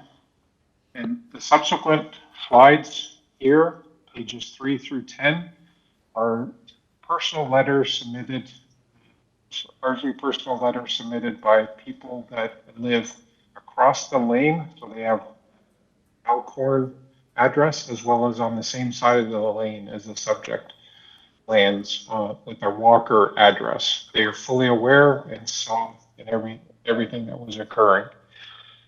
Jacob, if we can go to my initial presentation slides, please. The Louvs have owned this property since 2015. They are well respected within the neighborhood, strong roots in the neighborhood, and they've received numerous 55 support letters. The property is an attached dwelling. In 2016, they obtained building permits to do interior alterations. Over the years, they made use of their compact rear yard and their rear deck, and through disrepair, that became unbearable and a liability. See that Miss Lou, shown here with a injury while she was pregnant. She fell through the deck. You'll see the deck in various stages of disrepair. So the Lou's proceeded in 2022 with full discussions with the neighbors to replace the fence in the deck, place the deck. They received an order to comply in after they discussed the matter with the city. In no way did the zone examiner identify that a building permit was necessary, and there's still a contention whether or not a building permit is necessary. Certainly not necessary for a 4 square meter shed. Most of the deck is grade related. If we go to the second slide, we'll see that the surrounding area, including property next door, have large areas of platform and hard amenity space. So the proposal is not inconsistent with that existing character. And if we go to the next slide, we'll see that the variances associated with, in the lower right, we'll see the site plan. Variances associated with a side yard setback for the rear deck are associated with the deck that's next to the ground floor of the dwelling. So that is where the entranceway is to the ground floor. And to comply, it would mean that deck up against the house ground floor would be 1.2 meters wide. So it would be a plank. Mr. Romano, yes, sir, we're over the 5-minute limit, so I'll just ask you to sum up, please. Yes, so I submit that what is being proposed here has no unacceptable adverse impact. There's no planning staff objections. Transportation is accepting of it, and I believe that the variances are minor in nature. Thank you. Thank you. If you'd stand by, we'll turn to other speakers. So I say in opposition, we have Robert Bogue. See, this gentleman's here. Fine, thank you. Mr. Bogue is present, and Yes. My name is Robert Bogue. I live on the east side of the proposed thing. I have been living there since 1947. And the laneway wasn't put in until the 63. But my objection is, with no discussion with me, or having then decided they're going to tear down the fence between our property. Part of it needed repair, yes. The rest of it did not need repair. But no discussion with me. Oh, the discussion was they were going to tear it down. I asked them not to tear it down. The part of it that was still good, not to tear it down. And they tore it down, and they moved the line up 10 inches over to my side of the property. And that fence has been up there 50 to 60 years. And the height, I believe, is higher than the required. I think it's 6 feet, 2 meters or something, the height of fences. Part of it might be 6 feet, part of it's 10 to 12 feet. And that was it. There was no discussion. They just tore my fence down and moved it over, and it's hindering my parking and other stuff, my access to my property. all right, sir, just a question. So, just in terms of the initial presentation, it was saying there was a fence there, but if it was over a little bit, it was perhaps just a portion of an inch. You're saying it's 10 inches it's come onto your property. Is that your understanding? Yes, I see. Okay. Members, any other questions for this gentleman? All right, seeing none. Sorry. Yes. Do you have any survey of the fence either before or after? They sent us a survey after they tore the fence down and built a new one. They gave me a survey, but it was after the fact. Okay, so you don't have one other than what they've provided in the materials. The fence has been there for 60 years. Okay. All right, sir, thank you. We'll move to a further speaker or opposition. All right. Danielle Foley and Philip Liu appear to be on video. Oh, no, in person. Thank you. All right. Sorry, please take some chairs and we'll just, all right. And this is, yes, yeah. Yes. And just to start, if you'd state your name and address for the records, that we could have that, and yeah. For sure. One Thank at you, a Mr. time. Chairman, Yeah. for giving us time to speak today on this important matter. My name is Charles Stankovich, and with my wife, Ala Rochin, we are the owners of 109 Walker, which is the property immediately to the west of the applicants, like Robert, who just spoke before on the other side, sharing a property line. We're the only two properties sharing property lines. We are also an objection to the application, as it does not fulfill any of the 4 committee's guiding principles. Their already built construction without permit and entirely new has resulted in a construction that negatively affects us and our experience of our home, and is not characteristic of the neighborhood and is not minor. We are supportive of the neighbors improving their property for the benefit of themselves and for the community, but we object to the fact that 107 has first unilaterally demolished both shared fences with the adjoining properties against the will of both shared owners of 107, 109 and 105, and that email that was shown was after the fact of demolition, and we were trying to mitigate an issue while we were abroad of not having further damages go forward. 2, built an entirely new, significantly higher fence that shadows our yard and injures our protected trees while cutting down the main tree in their own yard, destroying the characteristic of the neighborhood. 3, they built an entirely new, larger and higher deck with cement footings encroaching on our property and not respecting zoning setbacks, with a 97% raised, hard landscaping. It is unlike any of the other properties on the Walker sharing laneway. 4, they built an entirely new shed in a new location encroaching on our property, not respecting zoning setbacks and making room for legal parking. All this happened as we left the country within 2 weeks, which applicants were fully aware of and took advantage of. Without permission, and while we explicitly asked them to wait, because we needed to get a survey as we'd recently purchased the property, they decided to trespass on our property, not only with the encroachments later, but actually to do the construction and to do the demolition and to do any inspections, and demolished our shared fence in the process. So please see the letter from our lawyer for the chronology in the email exchange. That's the full exchange. We've objected at the onset of construction and advised the applicants back in December 2022 that the work required permits, warnings which they ignored. Instead, they continued to trespass during the continued construction, incurring us legal fees, stress, loss of enjoyment of our home, including putting a porta potty on our for their construction during the whole time without permission. The applicants are here only to plead for forgiveness and beg for approval after knowingly disregarding the city's procedures, setbacks, and being served only in order to comply, which, as you've already mentioned today, is getting more and more of a problem, and again, it affects us directly. As to the work itself, contrary to the applicant's claims, the construction is not a simple resurface and replacement. None of their work is one-to-one as a replacement. Rather, the entire backyard was cleared. The applicants proceeded then to enlarge boreholes, pour substantially larger cement concrete footings, construct new concrete foundations in new locations, encroach on our property to support their deck and their shed structure. Overall, they have built an entirely new landscape structure that is larger in length, width, height, and surface area, as you can see from the photos that I'm showing there. It's important to note that the applicants have intentionally failed or refused to produce a survey of the property that predates construction and have avoided producing any meaningful before photos to avoid showing the significant changes. Additionally, it's important to understand that the so-called fence is entirely new and unilaterally built by the applicants along the property line. It actually functions as a wall with built-in electrical wiring and structural support for the applicant's deck and cantilevered bench.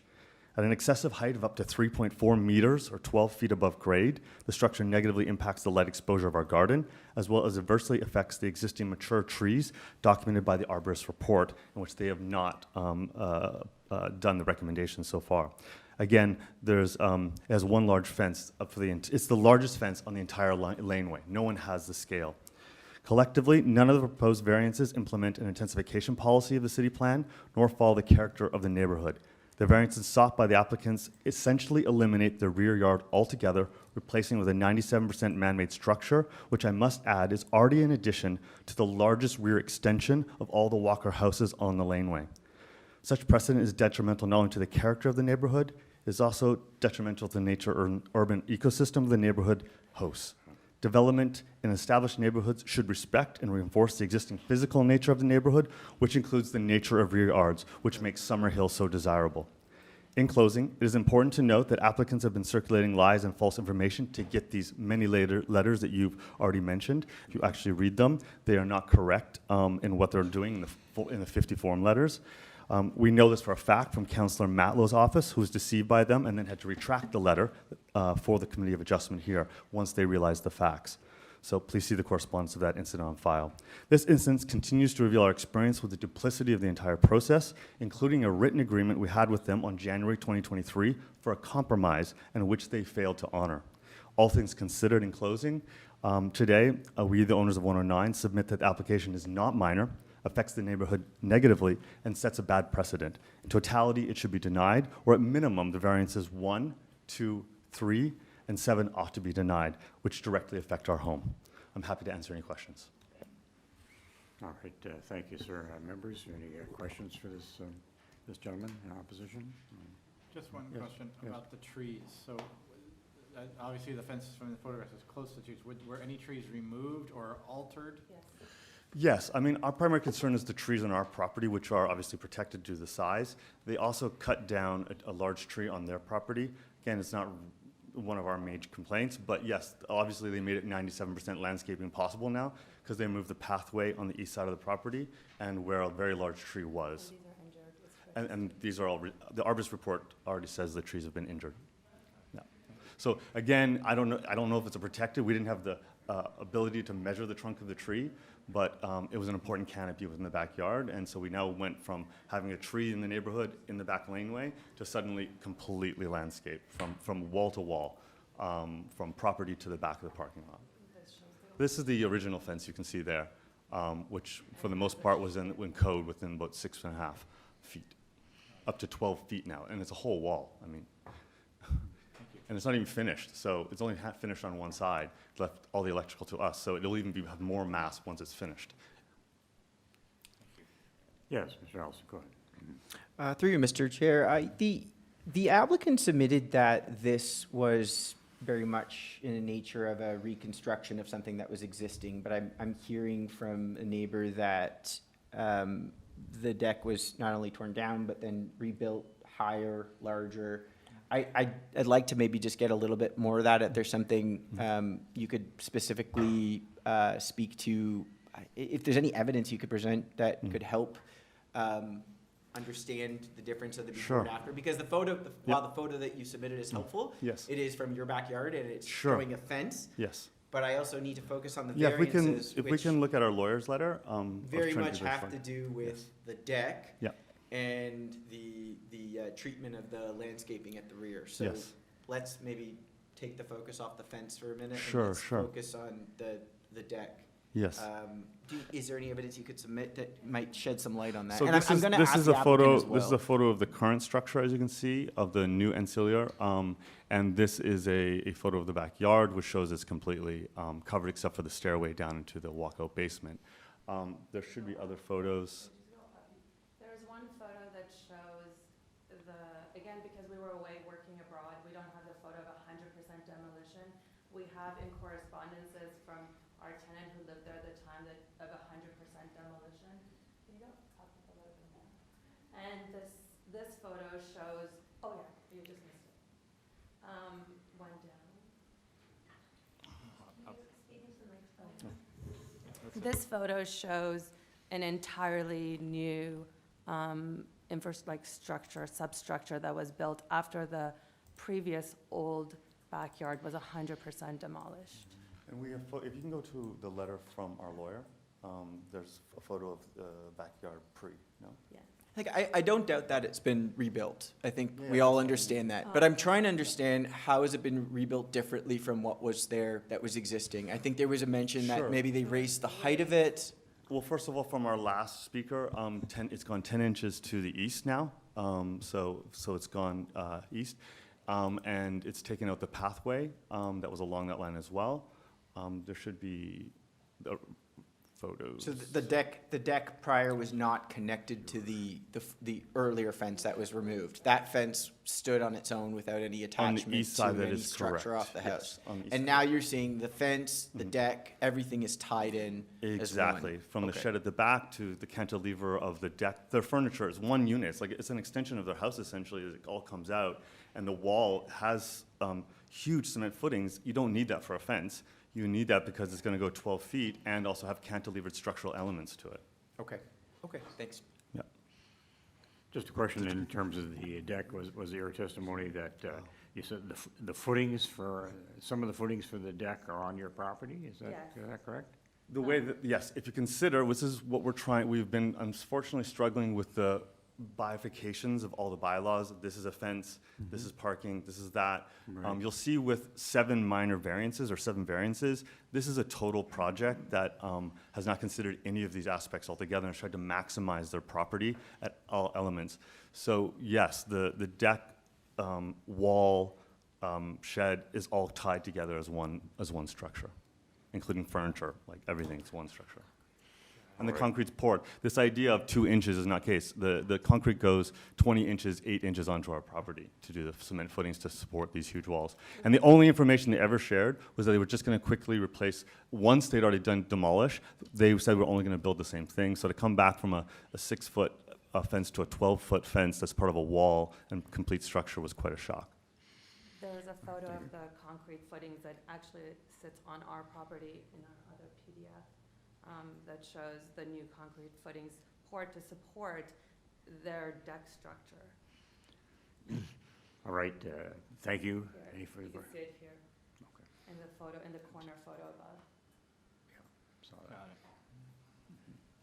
That sits on our property. Okay, thank you then. Thanks very much for speaking. Thank you. We'll I mean, see if I can just say one thing, it's the aspect of taking away a 77-year-old man's 10 inches to get more property, and at the same time trying to get and grandfather their own structure in on the other side, I think is the problem here. That there's an inconsistency in the application of the build. Thank you so much. And there's encroachments, obviously, it's on our property. So. Okay, thank you. And through the chair, the next speaker that was registered, those appear to be the homeowners of 107 Walker Avenue. So the agent, Mr. Romano, has already provided a presentation, but just for the members, if they do have any questions specifically to the owners, they do appear to be available online in case. But that concludes the registered speakers, so we can take it back to the agent. All right, I think so. Mr. Romano, so we're coming back to you for a response on the matters raised here. Yes, thank you, Mr. Chairman. If we can go back to that page there, Jacob, the one with the footing that neighbors have said is on their property, that's false. Yeah. The footing is on the Lou's property. It's clearly under the deck. Yes, that would be you. That is not what was there before. That is obviously to support the planter that's on top of the deck, the footings, and the fence completely on the Lou's property. There is no regulated tree that was removed subject property, and there are no regulated trees that have been impacted by the replacement of the deck, new fence construction. There is no violation relating to the fence. Fence is not before the committee, the committee of adjustment. Fence is fully fence bylaw compliant. Look at my slide number. I'm the one that provided the supporting material and evidence. If you go to slide number 1 of my presentation materials, you will see the former deck. It went from fence to fence. Not this slide, Jacob. It's my supporting presentation slide, the initial one. Yes, thank you kindly. That first slide. So is it a different deck today? Yes, it's new materials, and it's cedar now, so it's not going to rot like the old one does, but this is a 4.4 meter wide property. That placement deck goes from property line to property line. The survey that I submitted that is relatively new and shows the existing condition, shows that the fence and the deck are fully on the LU's property.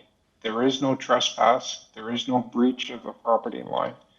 The shed, 4 square meters, has a 1.219 meter section that abuts the west lot line nearest to the parking area at the back.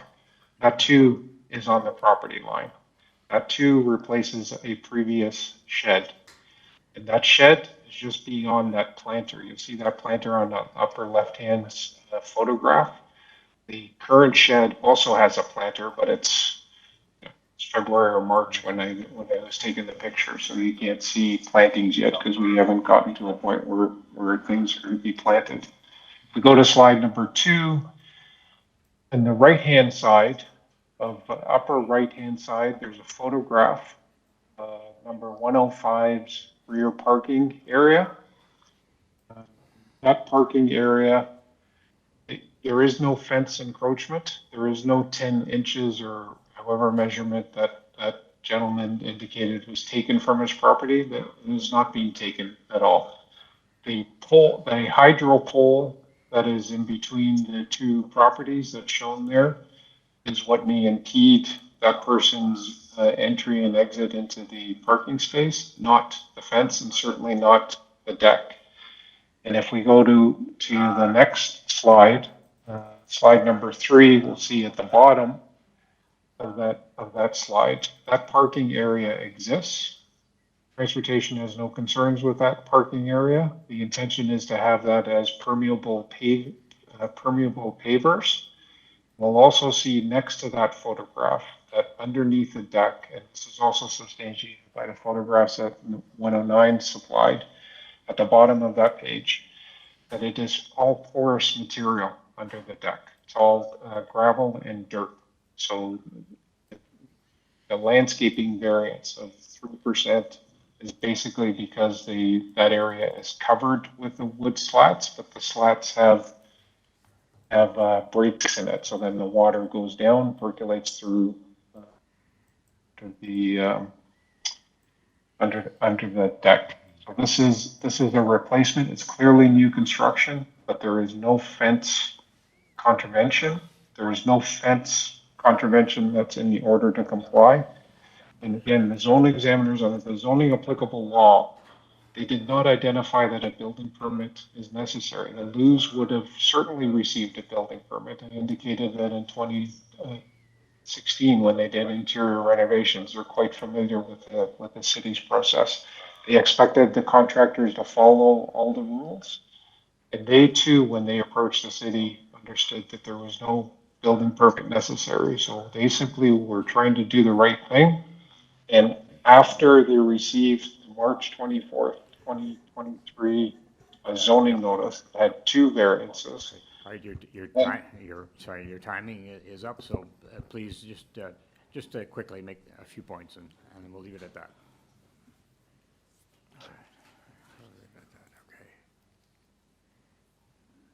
Okay. So I would submit that the owners are being fully transparent.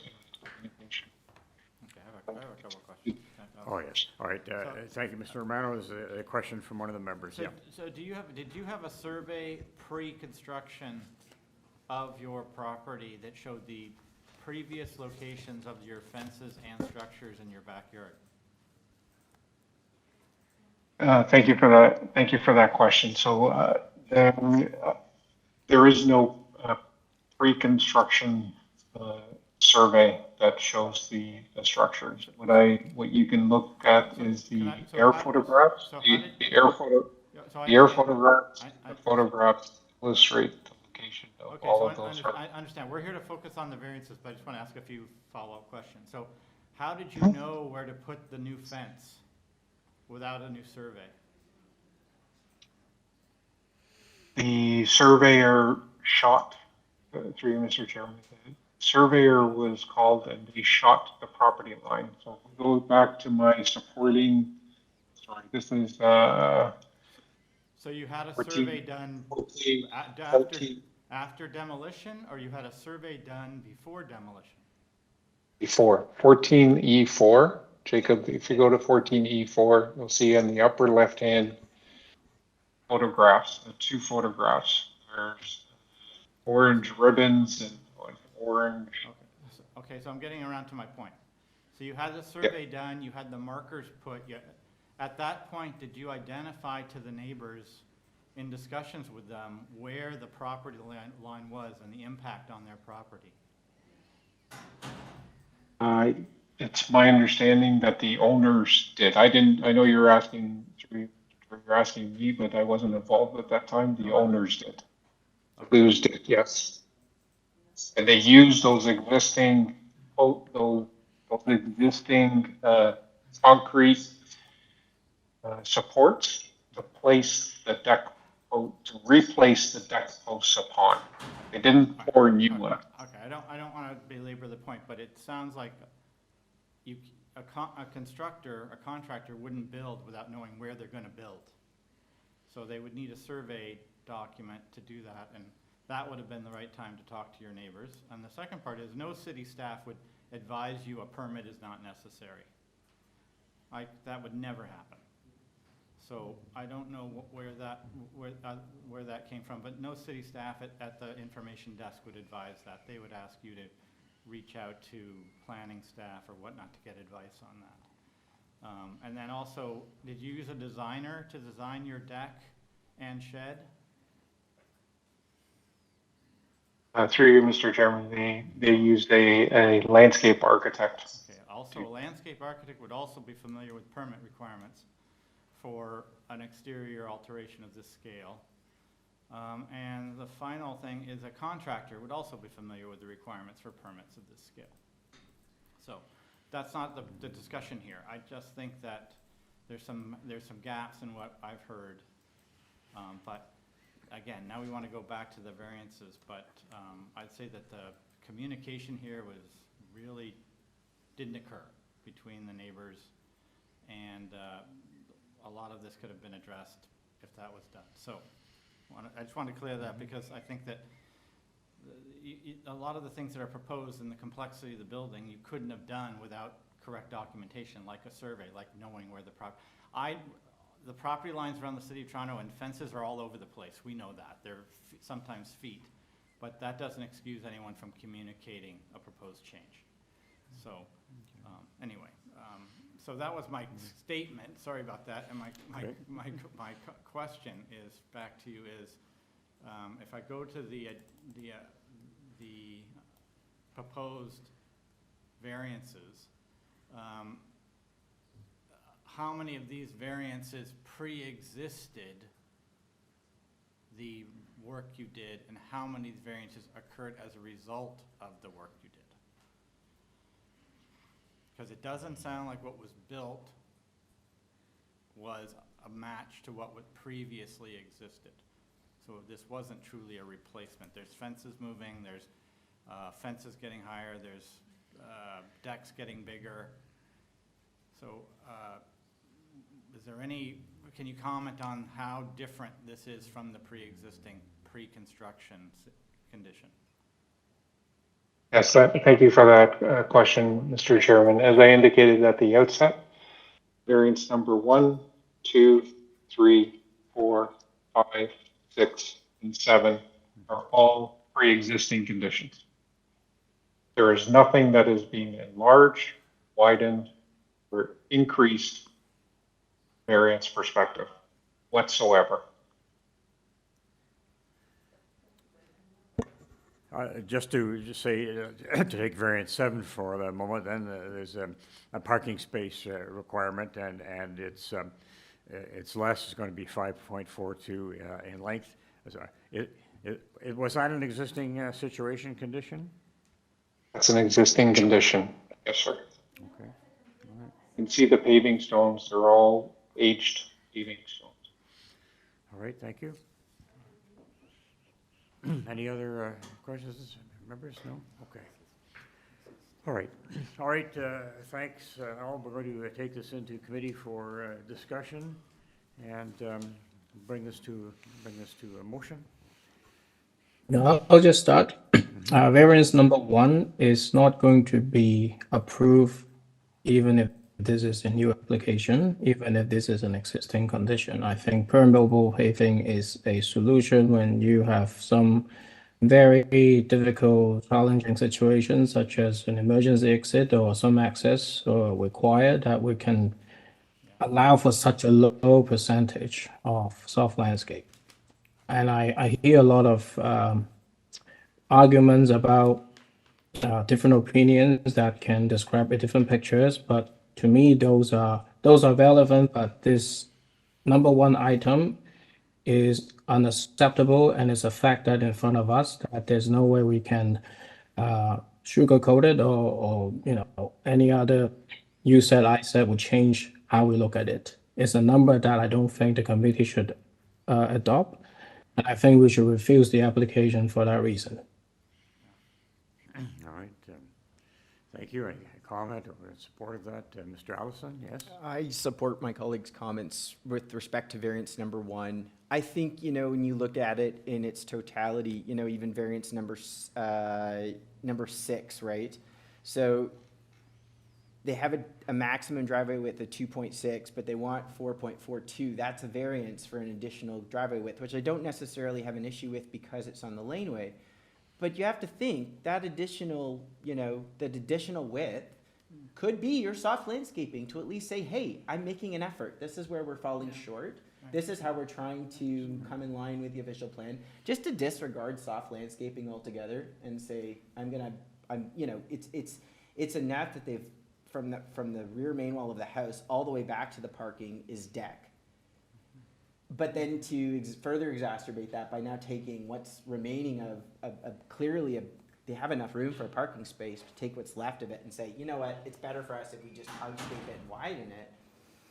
I just don't think there's any sort of concessions made to address that first variance. So I would agree with my colleague. Some of the other variances I think I could support. I'm a little concerned with respect to the side yard setback.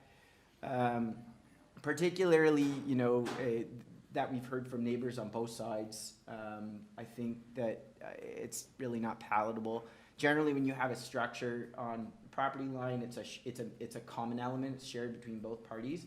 I personally, when you start loading that, loading that structure with benches and whatever have you, I think you're starting to now take a little bit of advantage of that. And I'm just a little bit uncomfortable with those setback variances, particularly because you have both neighbors that are in strong disagreement. And I might also add that could also be another opportunity to improve the soft yard landscaping and mitigate some of the impacts that are brought up by the neighbors.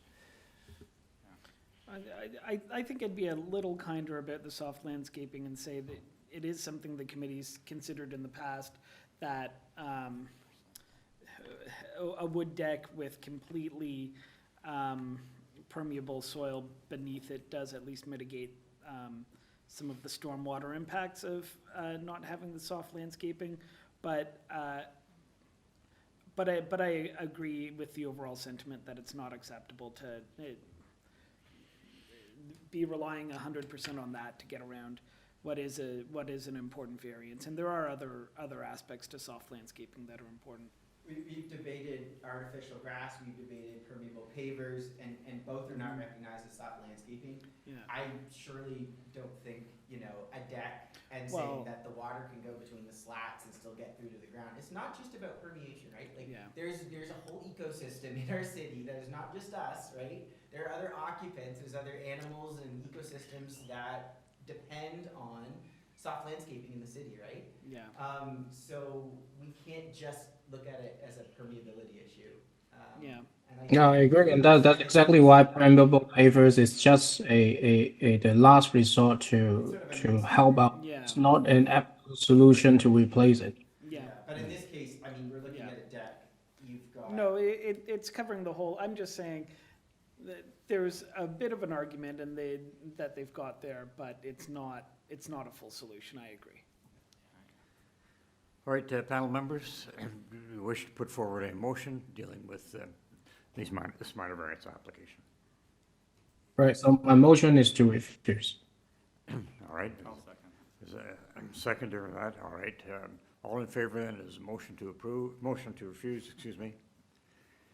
It is refused. That application is with respect to that Walker Avenue property. All right, members and staff here too, let's just see where we are. We have 3 applications before the morning. What do we have left? Do you have a defer things? We've got, This one could go into the night. Through the chair, we have to go with the agenda as scheduled. So there's 3 more items. I think we can get there, but it's going yeah. to possibly give us a lunch break at 3 o'clock. We cannot deviate from the agenda for people that are watching online or that have shown up, so we will need to finish it. All right. All right, members, sorry, just to call you back here then. So we're on to item 15. There are 3 left in the morning. 24 Northridge Avenue. Thank you, 24 Northridge Avenue. I'm just going to just move to that. Okay.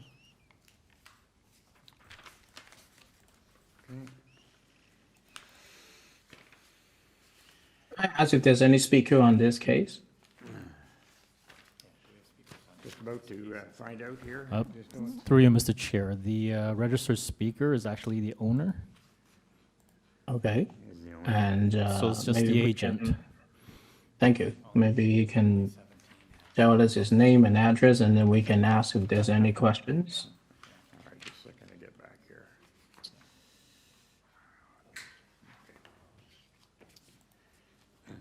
Fine, okay. Yeah, purpose. Okay, 24 Northridge Avenue, here's our purpose: to alter the existing 1-story detached dwelling by constructing a complete 2nd-story addition, a new front covered porch with stairs, a front basement walkout, and a rear ground floor covered deck with stairs. We have a survey, we have photographs, we have a community planning report, and we have correspondence in support from persons at 24 Northridge Drive. Also, that would be all right, that would be the subject property. All right. All right, do we have the owner applicant available here then, please? This is Mr. Antonio Adamo.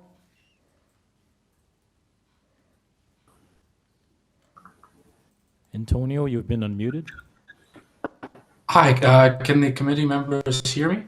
Yes, we can now. So I'm just going to ask you to hold for a moment. Members, do you anticipate some questions for Mr. Adamo?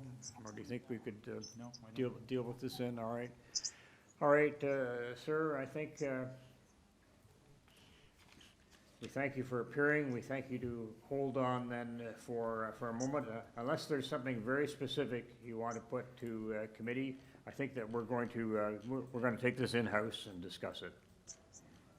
Okay, no, our submission are for these Okay. minor variances, so right. that's all. All right, Northridge, let me just.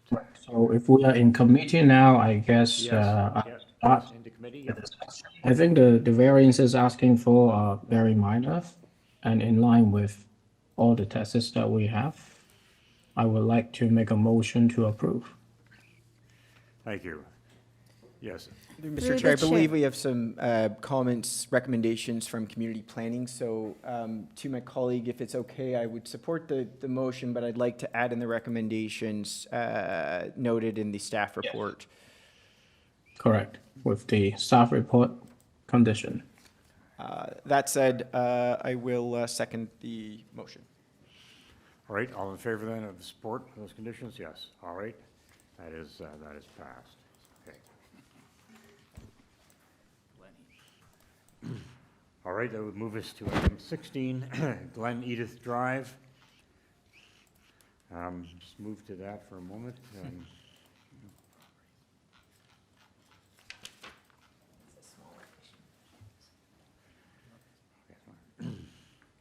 Okay, we're showing one objection, but in any event, we're seeing, it looks like there's one speaker and objection. So let's read out the purpose of 71 Glen Drive, then is to alter the existing 2 1/2 story detached dwelling by constructing a rear side 2-story addition to replace the existing addition, a 1-story unheated sunroom. The committee has before it, of course, again, survey and plans, one photograph, 5 photographs of trees, covering a letter from John Budinsky as agent. I'll have to see if he's here today. There is a prior Committee of Adjustment decision going back to 1966. There's a topographical survey.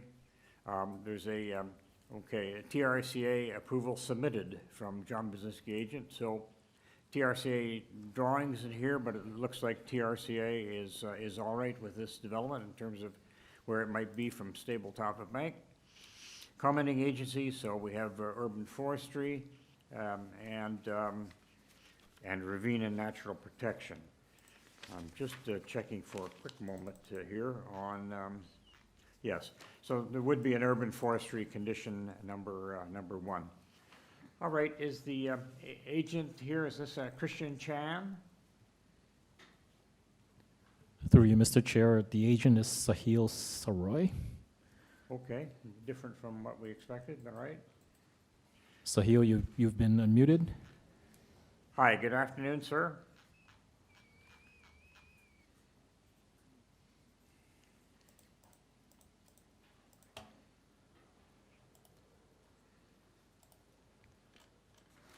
Sir, do we have you online? We'd like to get a name and number for our record, and then we can speak about your application. Yes, can you hear me? Yes, okay, now we can, yes, all right. Okay, so for 71 Glen Drive, it's a 3-story detached residence with 1 dwelling unit. The house was originally built in the mid-20th century and has been incrementally enlarged since then. Our renovation mostly involves interior work, including 2 new staircases and an elevator. The portion requiring the requested minor variance is a rear addition that will replace an existing 1-story unheated sunroom with a 2-story wing on a similar but slightly larger footprint. Okay, and I have some notes regarding the variances and our solutions to them and our justifications there. So number 1, the proposed side yard setback of 1.21 meters is consistent with the existing sunroom and the rest of the house. The side of the foundation wall is expected to be reused except for the final meter where the new construction will be needed to square off the existing structure. The neighboring house extends back a further 1.14 meters towards their rear lot line, so no portion of our addition will visually encroach into their backyard.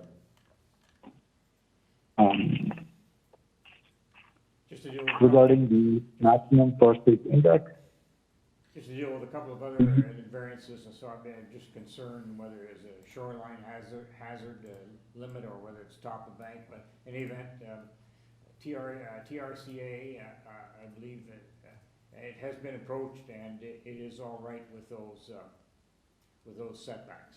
Is that correct?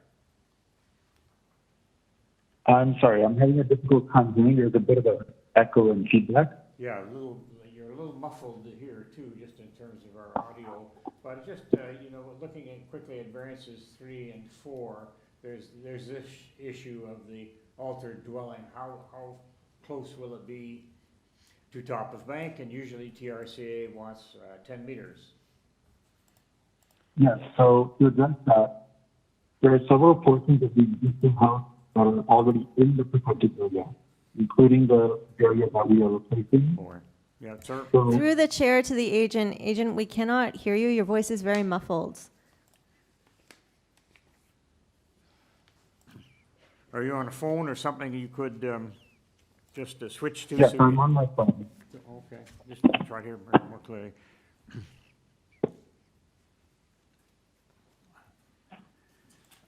Okay, sir, Hello? so I did interrupt you, and I'll let you go for a moment, but just asking on that issue, because it relates to a couple of variances, and the chair is trying to find his notes from yesterday. Mr. Chair, the Yep. TRC approval is in the materials. I think it is. And so they already have, in fact, the TRC permit. Wonderful, good for them, all right. Sir, you might have stated that. You've got a permit already from TRCA. Yes. Yes, okay. All right. All right, please proceed. I'm gonna ask you to be as short as you can, Yep, I understand. okay? So, please proceed, yeah, Um, my notes. To address the FSI issue, the main reason for the proposed renovation is to improve accessibility within the home. This will involve adding a new elevator from the basement to the second floor, replacing a non-OBC compliant spiral stair to the third floor with the new conventional staircase. These changes will eliminate a large portion of the primary suite on the second floor, which is why we are adding the addition solely to replace the dressing room that the homeowners would otherwise be losing. The proposed 0.73 FSI was calculated using the lot area above the long-term stable top slope. But that boundary was determined with the help of geotechnical consultants and TRCA. The existing house, along with most of its neighbors on Glen Edith Drive, predate the policies under which the FSI is currently calculated, and they're all similarly sized. The footprint, height, and depth of the house will remain consistent with the rest of the neighborhood. The proposed 18.9 meter squared increase in floor area, which is almost entirely located within the existing building footprint, does not extend as far back as the neighboring houses and will not perceptibly impact the scale of the home. All right, you have about 30 seconds left. Anything further? No, in case the committee is having a bit of trouble understanding where the renovation is taking place, we have a colored site plan that we submitted. Has that been submitted, the colored site plan? Yeah, it has, Yeah, okay. that's good. All right, good. Just side by side. All right, then, thank you, sir. We're going to turn then to a speaker and objector, Mr. Stevie Click. Could he be, if he's not present personally, could he be unmuted? Through the chair, that's for item 17. So there is no registered speaker for this item. I'm back here. So we can go to the committee if the members have any questions. Sure, why don't we take that directive, okay. We're on Glen Edith Drive, yeah. I'll like to address this. So after review, thank you, Speaker, for your presentation. Again, we try to look at this and do we find each individual variance minor in nature? I do. I do appreciate the time spent and the graphics, the information provided made it much more legible application than most. And I would just propose that we approve this application as is, and I think there was a forestry staff report. Forestry condition, yeah. Condition. Yeah. Number Okay. two, and, Number one, excuse me. I'm like. Number one, yes, that is. And that's all I have to add. Yeah, I would second it. I think it's approvable. It's almost in just replacing something that's there as far as the variances go. All right, then, let's take that as a second to the motion with the urban forestry condition. All right, all in favor, would you please show of hands here, all right? Thank you. That's okay. All right, number 17, 294 Roncesvalles Ave.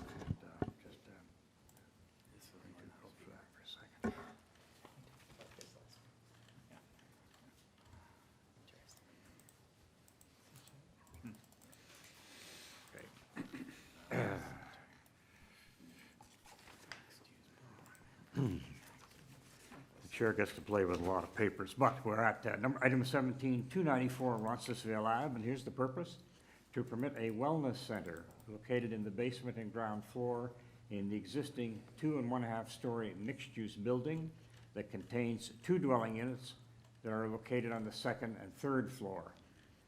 Committee has a survey, site plan, floor plans, and elevations. We have 4 photographs of trees. We have a covering letter from Christian Chan as agent. There is a prior Committee of Adjustment hearing decision, looks like from 2018 and from 2023. There's a planning rationale submitted by Mr. Christian Chan, or Ms. Christian Chan. Supporting material. There's a revised planning rationale from Christopher Chan that was received yesterday. There are proposed conditions from Mr. Chan as agent. Those proposed conditions also coming in yesterday. We have correspondence and concern from persons at 131 Grenadier Road. In opposition, we have correspondence from people on Grenadier Road and certain units. Yes, okay, I don't see any other streets. All right. Could the applicant agent then kindly identify oneself then for Roncesvalles? I'll just move to that as well. Yes. Through the chair. Hello and good afternoon, Mr. Chair and members of the Committee of Adjustment. My name is Christian Chan. Thank you. Land use planner for the applicant. My address is Suite 138 at 157 Adelaide Street, West Toronto, Ontario. And through the chair, we do have a speaker registered in opposition for this file. We do. All right. All right, sir, you have 5 minutes. Please tell us about your application, what you're seeking, and why you think it meets the tests that committee has to be concerned with under the Planning Act. Thank you, Mr. Chair.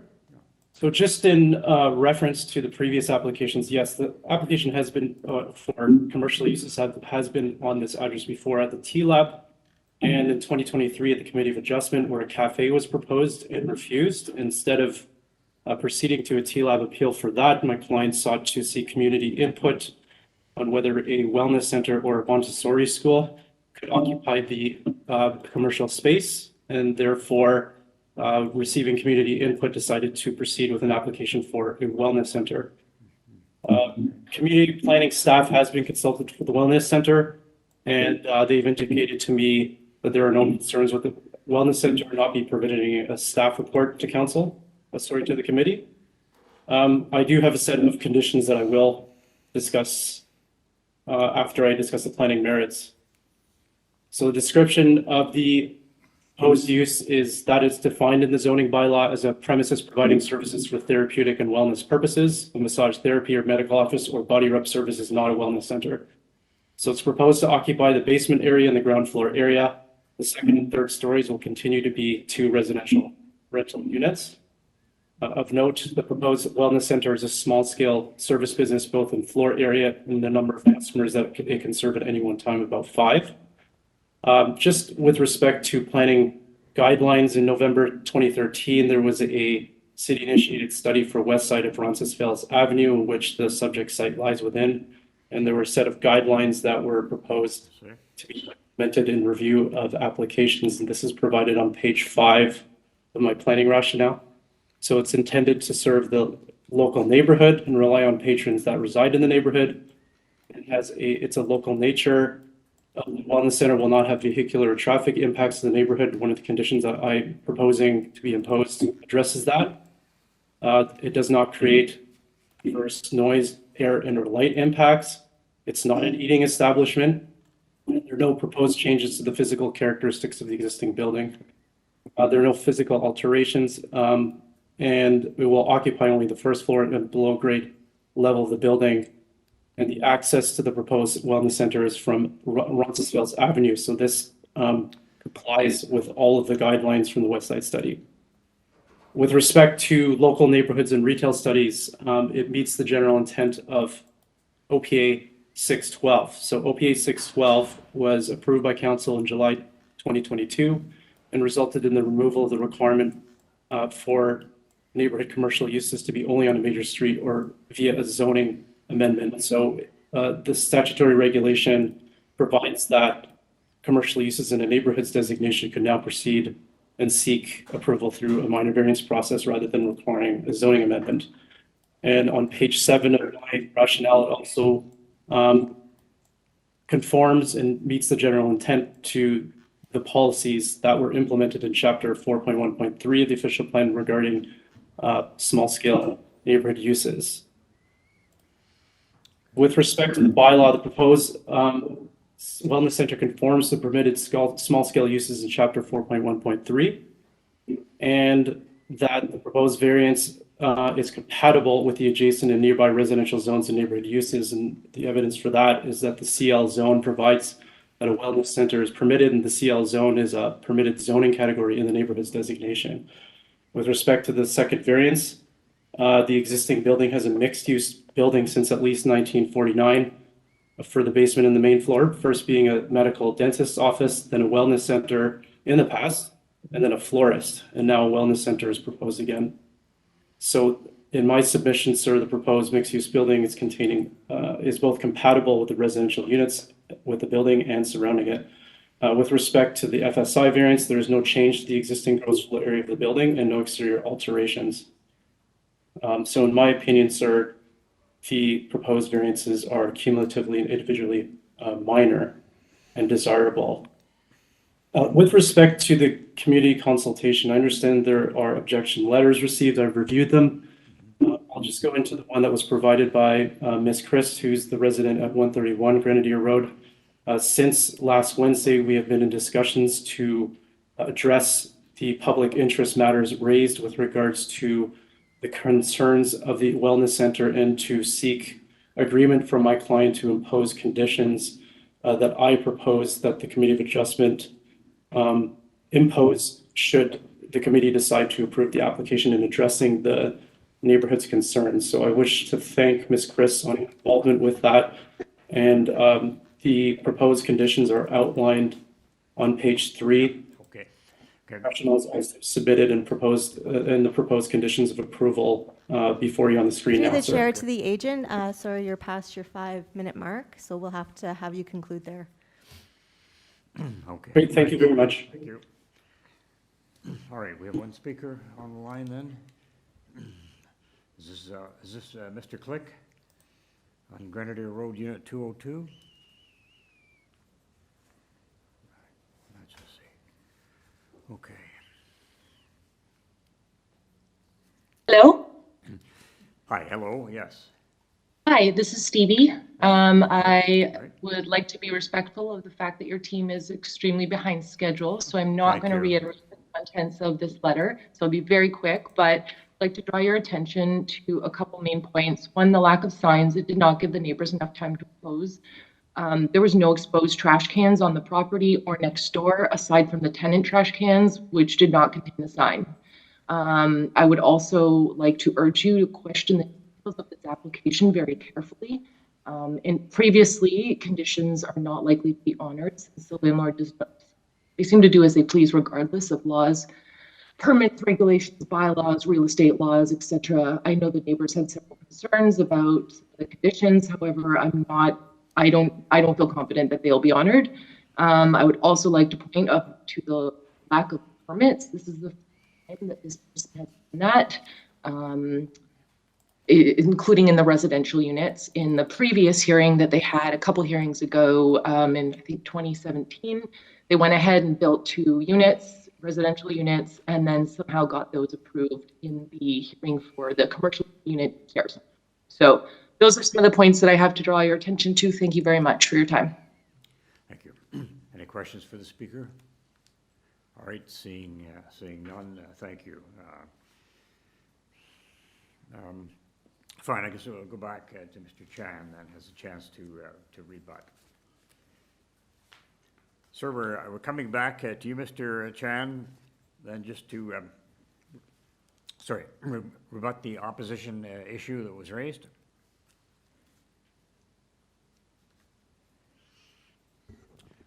Hi, Mr. Chan, do we have you, or are you muted? Any way to signal?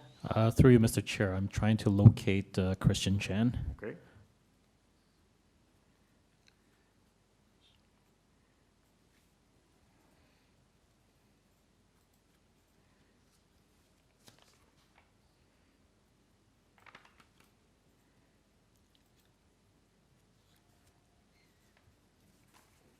Well, if we don't hear from him soon, I'll invite. Hi, Christian. There we go, You've been Mr. Chair. Hi. Yes, sir. I was here at the hearing, but for some reason my mute button wouldn't unmute, and I assume that's because staff have to unmute me. Thank you for the comments by the affected tenant. Yeah. I understand that there is a current dispute that's ongoing between Ms. Click and the landlord, and those matters are before the landlord and tenant board. With regards to the concerns about the efficacy of implementing the conditions, I'd just like to reiterate and note that my client has been before the Committee of Adjustment now for 3 times in attempting to have the long-standing commercial space in the building be occupied by use that the surrounding neighborhood would be satisfied with, and those discussions definitely proceeded. In fact, there's been a lot of consultation with the neighbors on those 2 proposed uses prior to even submitting the Committee of Adjustment application, and communication with city planning even prior to the submission of the application, in order to make sure that in this iteration of an application for a commercial use, that everybody is consulted prior to even making an application. And then even after the application had been made, and in light of the concerns that have been raised by the surrounding neighbors with respect to the proposed wellness center, created and crafted and discussed a form of conditions that could be implementable should the committee decide to approve the application. And those are provided for to you in the separate sheet that was submitted yesterday, resulting from discussions late last week and early this week in order to address the public interest in this matter. With regards to the signs were posted by myself on February 29th, well before the statutory required date of the sign posting, which was March 11th. And the next day after, March 12th, the COA staff, Jacob, notified me that the signs were not present on the building, and they were immediately posted up again. And just also today, you may find it in your very late submission folders that I did submit to committee staff and the deputy secretary treasurer an affidavit that was signed by one of the signing officers of the ownership of the building, indicating to the committee that there was no intent or action to take the signs down. It could have been done by weather or otherwise, but they were reposted immediately upon knowing that they were not there from committee staff. Yeah, so the signage got done, and that's fine. Yes, okay. All right. Members, any questions for this speaker? Let's come forward with a motion then. Going into committee, sure, into committee. So I'll just start. Somehow I was living in the neighborhood, and not too close, but not too far. And I've been following this RONCESVALLE urban study since, I think, 2016, 2017. And there was always a discussion about how come the east side is allowing all this business to develop, but the west side is so focused on residential. And I think that study basically support the fact that both sides should be equal in the sense that you still maintain that village or that that atmosphere on the street. And so they have some guidelines about frontages, about signages, and I think this application meets those requirements. And I actually double-checked the urban design guideline available in the City of Toronto website. So I'm happy to support the application. I think it's a good addition for the neighbors. Yes. I agree, and I just want to mention with respect to the conditions that have been negotiated, they aren't really conditions of the sort that are appropriate to include in this sort of an approval or application. And so what I would, I do think it's a good thing that there was dialogue. And so I wouldn't say that it's, you know, a completely valueless exercise that was gone into. You both have this in writing, and both sides have this in writing and can see what was discussed, but I just don't think it's appropriate to impose those conditions. But and I find it supportable. And you find it supportable. Do you second that motion then? From I'm Mr. not Chang? sure it was a motion, but. There was. Oh, there it was? a motion, I think. I'll make a motion. Please. Let's make a motion. Approve this application, and I do find it minor, and I do agree with Aaron's comments that it's in line with kind of local community planning initiatives. A seconder for that motion? Sure, yeah, I'll second All right, it. All right, all in favor? All right. No conditions, yeah. I think they have to be appropriate and kind of planning related and not some of the nuts and bolts of stuff. All right, panel, we have a very quick discussion of the agenda, and the agenda is huge. So through the chair, we've reached the end of the morning session, so we will now take the lunch break, and we will be commencing back at 3:55.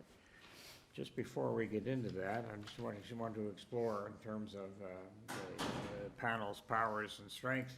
This is likely to take, if we're going to finish it, well into the evening, correct? Yeah. Through the chair, we have to proceed with the agenda as scheduled, as people have pre-registered for this hearing. So we will proceed as per the agenda, and we can My mind discuss on break. is to defer them all from 3:30 on to another hearing day. Anyway, some thought has to be given about this because, you know, there's a lot of applications to be heard. Okay. So we will be We're commencing at 3:55. Thank you very much. Okay. Thanks. Okay.